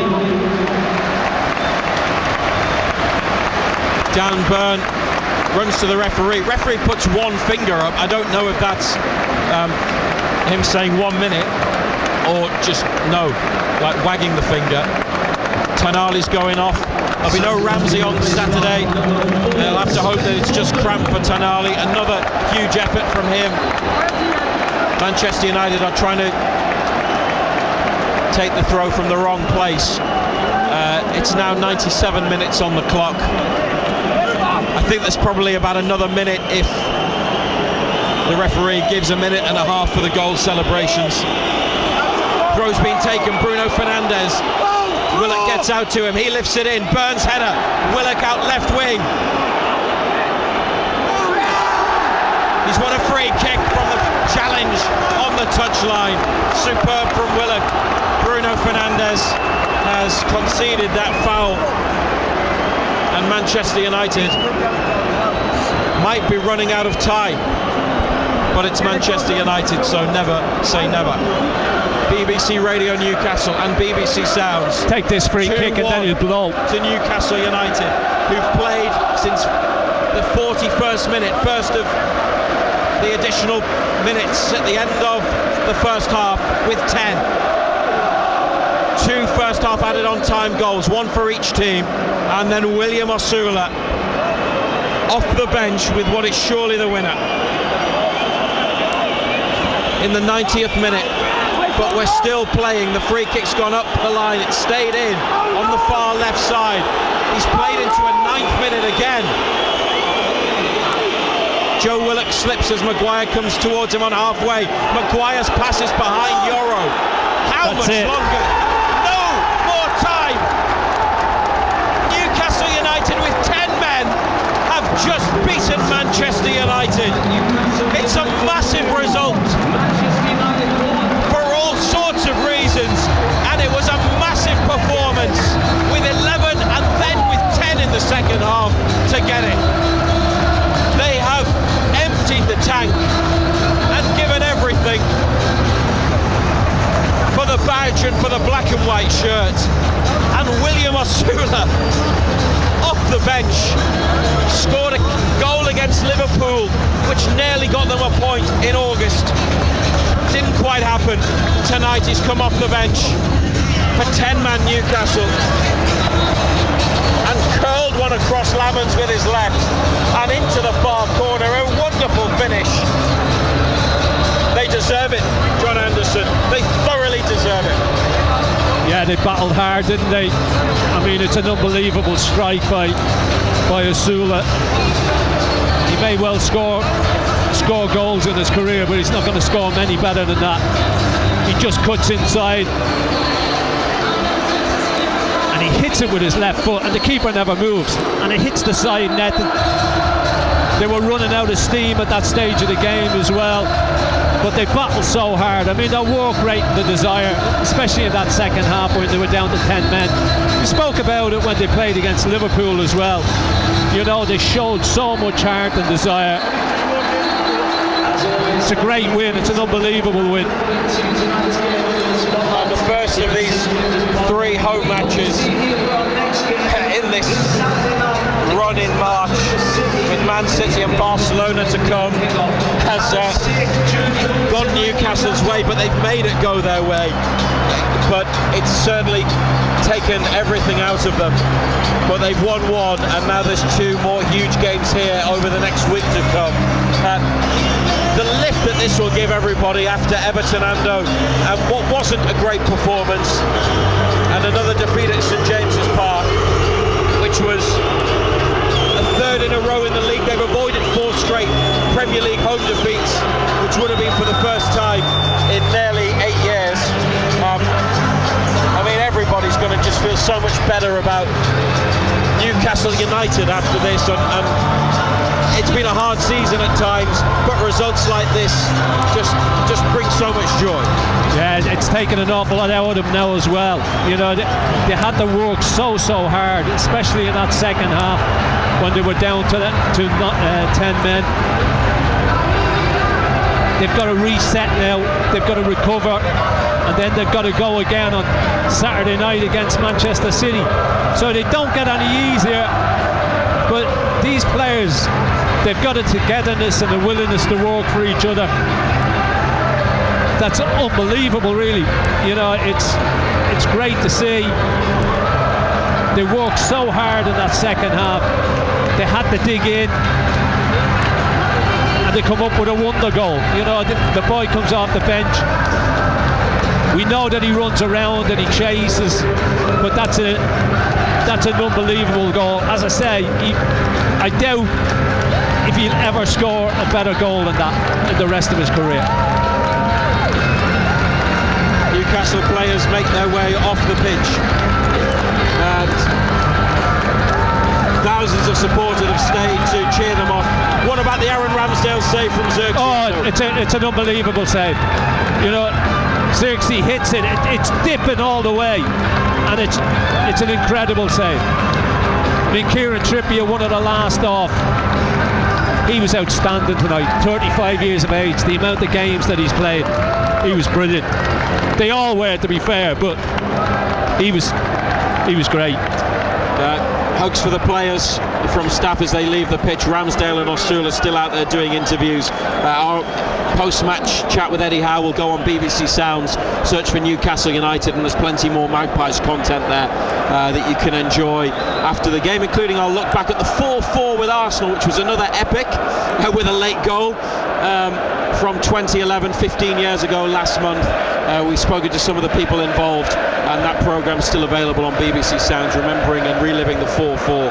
I just want to mention as well tonight that Darren Eales, the former Newcastle United CEO who left the club last year after being diagnosed with a chronic form of blood cancer, he's here at St James's Park tonight, looking well, saying that he's feeling well, and I'm sure he would have enjoyed watching a brilliant victory, and we again send our best wishes to him. Simon Pride will be here in a moment to chat to John Anderson, and we'll go through some of your messages as well. What a night for Newcastle United. They really needed this, and they did it with 10 men as well against Manchester United. It's lifted them up to 12th only in the Premier League. They've beaten, with a late goal from William Osula, Manchester United by 2-1. Scott Meakin, BBC Radio Newcastle. So on the show recently, I was joined by one of our very own, Amelia Coburn. The singer is joining one of her heroes on stage. It's only Paul Weller. I've idolised Paul since I was younger. Yeah. In my childhood bedroom, I had posters from the NME and Uncut from years ago pinned up. So obviously when you're just chatting to him, I've got him in my contacts now, I WhatsApp him. That's surreal. You can't act like he's some god even though he is a demigod, you know? You have to just, because he's normal to me, he's very down to earth. You have to just be like very personal, and because that's how he is with me, and he's really lovely. Scott Meakin. Weekday afternoons from 2. BBC Radio Newcastle. Right, we've got a lot to pack into the next 3.5 minutes or so, Ando, in terms of analysis of that game as William Osula and Aaron Ramsdale do their on-pitch interviews at the end of the game. Let me rattle through the other Premier League scores tonight in case you missed them. Chelsea won 4-1 at Villa. Arsenal 1-0 winners at Brighton. West Ham won 1-0 at Fulham as well, and it finished Man City 2, Nottingham Forest 2. Celtic won 2-1 at Aberdeen in the Scottish Premiership, and a massive win for Gateshead, who beat Braintree by a goal 0-0 in the National League to keep their chances of survival very much alive. So you'll hear reaction to that on Total Sport tomorrow evening. William Masula's now walking off. Lots of Newcastle fans have stayed in the ground just to cheer him and Ramsdale off, both of them with smiles as wide as the River Tyne after an extraordinary victory for Newcastle United. 10-man Newcastle United. They went down to 10 before a goal had been scored, and then Anthony Gordon from the penalty spot put them ahead. Casemiro with an equaliser just before half-time, and then Newcastle won it. They were under some sustained pressure from Manchester United towards the end of that half, having played very well during the second half, but then that breakaway, William Masula, who'd just come on, running from the right-hand side, the halfway line, cutting inside, and then unleashing a ridiculously good shot into the bottom left-hand corner. And Newcastle have somehow won it, Ando. Yeah, it was a good game. It was a really good game, but it was a hell of a finish. You know, it was getting to that stage where there was tired legs out there because they'd worked so hard. They kept going, they kept digging in. The way they work for each other, they're running, they're closing down, and then Asula comes off the bench and he comes up. As I said to Razor just before we came off air, or came to you, Pridey, you know, he might score goals in his career, and no doubt he will, but I doubt very much whether he's ever going to score many that's better than what he got tonight. Maybe this is the night that kickstarts William Asula's Newcastle United career. Who knows? He got on the pitch ahead of Johan Wissa and he scored a wonderful winner. And I've been told by the powers that be we can go on a little bit beyond 10:30 tonight. I think we need to, don't we, Ando? Because there's so much to discuss. I think we should stay until midnight. I don't know about you. Yeah, great, brilliant. Can't wait. We'll stay till the lights go off, which is great. If you want to give us a call, 0800 234 6565. That's the nobody got homes to go to, no. Well, people are at home. They've been listening to the commentary. Yeah, well, some of us have homes to go to as well. 08000 321 333. Start your WhatsApp with that as BBC 81333. Again, starting BBC. I think you'll agree though, Andrew, it's a bit of a special night here at St James's Park, and we want to reflect on it a little bit more. Wayne has been on. Hello, Pridey, it's Wayne here. Well, John, we spoke before the game and I said the performance and result were vital, and we got both. After a harsh second yellow for Jacob Ramsey, we outplayed them in the second half and fully deserved it. Bring on the other side of Manchester on Saturday, says Wayne, and it was a result and a performance, wasn't it? Yeah, it was both. I thought the performance was outstanding. We, against the so-called big sides, we always seem to produce a level of performance that we raise our game somewhat. You know, when you look at the performances against Arsenal, even though we lost, and Liverpool, though we lost, Manchester City, you know, we always raise our game, and we did exactly the same thing again tonight. Just so many really good individual performance, and collectively they were excellent as well. You know, I mentioned Trippier at the end to Razor. You know, for 35 years of age, the amount of games that he's played, I thought he was absolutely brilliant tonight. I really did. I thought he was outstanding. Went down with a little bit of cramp towards the end, but he was, yeah. He wasn't the only one. No, he wasn't. There was, and not surprising. You know, not surprising with the work they put in, the running they put in, the closing down. You know, you wouldn't have thought that they were down to 10 men with that second half performance. You know, they were great. To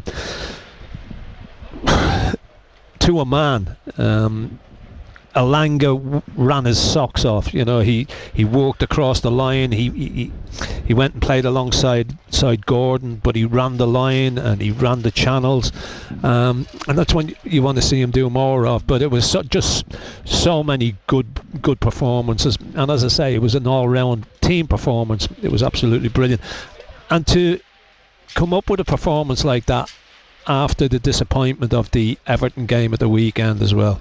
But it's, yeah, you know, we've got to go again now on Saturday night. Indeed, yes. We might as well just stay here. Well, we could do, couldn't we? We could do, yeah. Kev Owens in Northamptonshire, thank you for your message. What a performance. I always listen to your commentary every match. I thought it was game over at half-time with the sending off, but what a performance. Every single player, away the lads, says Kev. We've got John on the line. Good evening, John. Good evening, Friday. Good evening, Ando. How are you both tonight? Yeah, good, John. Thanks, yeah. Good. Ando's happy with the result. He's not so happy that he's still sitting here. But that was absolutely brilliant. Ando, to be fair, you've just done it. And I think what was really interesting tonight is the people that's come in for criticism are the players that have really stepped up tonight. I know we've had problems with regards to Pope and Ramsdale, but to be fair, Ramsdale has really kept us in it tonight. Ando, what a save that was that he made towards the end there. You've touched on Trippier, and to be fair, I've criticised him quite recently, but tonight he was brilliant, a proper leader. I don't think Cunha won any of his headers against him tonight. And to be fair, it's either he's come in for criticism, but you cannot deny that was a brilliant finish tonight. But like you said, just individually and collectively, Ando, I think it's probably the best team performance we've had this season. Yeah, when you consider that we were down to 10 men, John, it was a similar type of performance that we put in against Liverpool here when we were down to 10 men. Yeah, it reminded me a bit of that, yeah. And we dug in and we battled and they worked their socks off for each other. Got their just rewards. As I said, Asula, he'll score goals in his career, there's no doubt about that, but I doubt very, very much whether he'll ever score one that's better than that. It was an unbelievable strike.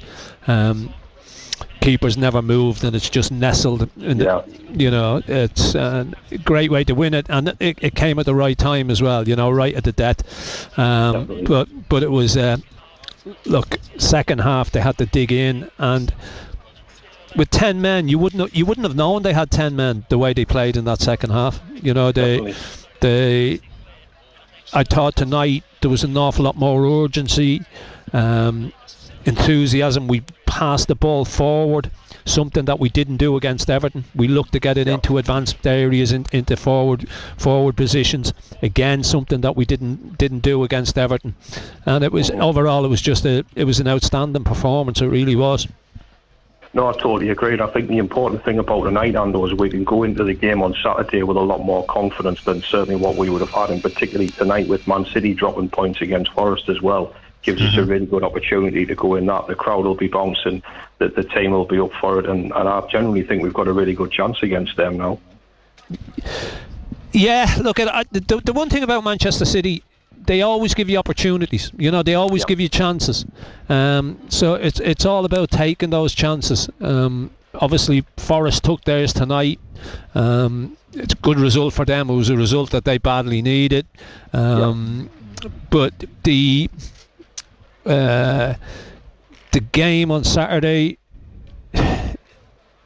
really interesting to see what sort of a side Manchester City put out, because dropping those 2 points tonight, do they now think that maybe they've given Arsenal too big of a lead?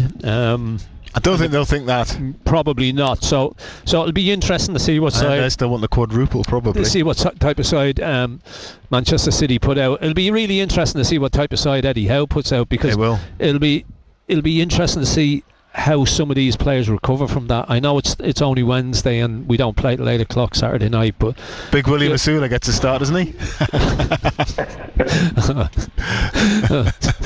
Great option off the bench on Friday. If he can come and do that again, then we'll see. John, thank you very much. Cheers, John. Take it easy. To speak to you, and Newcastle in 12th in the Premier League with that victory, then just a point behind Sunderland, who are 11th. So all very tight in the middle of the division still, but 3 valuable points for Newcastle. Villa were well beaten by Chelsea tonight, so Chelsea have gained ground on both Villa and Manchester United. They're just 3 points behind the pair of them on 48 points. Just to go through the top of the table, seeing as you were talking about it there, Ando, Arsenal 67 points, City will the game enhanced it on them on 60 points, and then Man United and Villa on 51, Chelsea on 48, and Newcastle there in 12th place on 39 points. Michael is on the line. Evening, Michael, how are you doing? Hi, Freddie. I'm fine. Oh, I'm ecstatic, actually. Wow, it's been brilliant, the match. Absolutely fantastic. Here's my quick thoughts. I'm going to catch your train. So, quick thoughts. Ramsdale made 3 brilliant saves. I was just amazing. That was a rock-steady performance from him. Joe Linton had an amazing game. But the attitude of the lads were absolutely battling from the start to the finish. I think we're hard done by the referee. I haven't listened to the game because I've been at the game, but the ball went up for 3 minutes and they played 10 minutes, and I don't understand where the referee got all that extra time from. But it was certainly a battling performance. That will have taken a lot out of them. I think Man U had unbeaten in 10 games. Ando, is that right? It was a great performance, but you could see Joe Linton. He's a 10 out of 10 performance tonight. He was brilliant today. Brilliant. Yeah, really enjoyed the game. When Asula came, I said before the game, I'd take a 1-1 draw now. But when Asula come on, I said to my mate Stevie Stocks, I said, Asula's got something, he's got a point to prove, that lad. And he did well to keep it in on the right-hand side near the commentary box. He just did well to keep it in. He was a bit like Chrissy Waddle, cut in, bang, get in. The place was dynamite. It's ages since I've heard the fans singing on the way leaving the ground. Wow, fantastic. Eddie Howe, what a man. What a man. What a game. I loved it. I often say Newcastle could beat Brazil on a Saturday and get beat off Black Swans on a Monday. But it was fantastic. It was a fantastic game tonight. Fantastic. I might have to listen back to the commentary later on. I think you should. And catch up. It was a brilliant game. I couldn't hear the commentary. I'm sitting next to them. I couldn't hear the commentary for the winning goal because it was so loud around the stadium. I don't know what Razor did. I don't know what you did, Ando. Ando's in disbelief. Sorry, Ando. I'm too excited to let you get a word in edgeways. I'm sorry, but I have to catch this train. Carry on. I'm ecstatic. Keep the pace. I'm on a high. I take it you're ecstatic and you're on a high, are you? I'm on a high, but I need to get on a train even more. So I'm running for the train. Get on your train. Get on your train. Okay. I've got a dodgy knee. I'm still running for the train. Yeah. Have a safe journey home, Michael. Yeah, all the best. Bye. Cheers. Yeah, bye. Do you get the feeling, Ando, that maybe Matt Bailey tomorrow morning might be replaying that call? Yeah, possibly. I think Michael enjoyed the match, and full of praise for Eddie Howe, who's taken a fair bit of criticism in recent weeks, hasn't he, on Total Sport and elsewhere? Yeah, that will have lifted a little bit. There's no doubt about that. Look, it was a great game. Whether we won it or not, the performance was outstanding. When we play at that tempo and with that pace and that desire, we'll give anybody a game. And we haven't seen that for a while. But it was all there tonight, and it all fell into place. And the sending off the second book, and it's one of those, isn't it? Did he need to go down?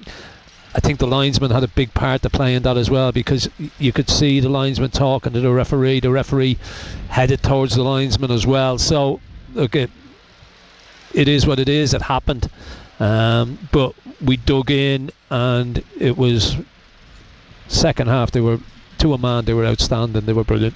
I'm going to read a few more messages out there. We'll have a chat to Morris as well. John says, what a result that is. Every player has done the club proud tonight. Big shout out to Ramsdale, who made some incredible saves, particularly that one towards the end. Trippier and Elanga have had critics, but they were brilliant tonight. And if Osula does nothing for the rest of his Newcastle career, it's a great memory that he has left us. He does need to do more though. Great goal by Osula, says Mark, but for me it was the Ramsdale save that wins the game. Well, they both did, I guess, in conjunction. Fantastic save followed by a fantastic goal. And this one has no name on it, but it says, number 1, this must be what Eddie Howe has seen in Will Osula all along. And number 2, I yelled so much that my dogs started barking like mad. So I'm not quite sure who that is, but they've woken up the neighbours. Brian in Gateshead says, hi Simon, just what was needed in the second half. They seemed to channel the anger over the second yellow, and the consensus on TV was that Ramsey had just lost his footing, so hopefully it will be appealed, says Brian. Can't appeal 2 yellows. No, because it's a second yellow, so he won't be able to, will he? No. And I was wondering when Steve from Liam Lane would get in touch, because do you remember what his bet was? 2-1, wasn't it? Yeah, with Osula to score. No, Gordon first goal. Was it? Yeah. Fair play. He had that. Yeah. What price was that? Yeah, 40-something to 1. Oh, nice one. Nice one. So he is happy. I like bets like he that. is happy. I like bets. He says there's a pizza on the way.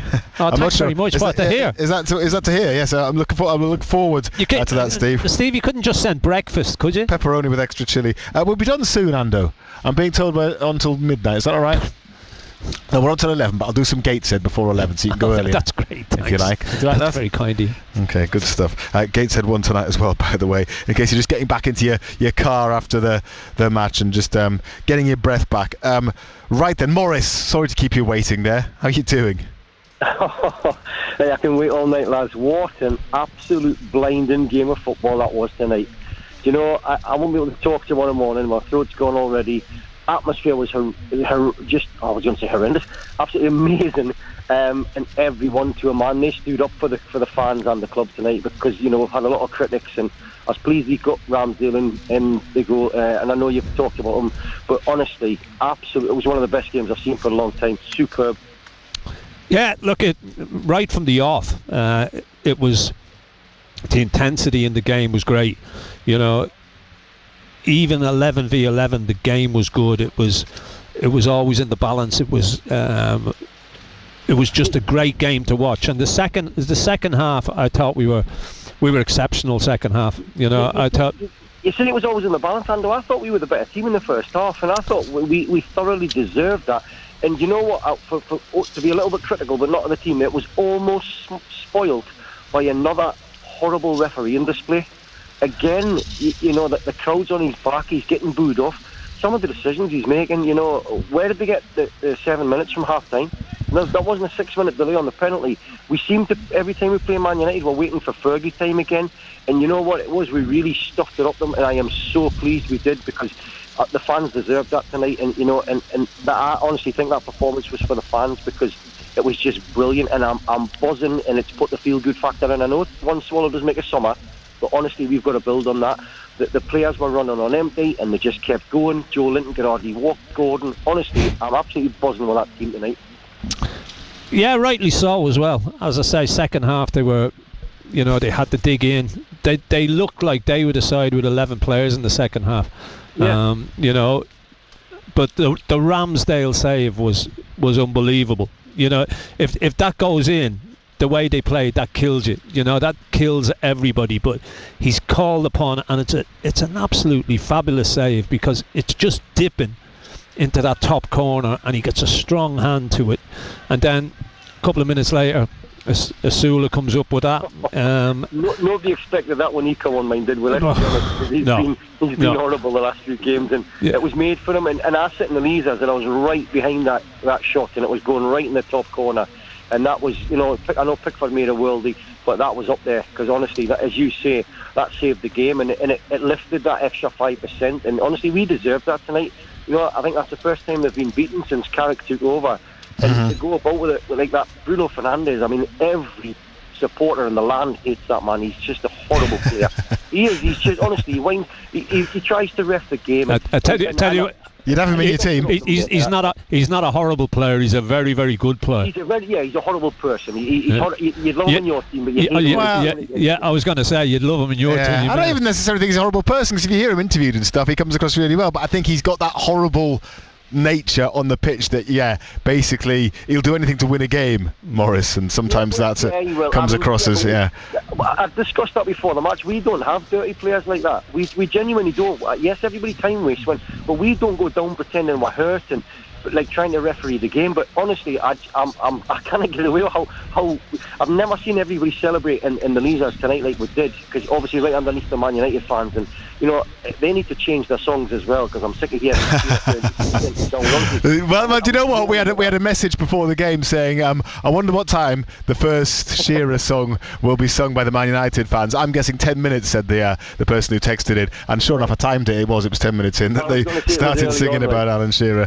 Morris, thanks ever so much. I can hear in your voice Cheers, just how Morris. ebullient you still are. What a night it has been here at St James's Park. That's why we're staying on air a little bit later, because the match went on a little bit later, and what a finale it was. 10-man Newcastle. They were doing some defending against Manchester United. Aaron Ramsdale made a spectacular save, and then there was a breakaway, and William Asula, he just about managed to keep the ball in. He went down the right hand side, he cut inside, and he unleashed an unstoppable shot from outside the penalty area into the left hand corner of the net, and we can hear a little bit from the goal scoring hero now. Well, obviously, I was already training that yesterday in the finishing drill, practicing that. So, you know, when I saw the ball coming down the channel, I only had one thing in my mind, is to try and beat my man and get my shot off. So, yeah, thank God it went in. So as soon as you crossed the halfway line, you thought, right, I'm going to have a shot at the end of this? Yeah, straight away, because I know that I can take players on and have end product in games. So I know I have belief, and I was practicing that a lot yesterday, and I knew that any opportunity, I'm just going to be direct and try and be the game changer. Yeah, so William Asula has had his challenges since he's come to the club. Hasn't had as many minutes on the pitch as he would have liked. I mean, last time out, he was disappointing, wasn't he, Ander? Let's be honest. But if he can do stuff like that, that'll give his confidence the world of good. I mean, you know, he's popular with supporters anyway. They love the song, and you know, he's always had the endeavour. But now he's going to become a bit of a cult hero, isn't he? From that goal. Look, his willingness is always there. He chases, he runs around. But that tonight was just, you wonder where that came from. You know, it's a worldie. As I said, it doesn't matter how many games he goes on to play and how many goals he scores, I doubt very, very much whether he'll ever score one that's better than that. He probably won't, and certainly not as significant of that in terms of it winning a game in the very final seconds. We will hopefully be able to hear from Dan Byrne before we go off air at 11 as well, but we can talk to Johnny now, who's on the line. Hello, Johnny, how are you doing? I'm not too bad, how are you? Very well, thank you. Go on then, unleash it all. What are your feelings after that?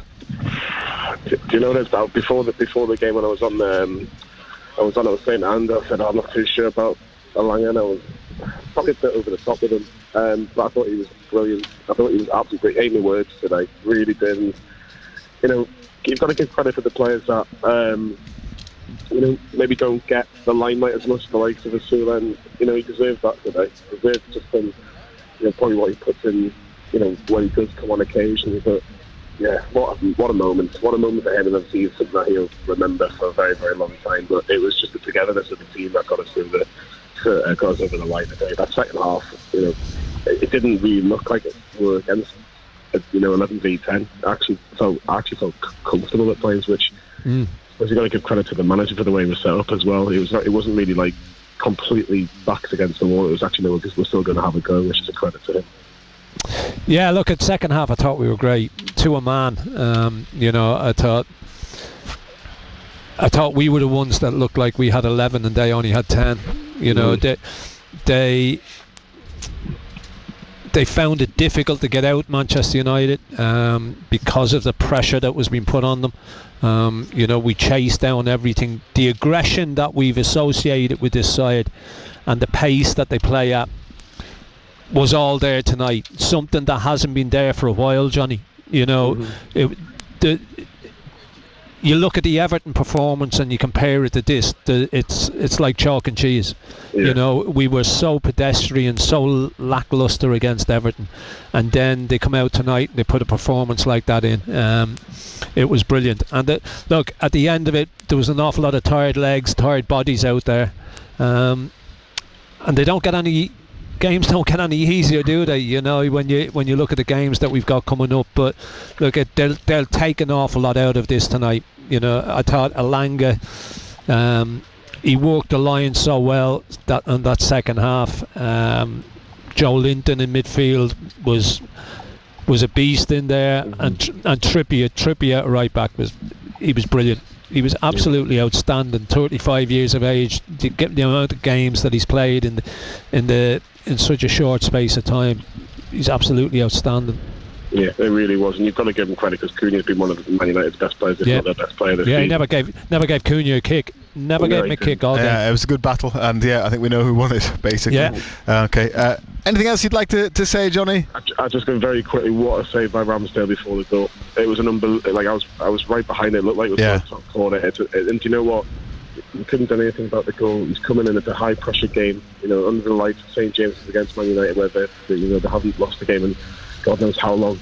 What a performance by him, and what a team performance. That's what it was all about. It was pardon the pun, it was a United performance, United team performance in that respect. So yeah, more than happy.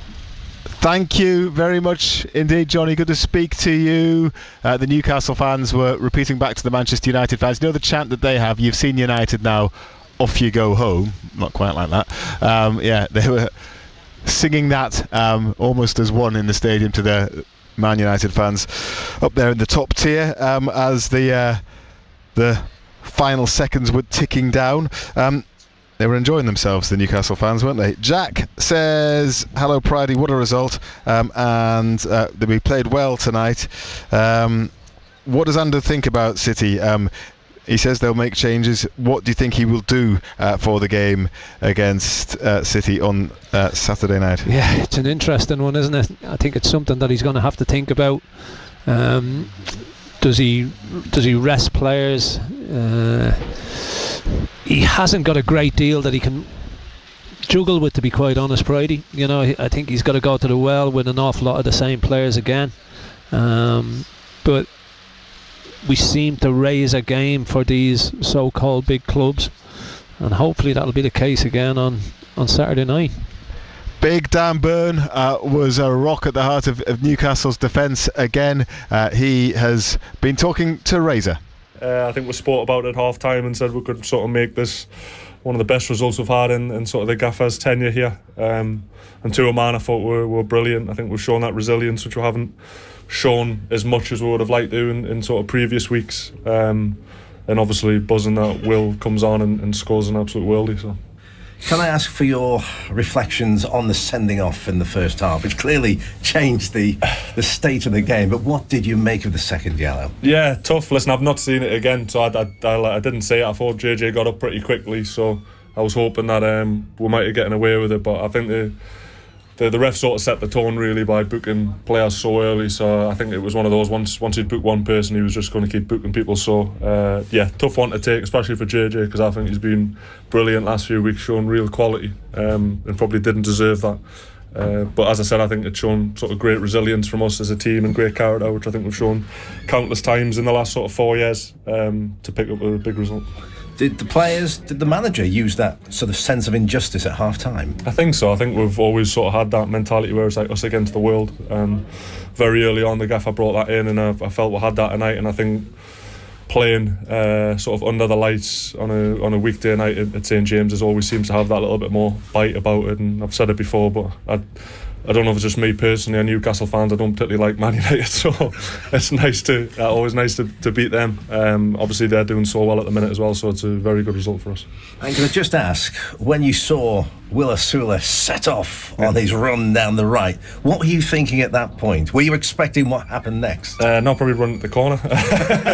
But no, listen, we spoke about it there. He was practicing that in training yesterday, cutting in both sides and whipping it, and I know he's got that quality.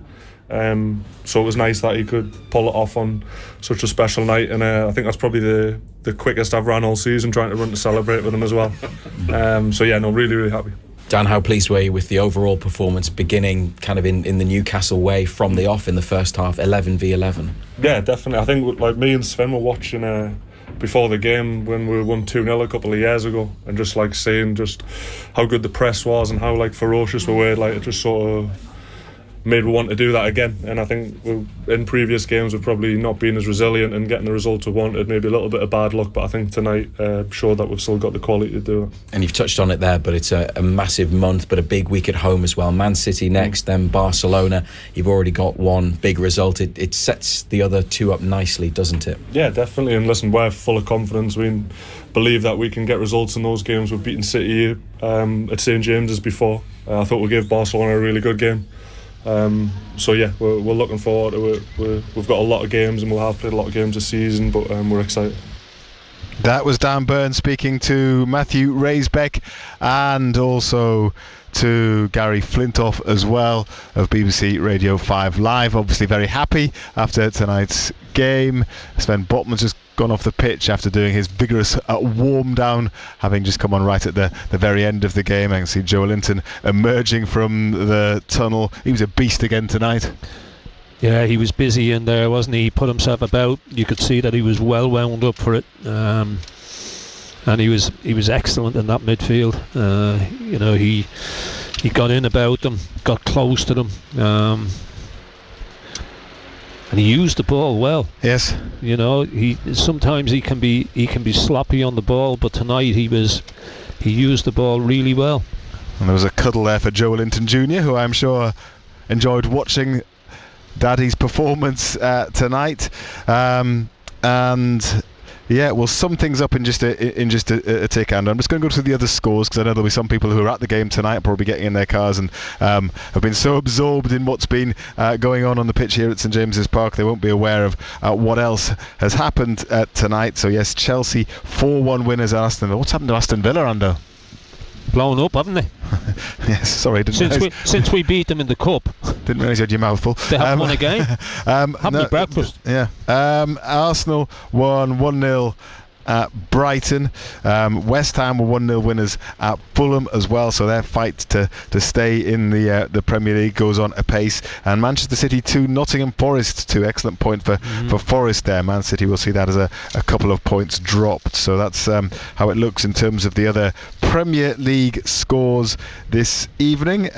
Celtic beat Aberdeen 2-1 in the Scottish Premiership, and there was a huge victory for Gateshead in the National League, a 95th minute winner for them. So they beat Braintree by 1-0. So they still very much harbour hopes of dragging themselves out of the National League relegation zone. I know there'll be reaction to that match on Total Sport tomorrow evening, along with plenty more reaction to what has happened here. Just time for some closing thoughts from you, Ando, now that you've kind of absorbed everything that you've witnessed this evening.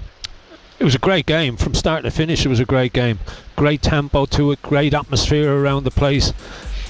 The crowd, the players gave the crowd something to shout about, and crowd got behind them, and when we went down to 10 men the noise got even louder, and the goal that Asula's got, it's an absolute worldie to win any game, to be quite honest. Ando, thank you. You can stop. Cheers, now. Brady, thanks.